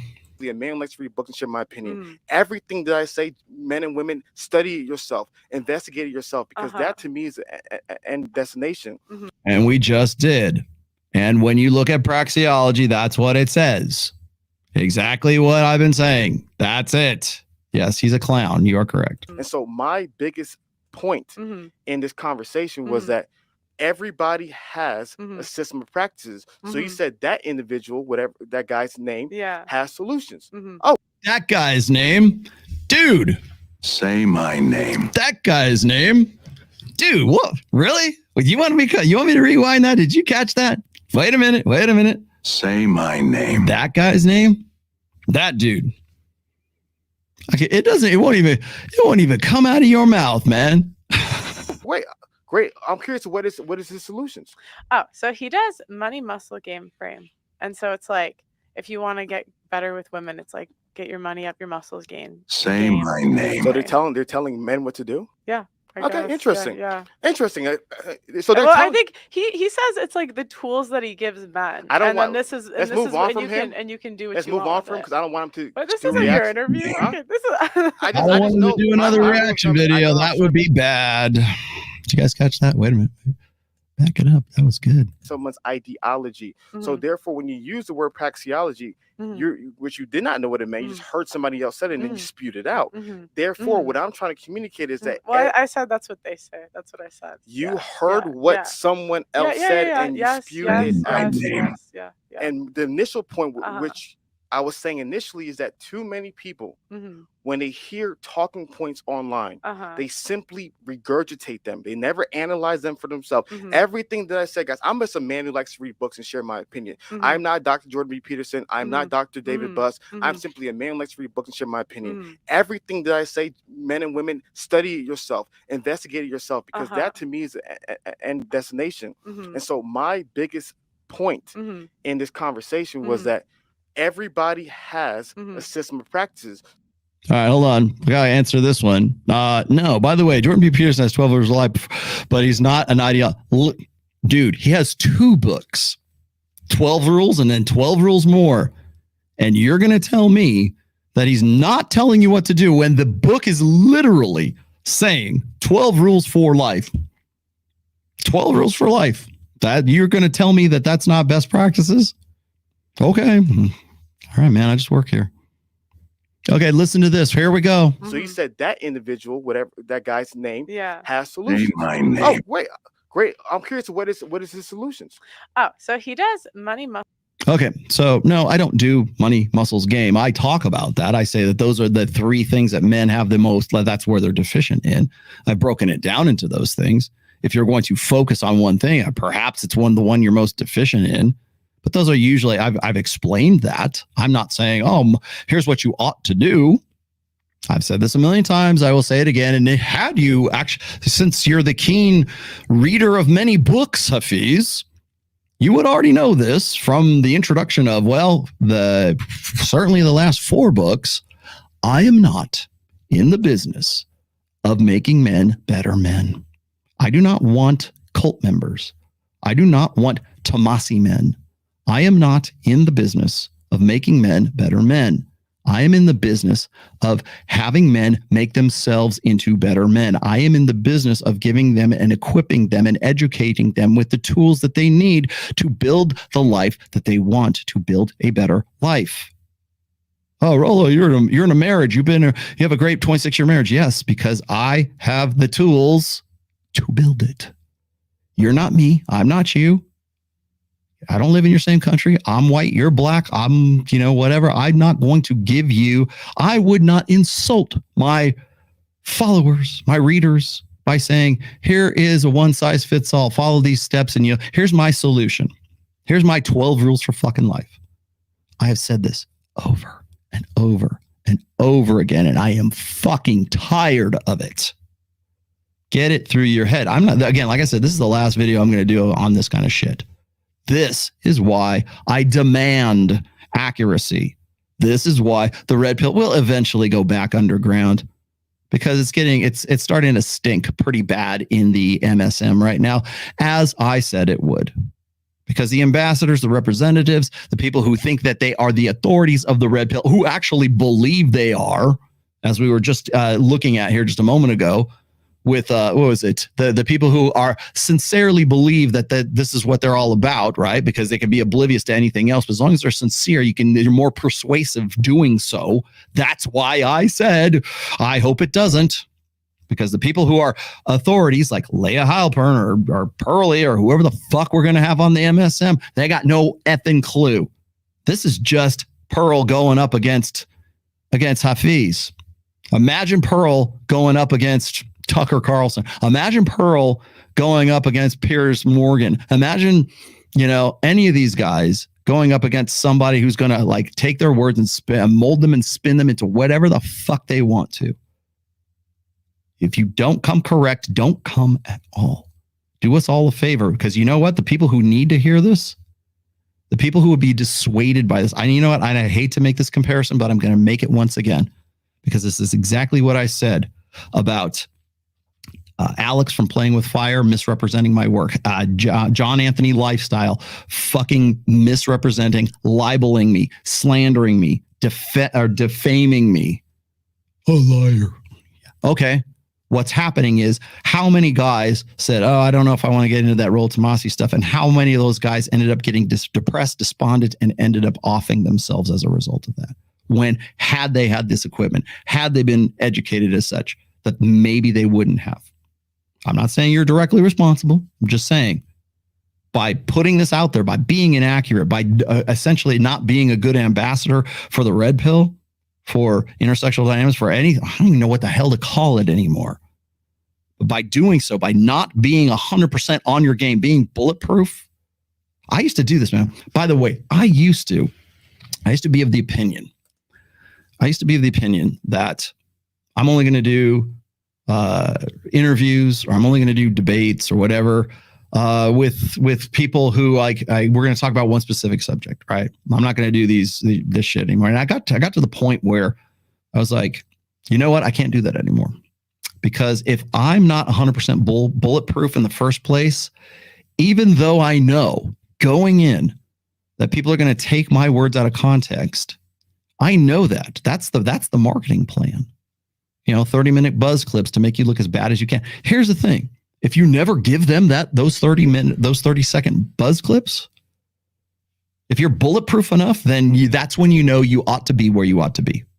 That's when you can go and step into any situation. You want to know why I don't get the call from Rogan? You want to know why I don't get the call from Chris Williamson? You want to know, these guys talk shit about me. They use my name. At least they got the balls to use my name. They will use my name. They never, I'm still waiting, because I know my shit. That's why. And they know they'd get owned if I was ever to talk to them. They know that you're going to have Rollo on. Like, there has been some talk, dead serious. There has been some talk on Valuetainment side of saying, Rollo, if we could get Michaela Peterson to be on Adam's show, would you be down for that? I'm like, I'll do it for free. I'll do it for free now. Now I'll do it for free. I'm like, if you can set that up, it'll never happen in a million fucking years, but be my guest. Still haven't heard that one back either. Boy, wouldn't that be amazing? But it's not going to happen because they know I have, like, Michaela's people know that I'm going to come correct. And they don't want correct. They want frothing madmen. They want Paul Elam, who looks like freaking, James, or looks like Manson. Look, like he looks like a serial killer. Like, they want that frothing at the mouth. That's what they're looking for. Crazy. I'm not going to give you crazy. I'm going to give you, like, straight to the point. I'm going to go for the jugular. I'm going to like rub your noses in it is what I'm going to do from the word go. There's one last part on here. I thought this was really good. I got to get to this before we stop. Game frame. And so it's like, if you want to get better with women, it's like, get your money up, your muscles game, and then. So frame. they're telling men what to do. Yeah. I Okay. guess. Interesting. Yeah. Interesting. So. No, Pearl, I'm not telling men what to do. Well, I think he says it's like the tools that he gives men. I don't and want. Then this is Let's move on from him. And you can do what Let's you move want on with from him it. because I don't want him to. But this do isn't reaction. your interview. Huh? Okay, this is. I just know my rule of thumb is I know how certain people act. That you mention their name is like freaking like mention Bloody Mary, they can pop up in the mirror. I don't want. I want to focus on you and me conversation. Other people, other content creators. If they're not in the room, let's not talk about them. But you can keep on going. I smell fear. I smell fear. That's what I smell. But if you're so on top of your game, I mean, you're the messenger of the Lord, apparently. I ain't seen it. Anyways, this guy should be debating men. Yeah, okay. Okay. Yeah, maybe so, but not in this instance. I don't think women can be a good representative of the red pill. Sorry, not sorry. I think if anyone does it as close to as good as I think is my groupie, you fuckwits, my groupie Torsha. So you talk shit about Tori. You know what? She won't make that fucking mistake. She won't make that rookie ass mistake. I'll tell you that right now. She will not make that mistake. She will know exactly what a praxeology is. She will know exactly what I've said. She will be able to, like I said, she can quote my freaking articles that I'm like, oh yeah, I did write that. She will at least know that shit. So, and even with that, I'm still on the fence, right? Thank you. Power to the people, right? So before you start dissing on my girl Tori, at least she's read the book. Oh, if Pearl's gonna have Destiny, really? Are you gonna ask him what the problem with the manosphere is? Apparently, that's a hot topic these days. I'd love to know. I am not even cautiously optimistic. I'm pessimistic about that. If you didn't read these works, you aren't red pill. 4 R's. Yes. Rollo, Roos, and Royce, and blah, blah, blah. Okay. You know what? I'm glad you brought that up because that is a point I wanted to get to here. Where are you? Okay. What is your position on marriage? This okay, no one cares. Everybody knows where his position on marriage is. Okay. That's not a problem. Here we go. This is where things get really good. Last bit here. We got to get to this. I will be remiss if I don't do this. Era of where everybody can say whatever they want to say, but then all of a sudden, the same way there was a time in the day where the pickup artist community was the most prevalent community in today's society, and then all of a sudden, years later, it fell apart because it was not good for the long haul. So, my biggest thing is that let's play the 10-year game, and in 10 years, we will see if I'm a faker, if I'm a liar, if I'm deceitful. Okay, pay attention to this part right here. We'll see, and I deserve to be exposed and hung from the highest cross. But my biggest thing that we will see, and we will be able to figure out that the guys who are lying, who are capping, and they will see it later. And what breaks my heart is that there's gonna be a whole community of guys who are gonna follow these men to enter the earth, and they're gonna change their ways at the end of the race. And all of a sudden, the guys will be like, "What happened?" The same way. Shout out to my girl Sham Booty. Okay, Shan Booty. You mean the girl that had Abba and Preach on there when Abba was talking about how he loved to be milked? Don't go look that up. That guy? Your boys Abba and Preach, by the way, who was on Jedediah Bila. Jedediah, you should have asked Preach how uncomfortable he felt when he was on Shan Booty, and Abba was talking about how arousing it was to get milked. Go look it up. Adam, same on you. You're gonna do your homework. Do your homework. You're gonna have Preach on. That will be my first question. Hold your feet to the fire, motherfucker. But did you catch that? Let's let him keep. He said one of my biggest regrets is when I was in my 20s, I told women that I didn't want any kids. I don't want any kids. I don't want any kids. Mm-hmm. And all of a Shan Booty, who's in an open relationship with a guy who's younger than her, who I believe was a single mother. I'm not really sure. I don't think she is the best example to be using here, Hafeez. Said now I'm 35. I have a bunch of kids. I'm the happiest person on planet Earth, and it hurts me because there were some women who took my advice. Now they're never going to have. She's the happiest person on Earth because she can fuck other guys right now, and her husband's cool with that. By the way, also a question you might want to ask Destiny when you have him on your show, Pearl. They're not 45. They're not like me, who can be able to have kids that older in life. Mm-hmm. So my biggest thing is that when we're giving people real life advice and real life information, we will see in 10 years how much you live this life. How much is this for the content? How much is this is this about what you genuinely believe? We will see in 10 years. So okay, full stop right there. That's where I want to start this. In 10 years. In 10 years, nobody watching this is going to remember what I'm saying here. And I had I thought I had the video queued up, but even if I did or didn't, it's not going to make much difference. In 2015, there was what was called the quote unquote schism of the red pill. That was when, it was Roosh when he was still a PUA and was still all about it and was doing his world tour for neo-masculinity. He did a video, and that video was called The Red Pill Schism. And in that video, he said pretty much the same thing. In 10 years, we'll see if I'm still around and I'm still about it and I've dedicated my life to this and blah, blah, blah. And in 10 years, I'm going to be here. And the rest of these guys who are coming at me, calling me a phony after his Dr. Oz performance are going to be gone and I'll still be here.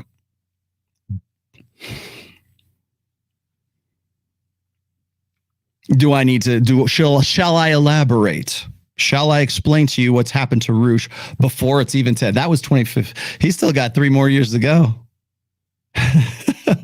Is he still around? Is he still in the same capacity? Is he still doing the same? Oh, he's mature now. Fuck you. He's pivoted is what he can't handle. He couldn't take the heat. He's the guy who changed.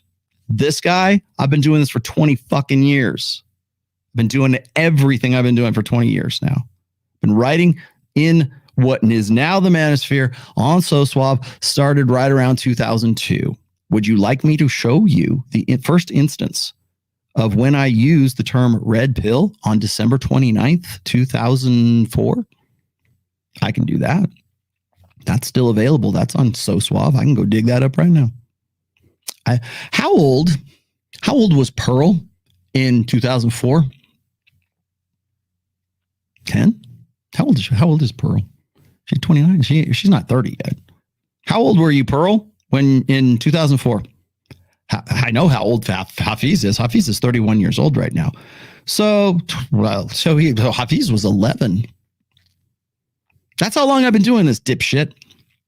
And I am not going anywhere.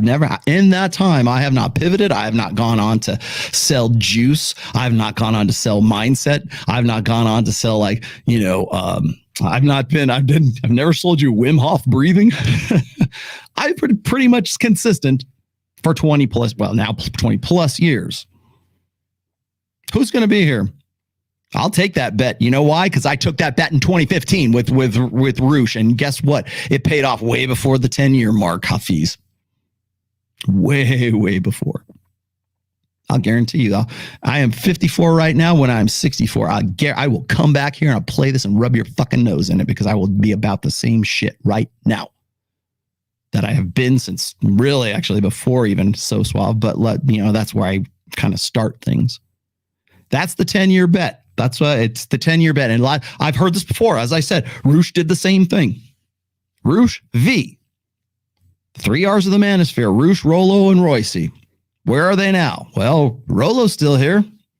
I guess Royce's still around, but he, like his blog has been archived. He's done. He's over. That's it.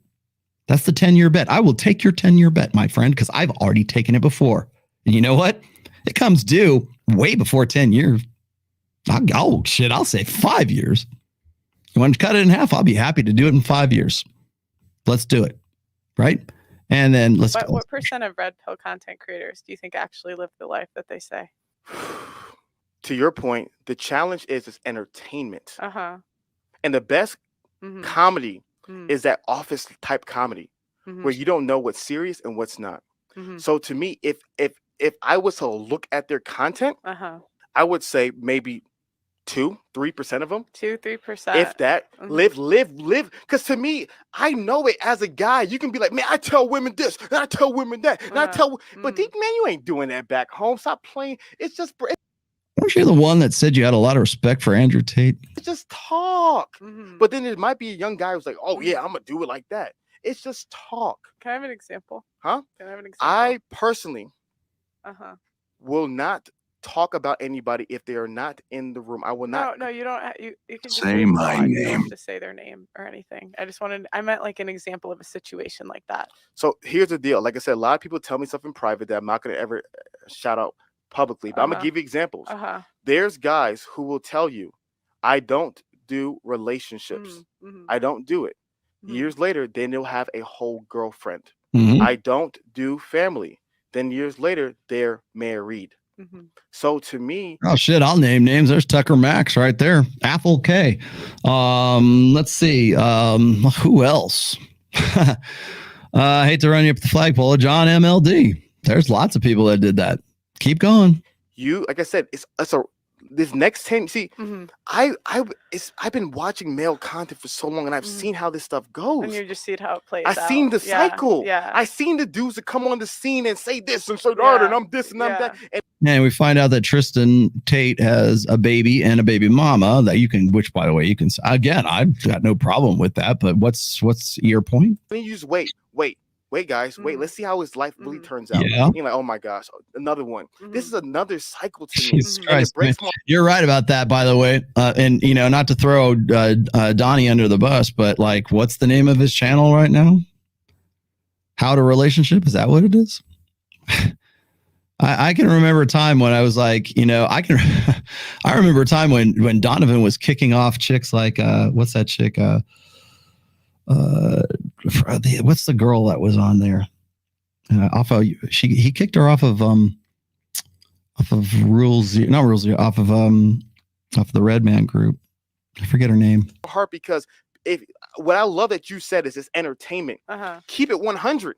It's entertainment, and you are also trying to help, but it's primarily for entertainment. So don't act like you really believe all these ideals, everything that you're communicating to these men. Stop acting like you genuinely believe all these things, because you don't.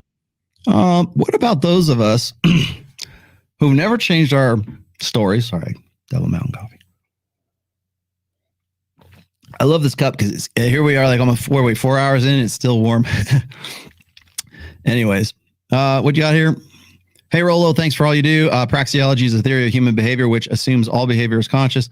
Red Pill doesn't necessarily fill that definition, but no, it does. I'll explain it to you here. Would you like me to explain it to you one more time? I've already gone through this like twice in this show. What's that?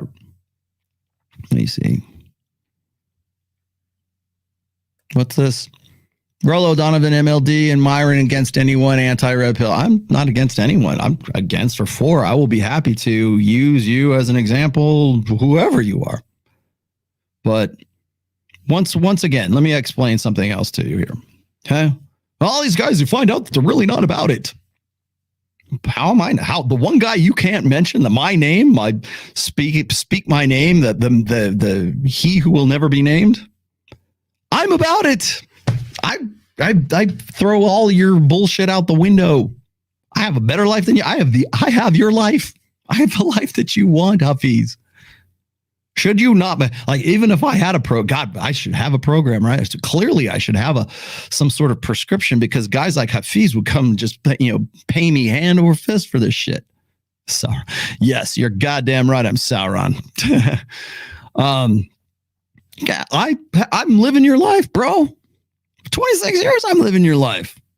I'm about it. Listen to me. You can't even talk about what I'm saying. You can't even mention my name. And let's keep it 100. I would never be, if the red pill. I am keeping it 100. We said it's all of our opinions. A lot of it is jokes. We're not really serious about most of this stuff. Some of it we are, some of it we believe, but most of it is just a little funny. I would have no problems whatsoever. But they're not. And it's not jokes. And it's not funny. And it's not just about entertainment. Stop devaluing it, debasing it, devaluing it as if it's just for entertainment. Now, is there entertainment factor? Yeah. Are there people who come in who have no business being here? Yeah, I would say a good point. I would say probably the majority of people don't have any business being in this. But the people who are the notables, the people whose names you won't say, we've been about it for a long time. But when you say we are the truth, come on, man. Don't let's not do this. Let's not deceive these men. I won't deceive these men. Please don't deceive these men. These are real life human beings, and their real lives and their children's life and their grandchildren's lives that are at stake. Like, oh, really? All right. I hate to pull this out, but I'm gonna have to. I don't like to do this. I really don't. I don't like to do this because this is where it gets dangerous. There's a serious problem going on in today's world. Let's not play around with these men. It is a matter of life and death in the tongue. You are correct. I will keep going. Not play with these men and their lives and their legacies. I refuse to do that. So what are solutions to you? All right. You brought this up, and this is how I'm going to end the show. I was going to show the crying part, but this is actually, I think, a little more poignant. Let's see. Where do I have it? I thought I had it in here. It's not in the Great Book. Hang on. I know I've got it in here somewhere. Is this it? Yeah, here it is. Found it. I just keep this in my notebook. All right. So I'm glad you said that, Hafeez, because I'm going to show you this is the note, by the way. I don't know if you can see that. See this? I keep this. This is this has a lot of sentimental value to me. This is what Paul Benjamin, by the way, was talking about yesterday on yesterday's show. Okay, so I agree. It's about life and death. Here we go. This was handed to me by a mother whose husband, that they're still together, whose husband had come to my very first live appearance. And Sam Bada, who knows who I'm talking about, he was there in 2015. It was the Man in Demand conference in Las Vegas, as a matter of fact. And so, excuse me. This is one of the things I was handed actually while I was there with Paul Benjamin at the Rebel Capitalist in June of 2021.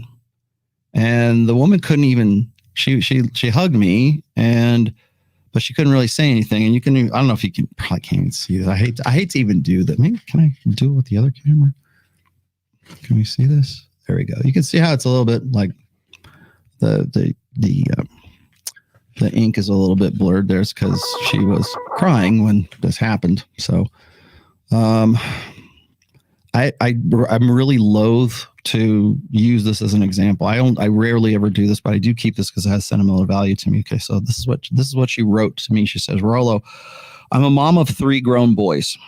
Most of my best friends have boys. I delivered your books to my best friend's son who was struggling with a breakup and depression. This saved his life in more ways than one. Since then, I have recommended your book to our sons to arm them with the knowledge and tools to succeed in reality. Thank you for saving my sons' lives. Sincerely, I'm Lorraine, but I'm not going to say who.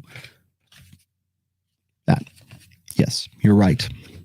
And this is why I lose my fucking mind. Sorry, I put that back where it's safe. This is why I lose my mind. When I hear people are not accurate, you're not a good ambassador. That's why it's important.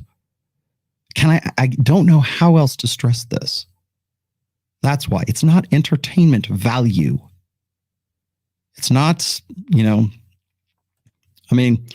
I can show you the part where Hafeez is all crying. I could show you that part where I got the thumbnail. Yeah, that would be really funny. But I'm going to leave this on a serious note. That's what I do. That's what I'm doing. And by the way, if you want to go and I have an essay or it's an article, it's a blog post on the rationalmale.com, and it's called the safety net, the red pill and the safety net, I think is what it's called. And there are over 1,100 stories on there about how the red pill and my work and everything has changed their lives. In some cases, saved their lives. And in this case, certainly these guys. And that, by the way, this is one of many experiences that I've had like this. It's not a flex.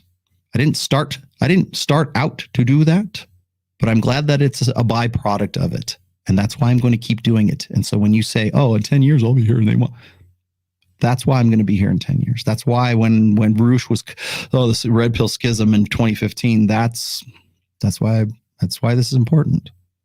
That means more to me than having a Lamborghini.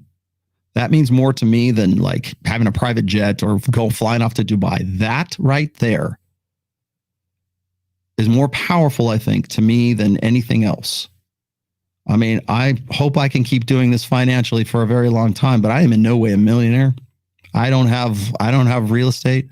I never bought a McLaren, but that right there is more than a McLaren to me.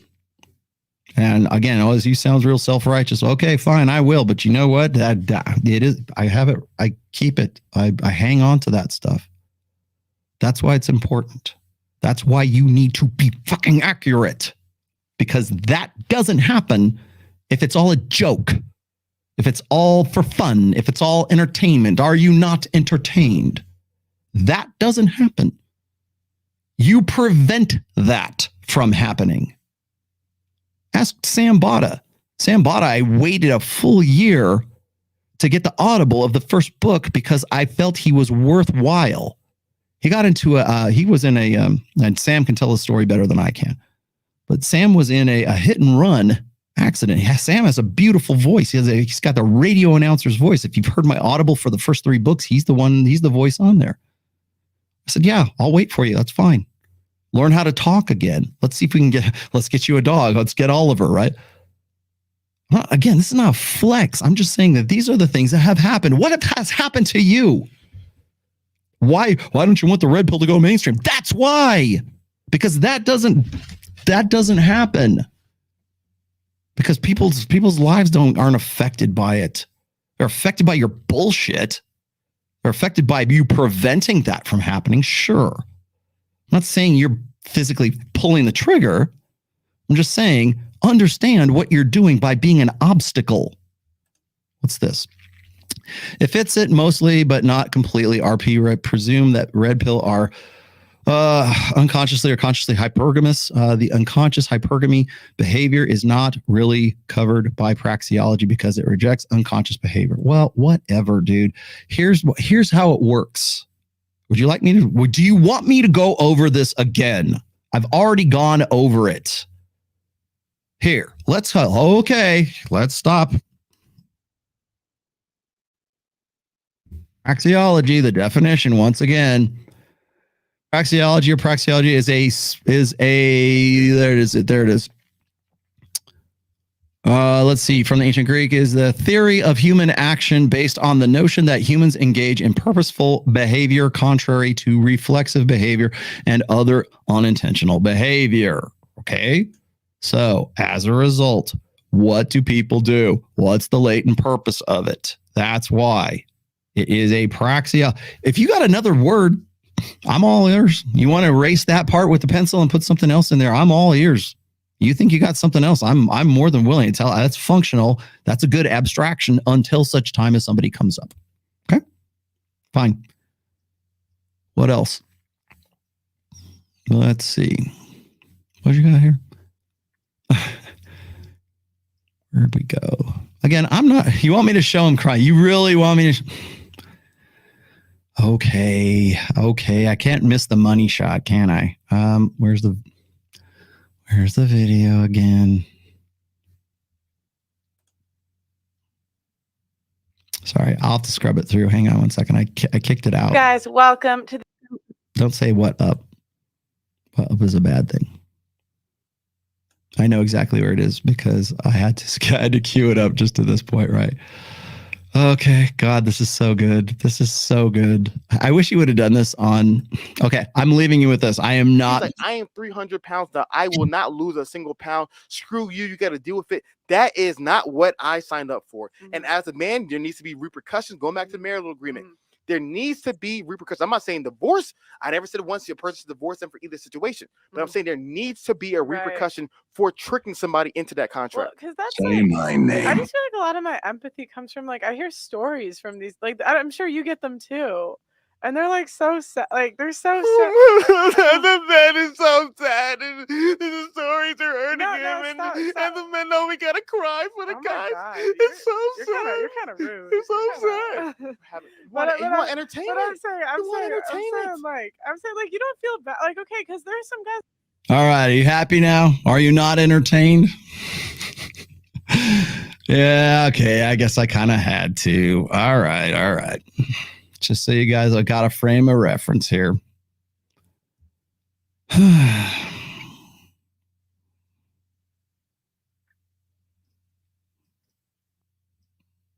Yeah, Ali, but they have to come from somewhere.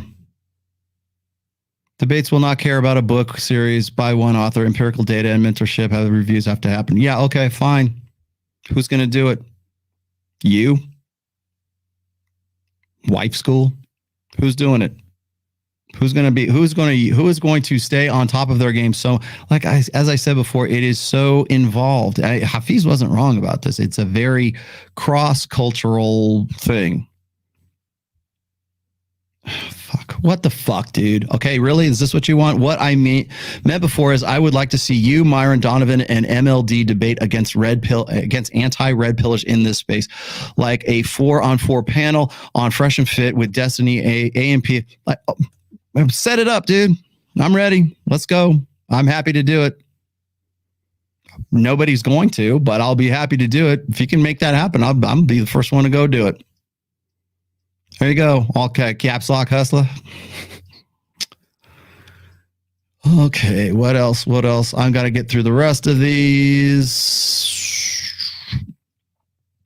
Did you like that? Did you like the crying part? Should I play that again? I'm gonna should I do a sound drop? I could actually pull the sound out of that. That is why we must stay behind you, Rollo, preventing self-deletion in men, preventing men. Yeah, I'll tell you what's funny. And I can't show you the picture because it would probably get me a strike of some sort off of it. By the way, I see Jay Cowan in there. Thank you for that super sticker very much. I meant to give you one of these for the $50 super sticker that I still cannot show on the StreamYard. Yeah, thank you for your props. Thank you for the love. I love you guys back as well. The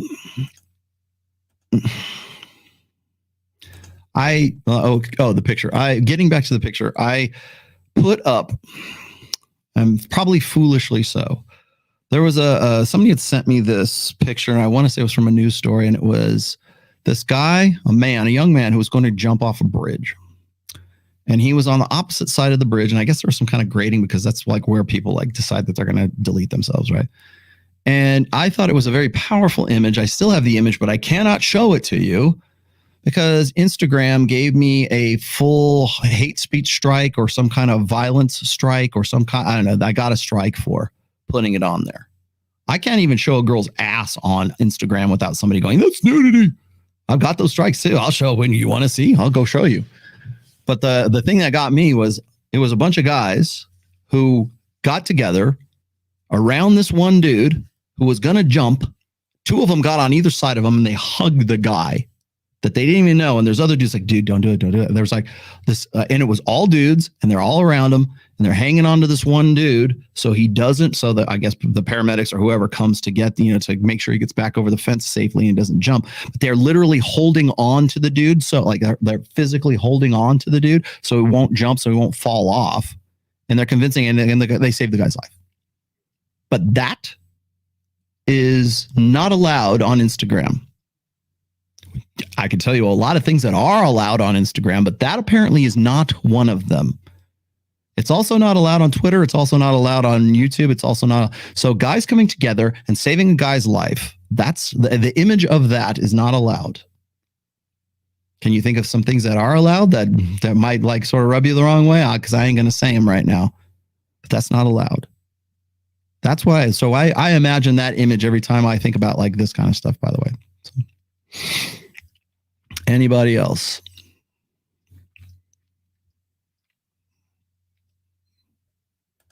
What do we have here? I think your term intersexual dynamics is perfect. Okay, so it's intersexual dynamics from an objectivist perspective. It doesn't carry any particular intellectual debates along with it sounds. Yeah, but the problem is if I say that, then it's sad that you get someone like Hafeez who says, well, that's his truth. He's just living his truth. No, I'm not. Okay. Praxeology is not imprecise. It's as precise as, you know what?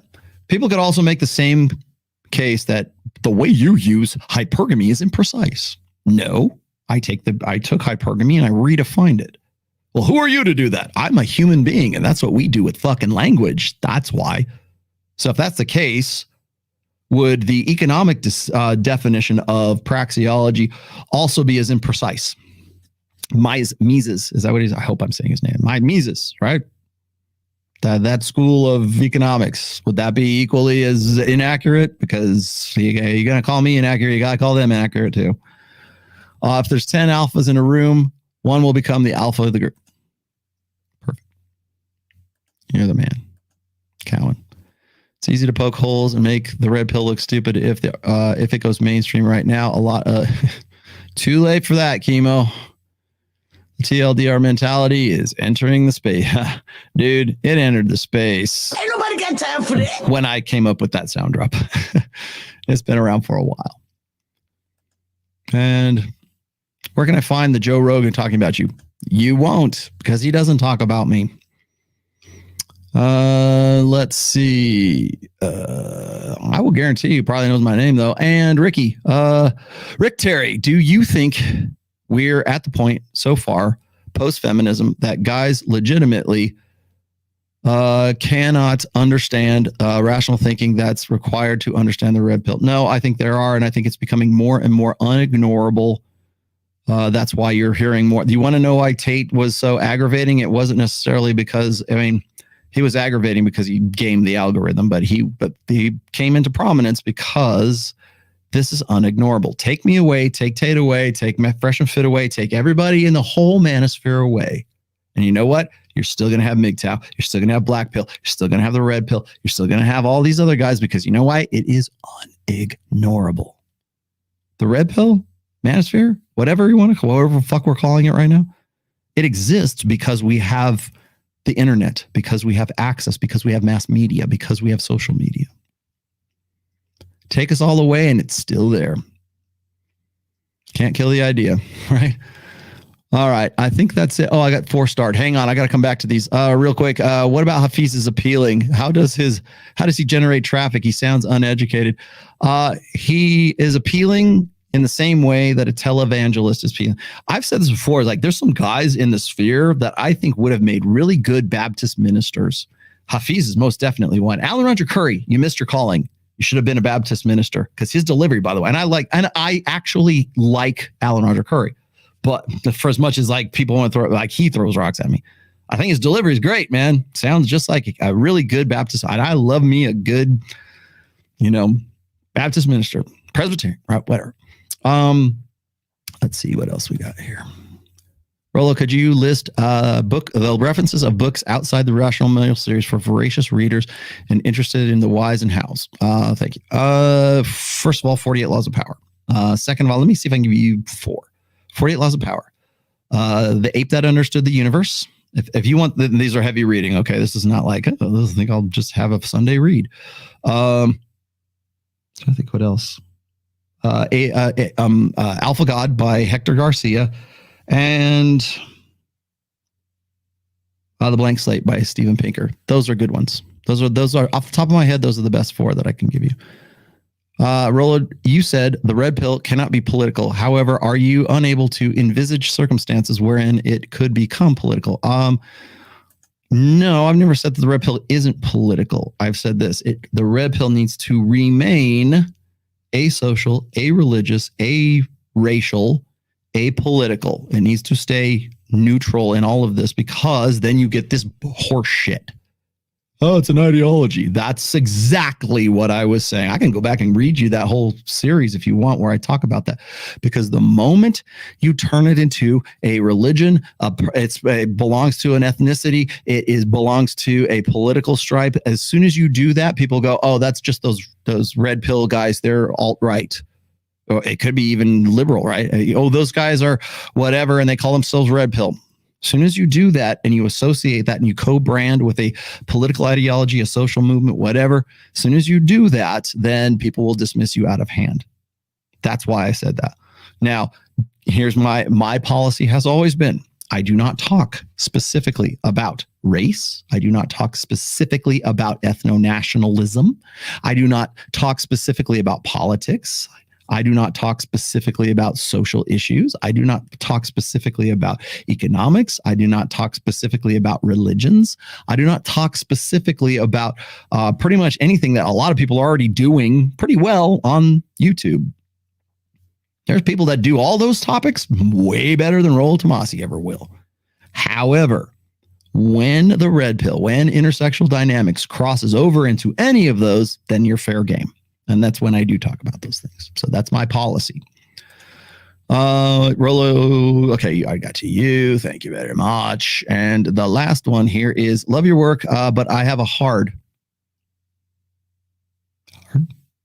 time.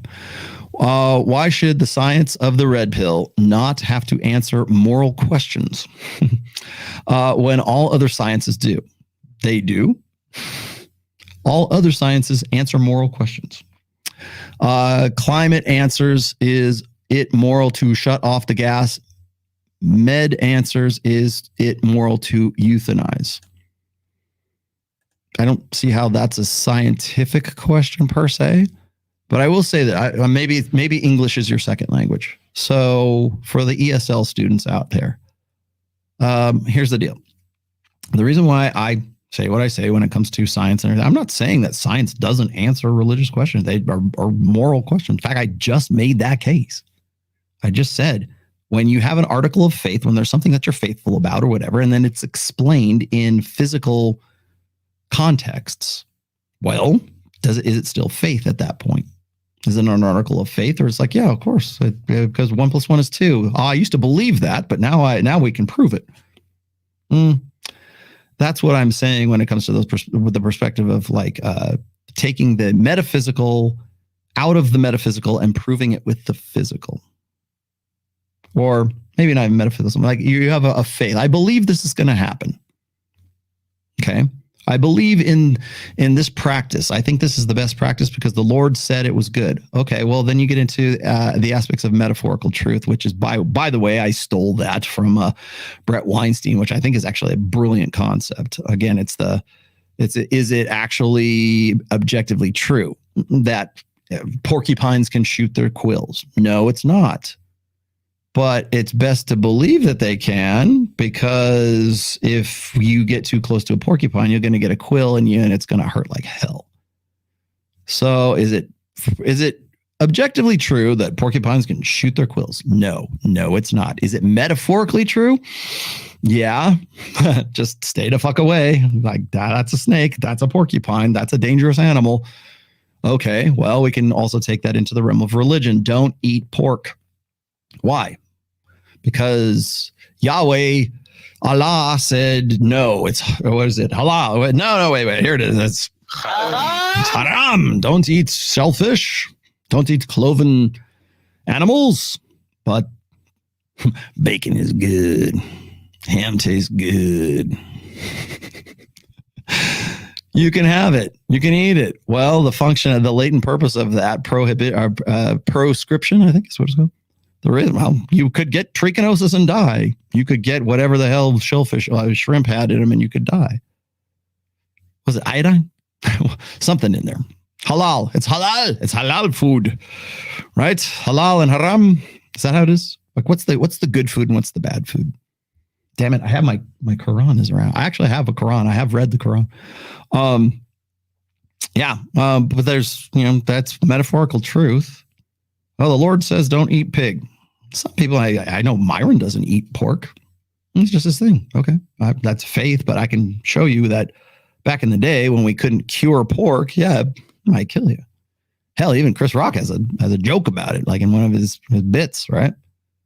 But that's the latent purpose of that prohibition, whatever.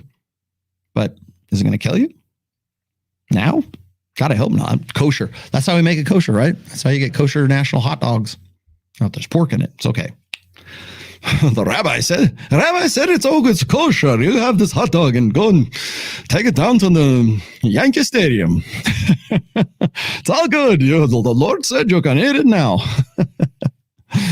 Hey, I can enjoy a hot dog finally.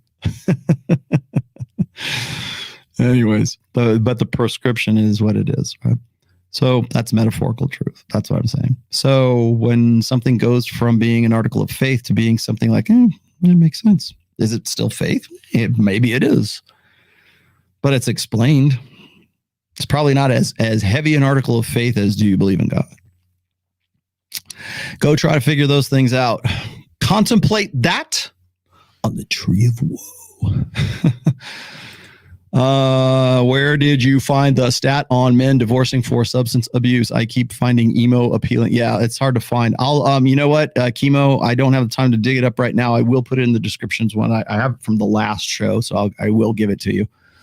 All right, that's it for me today. Thank you guys for watching. I will be in Las Vegas, live from Las Vegas, Nevada, starting, I think I might do a Wednesday show when I'm there. I am driving, so if you don't see me on Instagram, or if you, God forbid, you do see me on Instagram, it's because I will be on the road in my Toyota Tacoma, driving from Reno, Nevada, all the way to beautiful Las Vegas, the garden spot of the universe, Sin City itself. My favorite place. I'm going to be Randall Flagg. Do you know who Randall Flagg is? Sure you do. That's going to be my I'm going to be Lucifer Morningstar for my my Halloween outfit. How's that? I got to dye my hair black. I got to find a way to dye my hair black. Yes, 4.5 hours. Sorry. Yeah, lost wages. Anyways, guys, thank you so much. I know I went way the hell over today, but I think it was well worth the effort. Hopefully we'll get some decent clips out of this. The gunsling. Yeah, exactly. And if you have any questions, if you want to hit me up on Twitter, I'm always available on Twitter. I am Rollo Tomassi at rtrationalmale. You go make sure you check out my blogs. Please buy my books. Here's my pitch. Buy my books. Oh, I have 5 of them. Buy the one you don't have. It's on Audible. It's on Kindle. That nobody reads anymore. Nobody uses Kindle anymore.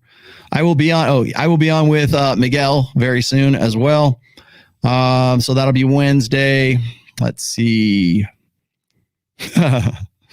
What is this? Oh, this is too good. Rollo, what do you think about the recent? That's resent, my friend, not recent. Video. Come on, accuracy, my friends. Of the former Playboy who regret her past for being a slut. You really want me to get into that? I think Tori did a fairly good job on that. Go check out Torsha Podcast. She already talked about that on there, and she's probably a good. I don't know enough about it. I'll check it out if you really want me to. Thanks for watching. Once again, I will be in Vegas. Do watch for the Wednesday show and watch for Friday. I will be at the Men of Action. I guess it's a seminar or there's some kind of gathering that Mike is having. I'll be speaking there for about an hour to 90 minutes, not 4.5 hours. I will be participating in that. And then, of course, at 10 p.m. Pacific time is when the next installment of Access Vegas goes off. And that is going to, yes, I saw this. Thank you very much. I saw that as well. And they deserve it, everything they get. Yes, Kyle and Jackie decided to walk off their show for whatever goddamn reason. Again, that's what I've called, that's a controlled burn. All that is marketing. Like, don't be fooled by the fucking marketing. Anyways, do watch Access Vegas. It will be Friday, and I promise you it is going to be a very spicy episode. It is the Halloween episode for Access Vegas. Myself, Mike Sartain, and at least 4 beautiful women, if not more. I'm trying to get Tori out there. We'll see. She might come. We'll see how it works. I wouldn't want to strand her in Vegas, me being Randall Flagg. Anyways, guys, thank you very much for watching, and I will be in touch soon. Again, midweek live from Las Vegas is coming up on Wednesday, and again, Access Vegas. See you guys.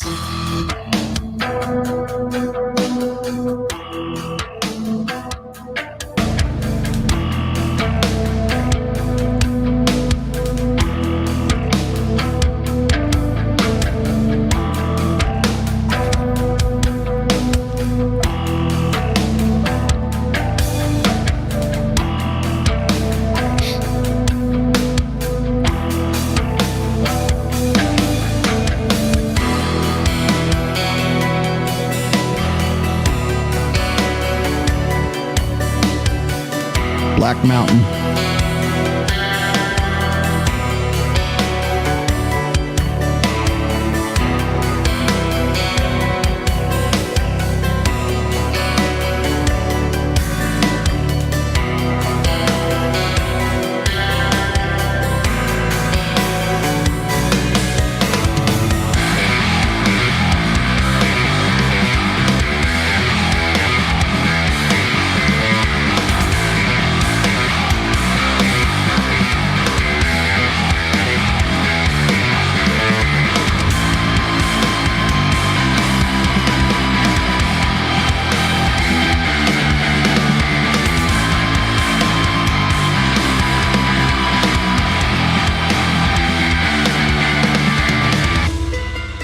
Preceding podcast has been a production of The Rational Male.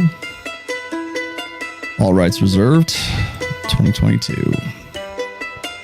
No portion of this podcast may be used in whole or in part without express permission by the proprietor, which is me. Don't steal my stuff.